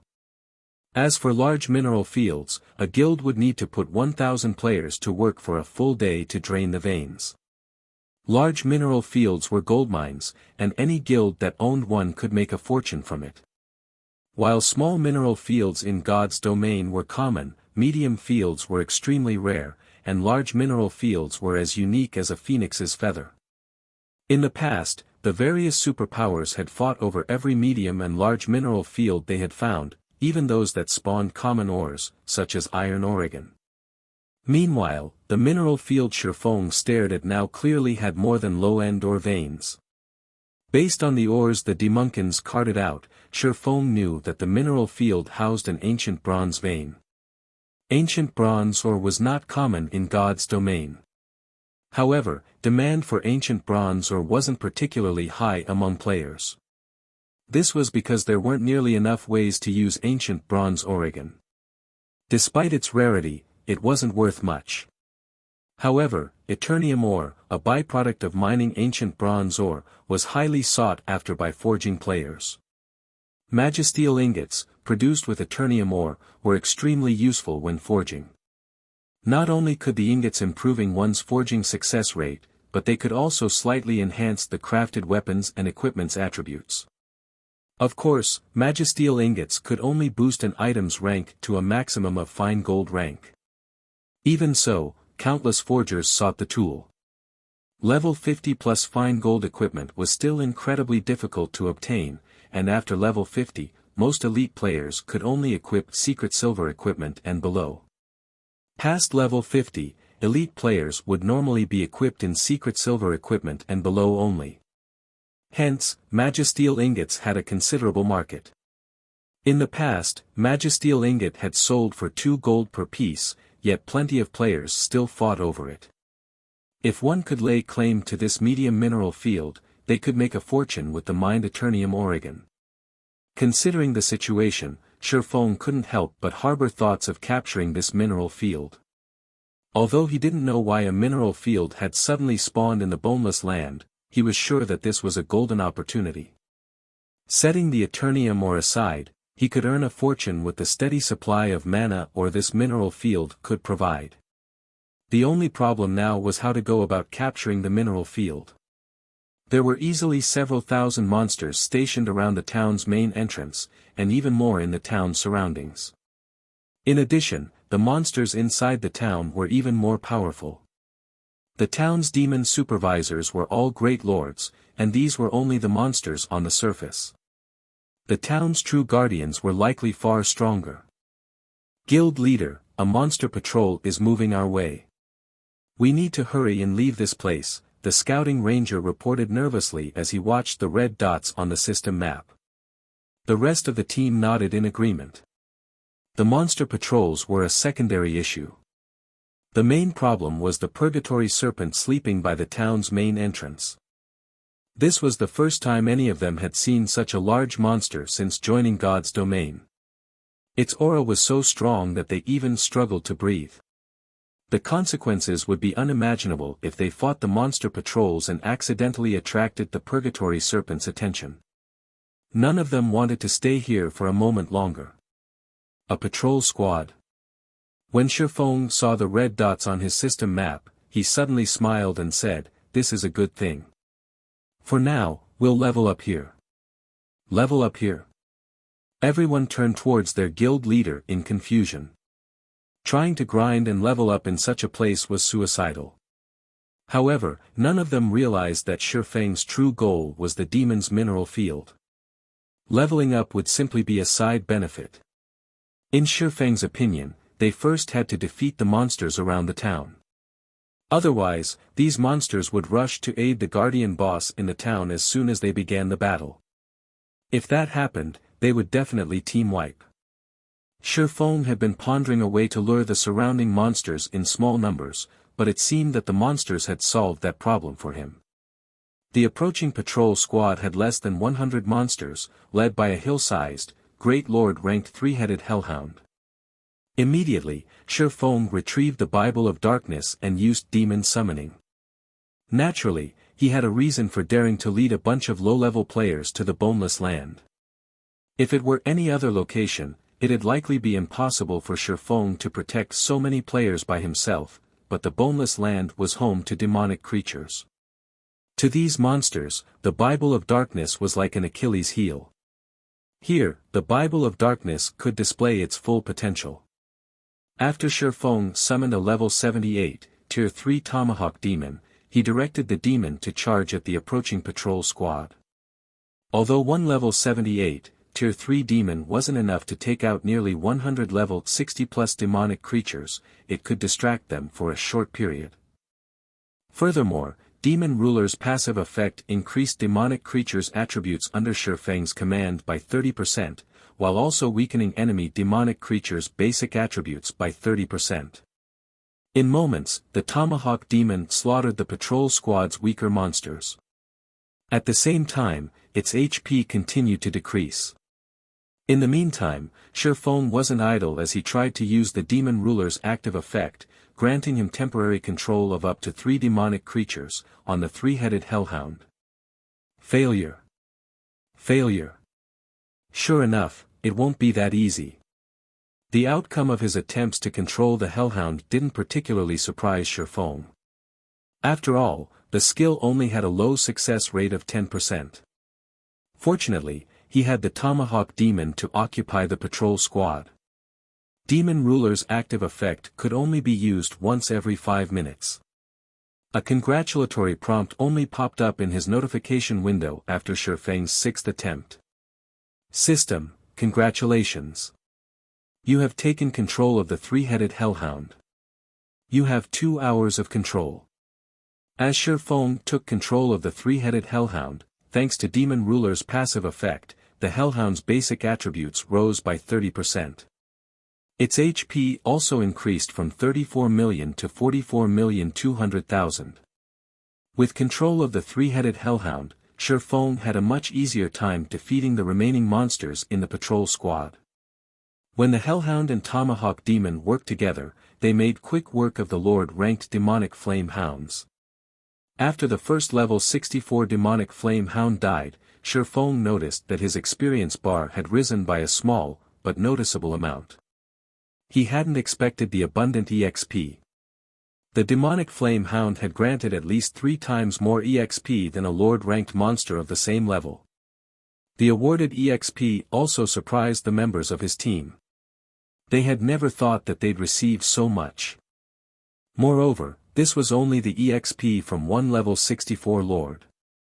In the end, Feng had eliminated the patrol squad within an hour. Many of his players had gained an additional level during that time. Their leveling speed was just staggering.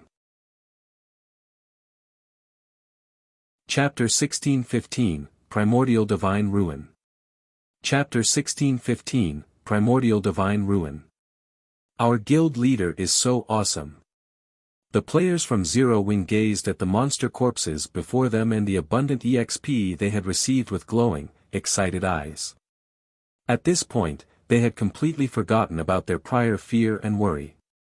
When they had first noticed the approaching patrol squad, they had thought that they were dead for sure. Not only were the squad's demonic creatures above level 60, but the weakest among them was a chieftain.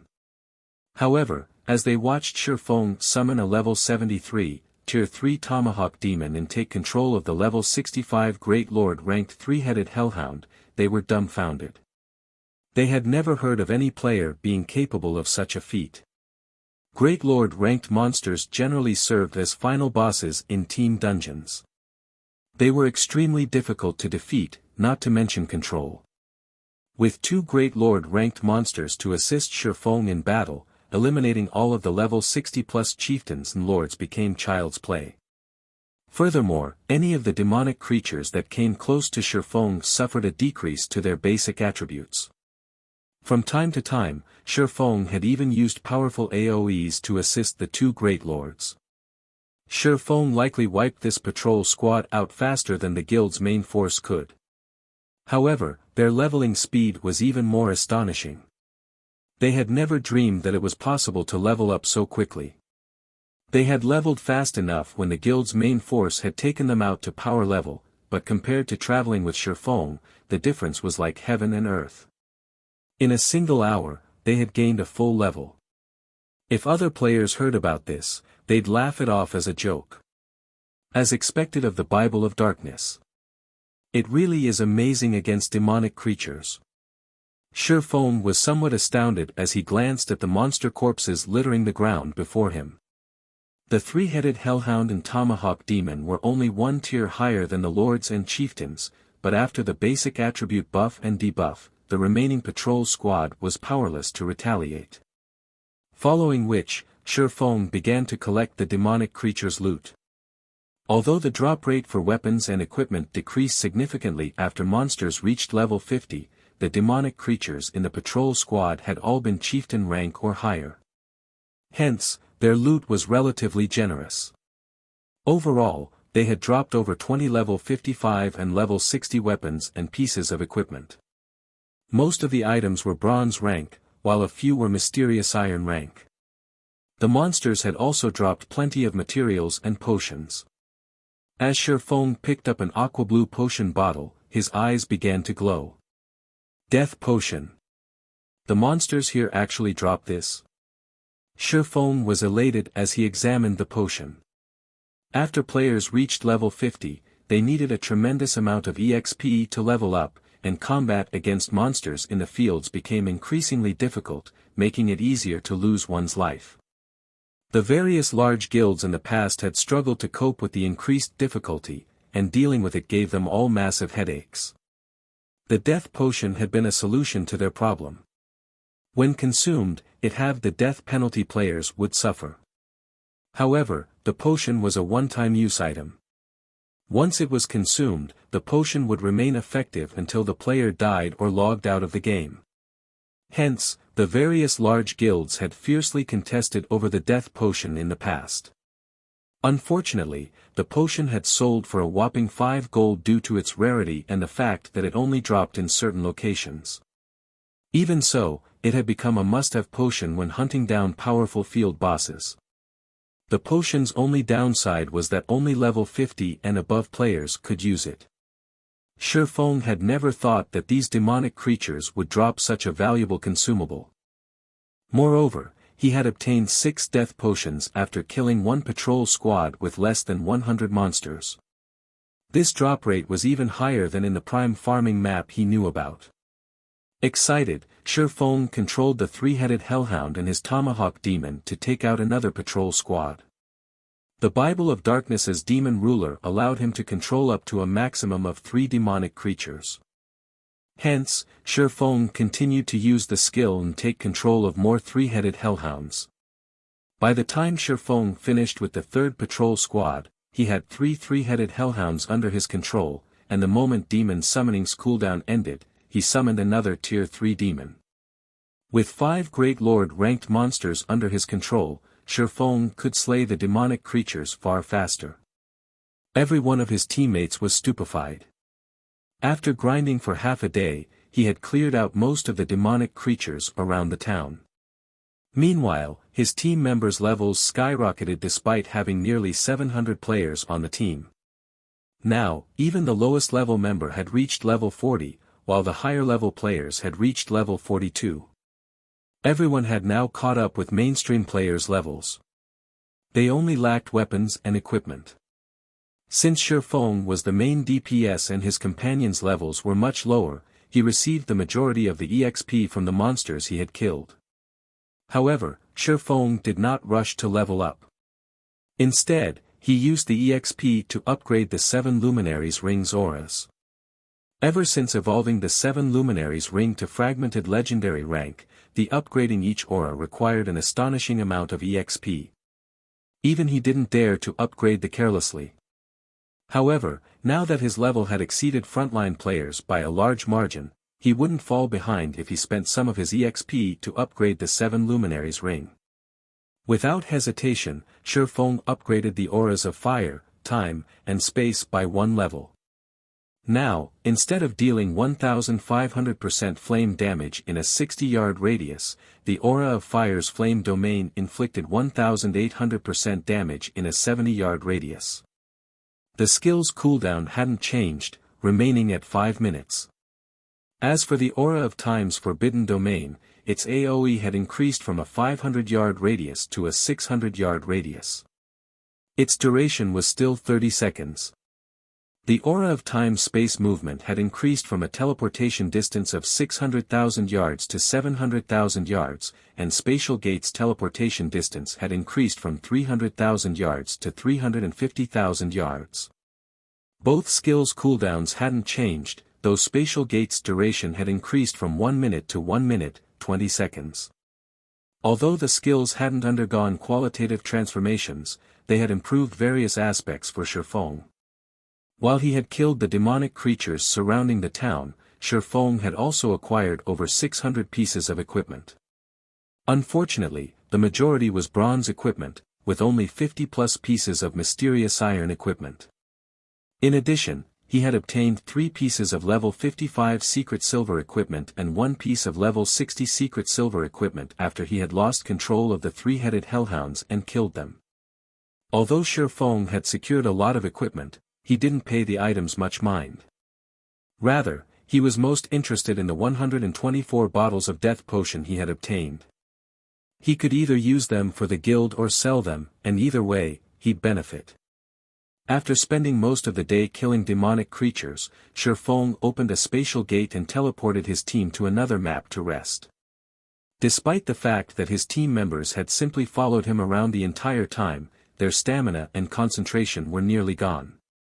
If they did not leave the Boneless land now, they'd all die here. As Feng moved everyone to another map, Aqua Rose contacted, excitement and anxiety written across her face.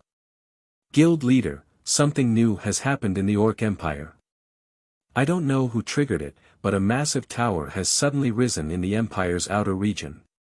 And elves are guarding it.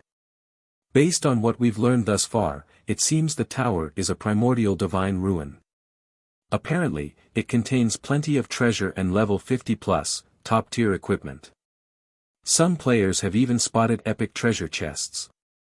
Moreover, we've learned from the NPCs there that if we clear the tower, we'll receive a ticket to travel to the primordial battlefield. Players can learn advanced combat techniques there. Starmoon Kingdom's various large guilds and those from other countries are frantically gathering at the divine ruin. Should we send some of our people over? As Aqua Rose spoke about the primordial divine ruin, her eyes sparkled. Just the fact that players could earn a ticket to the primordial battlefield was enough to tempt any guild or player, not to mention the various treasure and top-tier equipment one could earn in the primordial divine ruin. After all, combat techniques were extremely rare, and players created most of them. Even if a guild had a combat technique, it wouldn't teach its members the technique lightly. Furthermore, the primordial battlefield offered advanced combat techniques. Even if players failed to grasp an advanced combat technique in its entirety, the knowledge they gained during the attempt to learn it would still help them strengthen their combat standards. If Zero Wing missed this opportunity, it would fall behind the other guilds in its development. Furthermore, thanks to Zero Wing's new addition of 100 refinement realm experts, the various large guilds had learned how valuable top-tier experts were.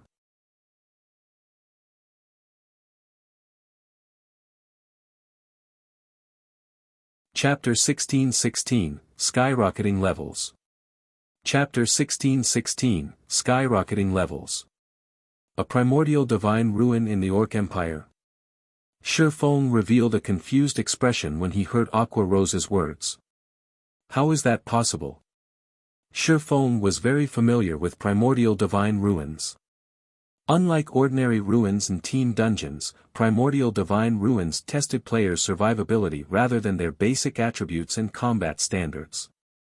They were similar to regional dungeons, only far more dangerous. But danger and opportunity stood hand in hand. Primordial divine ruins offered far more treasures than elsewhere, and even the loot in super large-scale team dungeons paled in comparison. Combat techniques, in particular, didn't drop in team dungeons. Among the many players that had grasped combat techniques in the past, a large majority had learned their techniques from the primordial battlefield. In fact, 80% of the advanced combat techniques players had learned had originated from the primordial battlefield. Whenever a primordial divine ruin had appeared in God's domain, bloodbaths had followed. Primordial divine ruins were similar to team dungeons as only a limited number of players could enter the ruins at a time. The number of players allowed to enter the ruins depended on the ruin size, which could range from several thousand to several tens of thousands. On top of that, primordial divine ruins only opened once a day.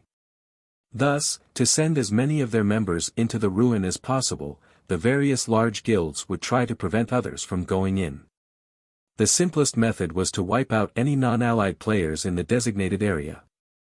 If players weren't within the designated area when the primordial divine ruin opened, they wouldn't be allowed in. Of course, if the number of players present in the designated area exceeded the limit, nobody would be allowed into the ruin. It would only open once the player population in the area decreased to the ruin's maximum limit. And the profits one could gain from raiding the primordial divine ruin were extraordinary. The various large guilds had done everything in their power to monopolize the primordial divine ruins in the past. Many had waged war against other guilds over the ruins, and one of these wars had even involved several super guilds. The primordial divine ruins had only begun to spawn after the various large guilds had cleared level 50 super large-scale team dungeons in Feng's previous life. He had never expected to find one so soon. Guild leader, based on our current information, Heaven's Burial has turned its focus to this primordial divine ruin. Singular Burial has even led Heaven's Burial's main force and a large number of experts to the ruin personally. By the looks of it, he seems adamant that he will secure the ruin. If we let Heaven's Burials take advantage of this opportunity to learn combat techniques, they'll become a much larger problem for us, Aqua Rose said worriedly. Currently, Zero Wing had an advantage over Heaven's Burial in field combat due to the Conqueror's armor. Although the guild exhausted a lot of its resources each day, Heaven's Burial didn't fare much better. However, if Heaven's Burial obtained a large number of combat techniques and successfully nurtured Refinement Realm Expert, the situation between their guilds would change very quickly. Moreover, one could obtain plenty of level 50 plus top-tier equipment from the Primordial Divine Ruin, with no lack of level 50 fine gold equipment.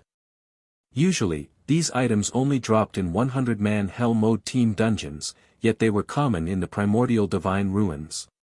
In fact, the ruin would even drop level 50 dark gold equipment. Although many Superpowers members had already reached level 50, most of them wore a combination of level 45 and level 50 equipment. Zero Wing was no exception. If a guild could gear its level 50 members in sets of level 50 top-tier equipment, it could increase its overall combat strength. No. Ignore the Primordial Divine Ruin for now. Instead, start raiding level 50, 100-man team dungeons and improve everyone's equipment. Also, have our members challenge their Tier 2 promotion quests if they can, Feng said, shaking his head and rejecting Aqua Rose's suggestion. We're not going to take part in the competition. Aqua Rose frowned, confused about Feng's decision. The Primordial Divine Ruin was a shortcut that allowed players to obtain level 50 top-tier equipment quickly, yet Feng had decided to forego this opportunity, focusing on raiding level 50, 100-man team dungeons for the equipment instead. If they did this, Heaven's Burial's members would definitely have better equipment than theirs. Relax, we're talking about a Primordial Divine Ruin. How could it possibly be that easy to raid? Even if we get inside, we'll have to fight off the other guilds. It's more practical to grind for weapons and equipment in team dungeons. Moreover, securing level 50 equipment is our priority right now. Without proper weapons and equipment, Uzipping and the others will be useless to the guild even after they reach level 50, Feng explained, chuckling. Raiding a Primordial Divine Ruin was no less difficult than raiding a super large-scale team dungeon of the same level. These sites focused on adventures for Tier 2 players specifically, and right now, the various large guilds only had a small number of level 50 players. Trying to raid a Primordial Divine Ruin with that level of power was a joke. When they reached level 50, Aqua Rose was somewhat astonished. But they're only a little over level 30 right now. Isn't it too early to prepare for this? As far as she knew, Uzipping and Zero Wing's other internal members had yet to reach level 40. They'd still need a considerable amount of time before they reached level 50. Meanwhile, even if Heaven's Burial failed to clear the Primordial Divine Ruin, it would still reap an impressive harvest. No. Although they can't compare to our elite members yet, they're all past level 40 now. By the time you finish preparing the necessary level 50 equipment, their levels should be high enough, Feng said. He then sent Aqua Rose the latest information on Uzipping and the other trainees. Level 40. No, this is. They've reached level 42. Aqua Rose's jaw dropped when she saw the latest statistics on Zero Wing's internal members and the White Tiger Dojo's disciples. She simply could not believe it. Guild leader, what did you feed them? How have their levels increased so quickly? She was very aware of Feng's capabilities. No other guild member could compare to his leveling speed. Even so, it'd be an impressive feat if Feng could help Uzipping and his companions gain 2 levels in a day, yet, now. She remembered that these players had been far from level 40 the last time she had seen them. In fact, the lowest level players among them had only been level 31 and 32, yet every one of these 600+ players had reached level 40 and beyond after following Feng. It's nothing. I just found a good grinding spot. I doubt that it'll be long before they're level 50. At that time, I'll leave the equipment issue to you, Feng said, smiling. Alright, leave it to me. I'll make sure that they all have proper sets of level 50 equipment as soon as they're the right level. Aqua Rose said, nodding enthusiastically after recovering from her stupor. Uzipping and the others were bona fide experts. A few of them were even a step away from the refinement realm. They only lacked levels and equipment. Once those issues were dealt with, they'd definitely elevate Zero Wing's strength to a whole new level. Aqua Rose was excited just thinking about it. She immediately disconnected the call and contacted the guild's main force members, having them redirect their focus to raiding level 50 team dungeons. A sense of urgency squirmed within Feng as well due to the Primordial Divine Ruin's appearance. After resting for a while longer, he activated Spatial Gate and teleported everyone back to their previous position outside of the demon mineral field. After resting in tents for several hours, everyone's stamina and concentration had mostly recovered. Feng then summoned a Tier 3 demon and began to eliminate the demonic creatures around the town once again. Naturally, as everyone's levels continued to increase, their leveling speed slowed. Including the occasional breaks, the team had only cleared out the demonic creatures around the town after more than a day of fighting. Now, only the Purgatory Serpent remained, still guarding the town's main entrance. As for the team, the lowest level among them was now level 43, while many had reached level 45. Although Feng was not satisfied with the result, the rest of the team was ecstatic. They had finally caught up with the guild's elite members. Now, they could participate in the guild's large-scale operations. However, before they could celebrate, the Purgatory Serpent, which had entrenched itself in front of the town's entrance, opened its eyes. A resplendent glow radiated from its eyes, and mesmerizing divine runes and curses began to cover the serpent's long body. A moment later, the Purgatory Serpent released a furious roar, and the players suddenly felt suffocated. How can this monster be so powerful? Guild leader, is that monster? As they watched the changes overcome the Purgatory Serpent, they thought of a possibility. Evolution. You're tuning into the Han Lee's Wuxia Chronicles YouTube channel. We're so grateful for your support, and don't forget to subscribe to join us on this incredible journey through captivating stories. Your generosity through donations truly makes a world of difference, as it's the primary source of revenue that allows me to expand and enhance this channel for you. Thank you from the bottom of my heart for being a part of this adventure.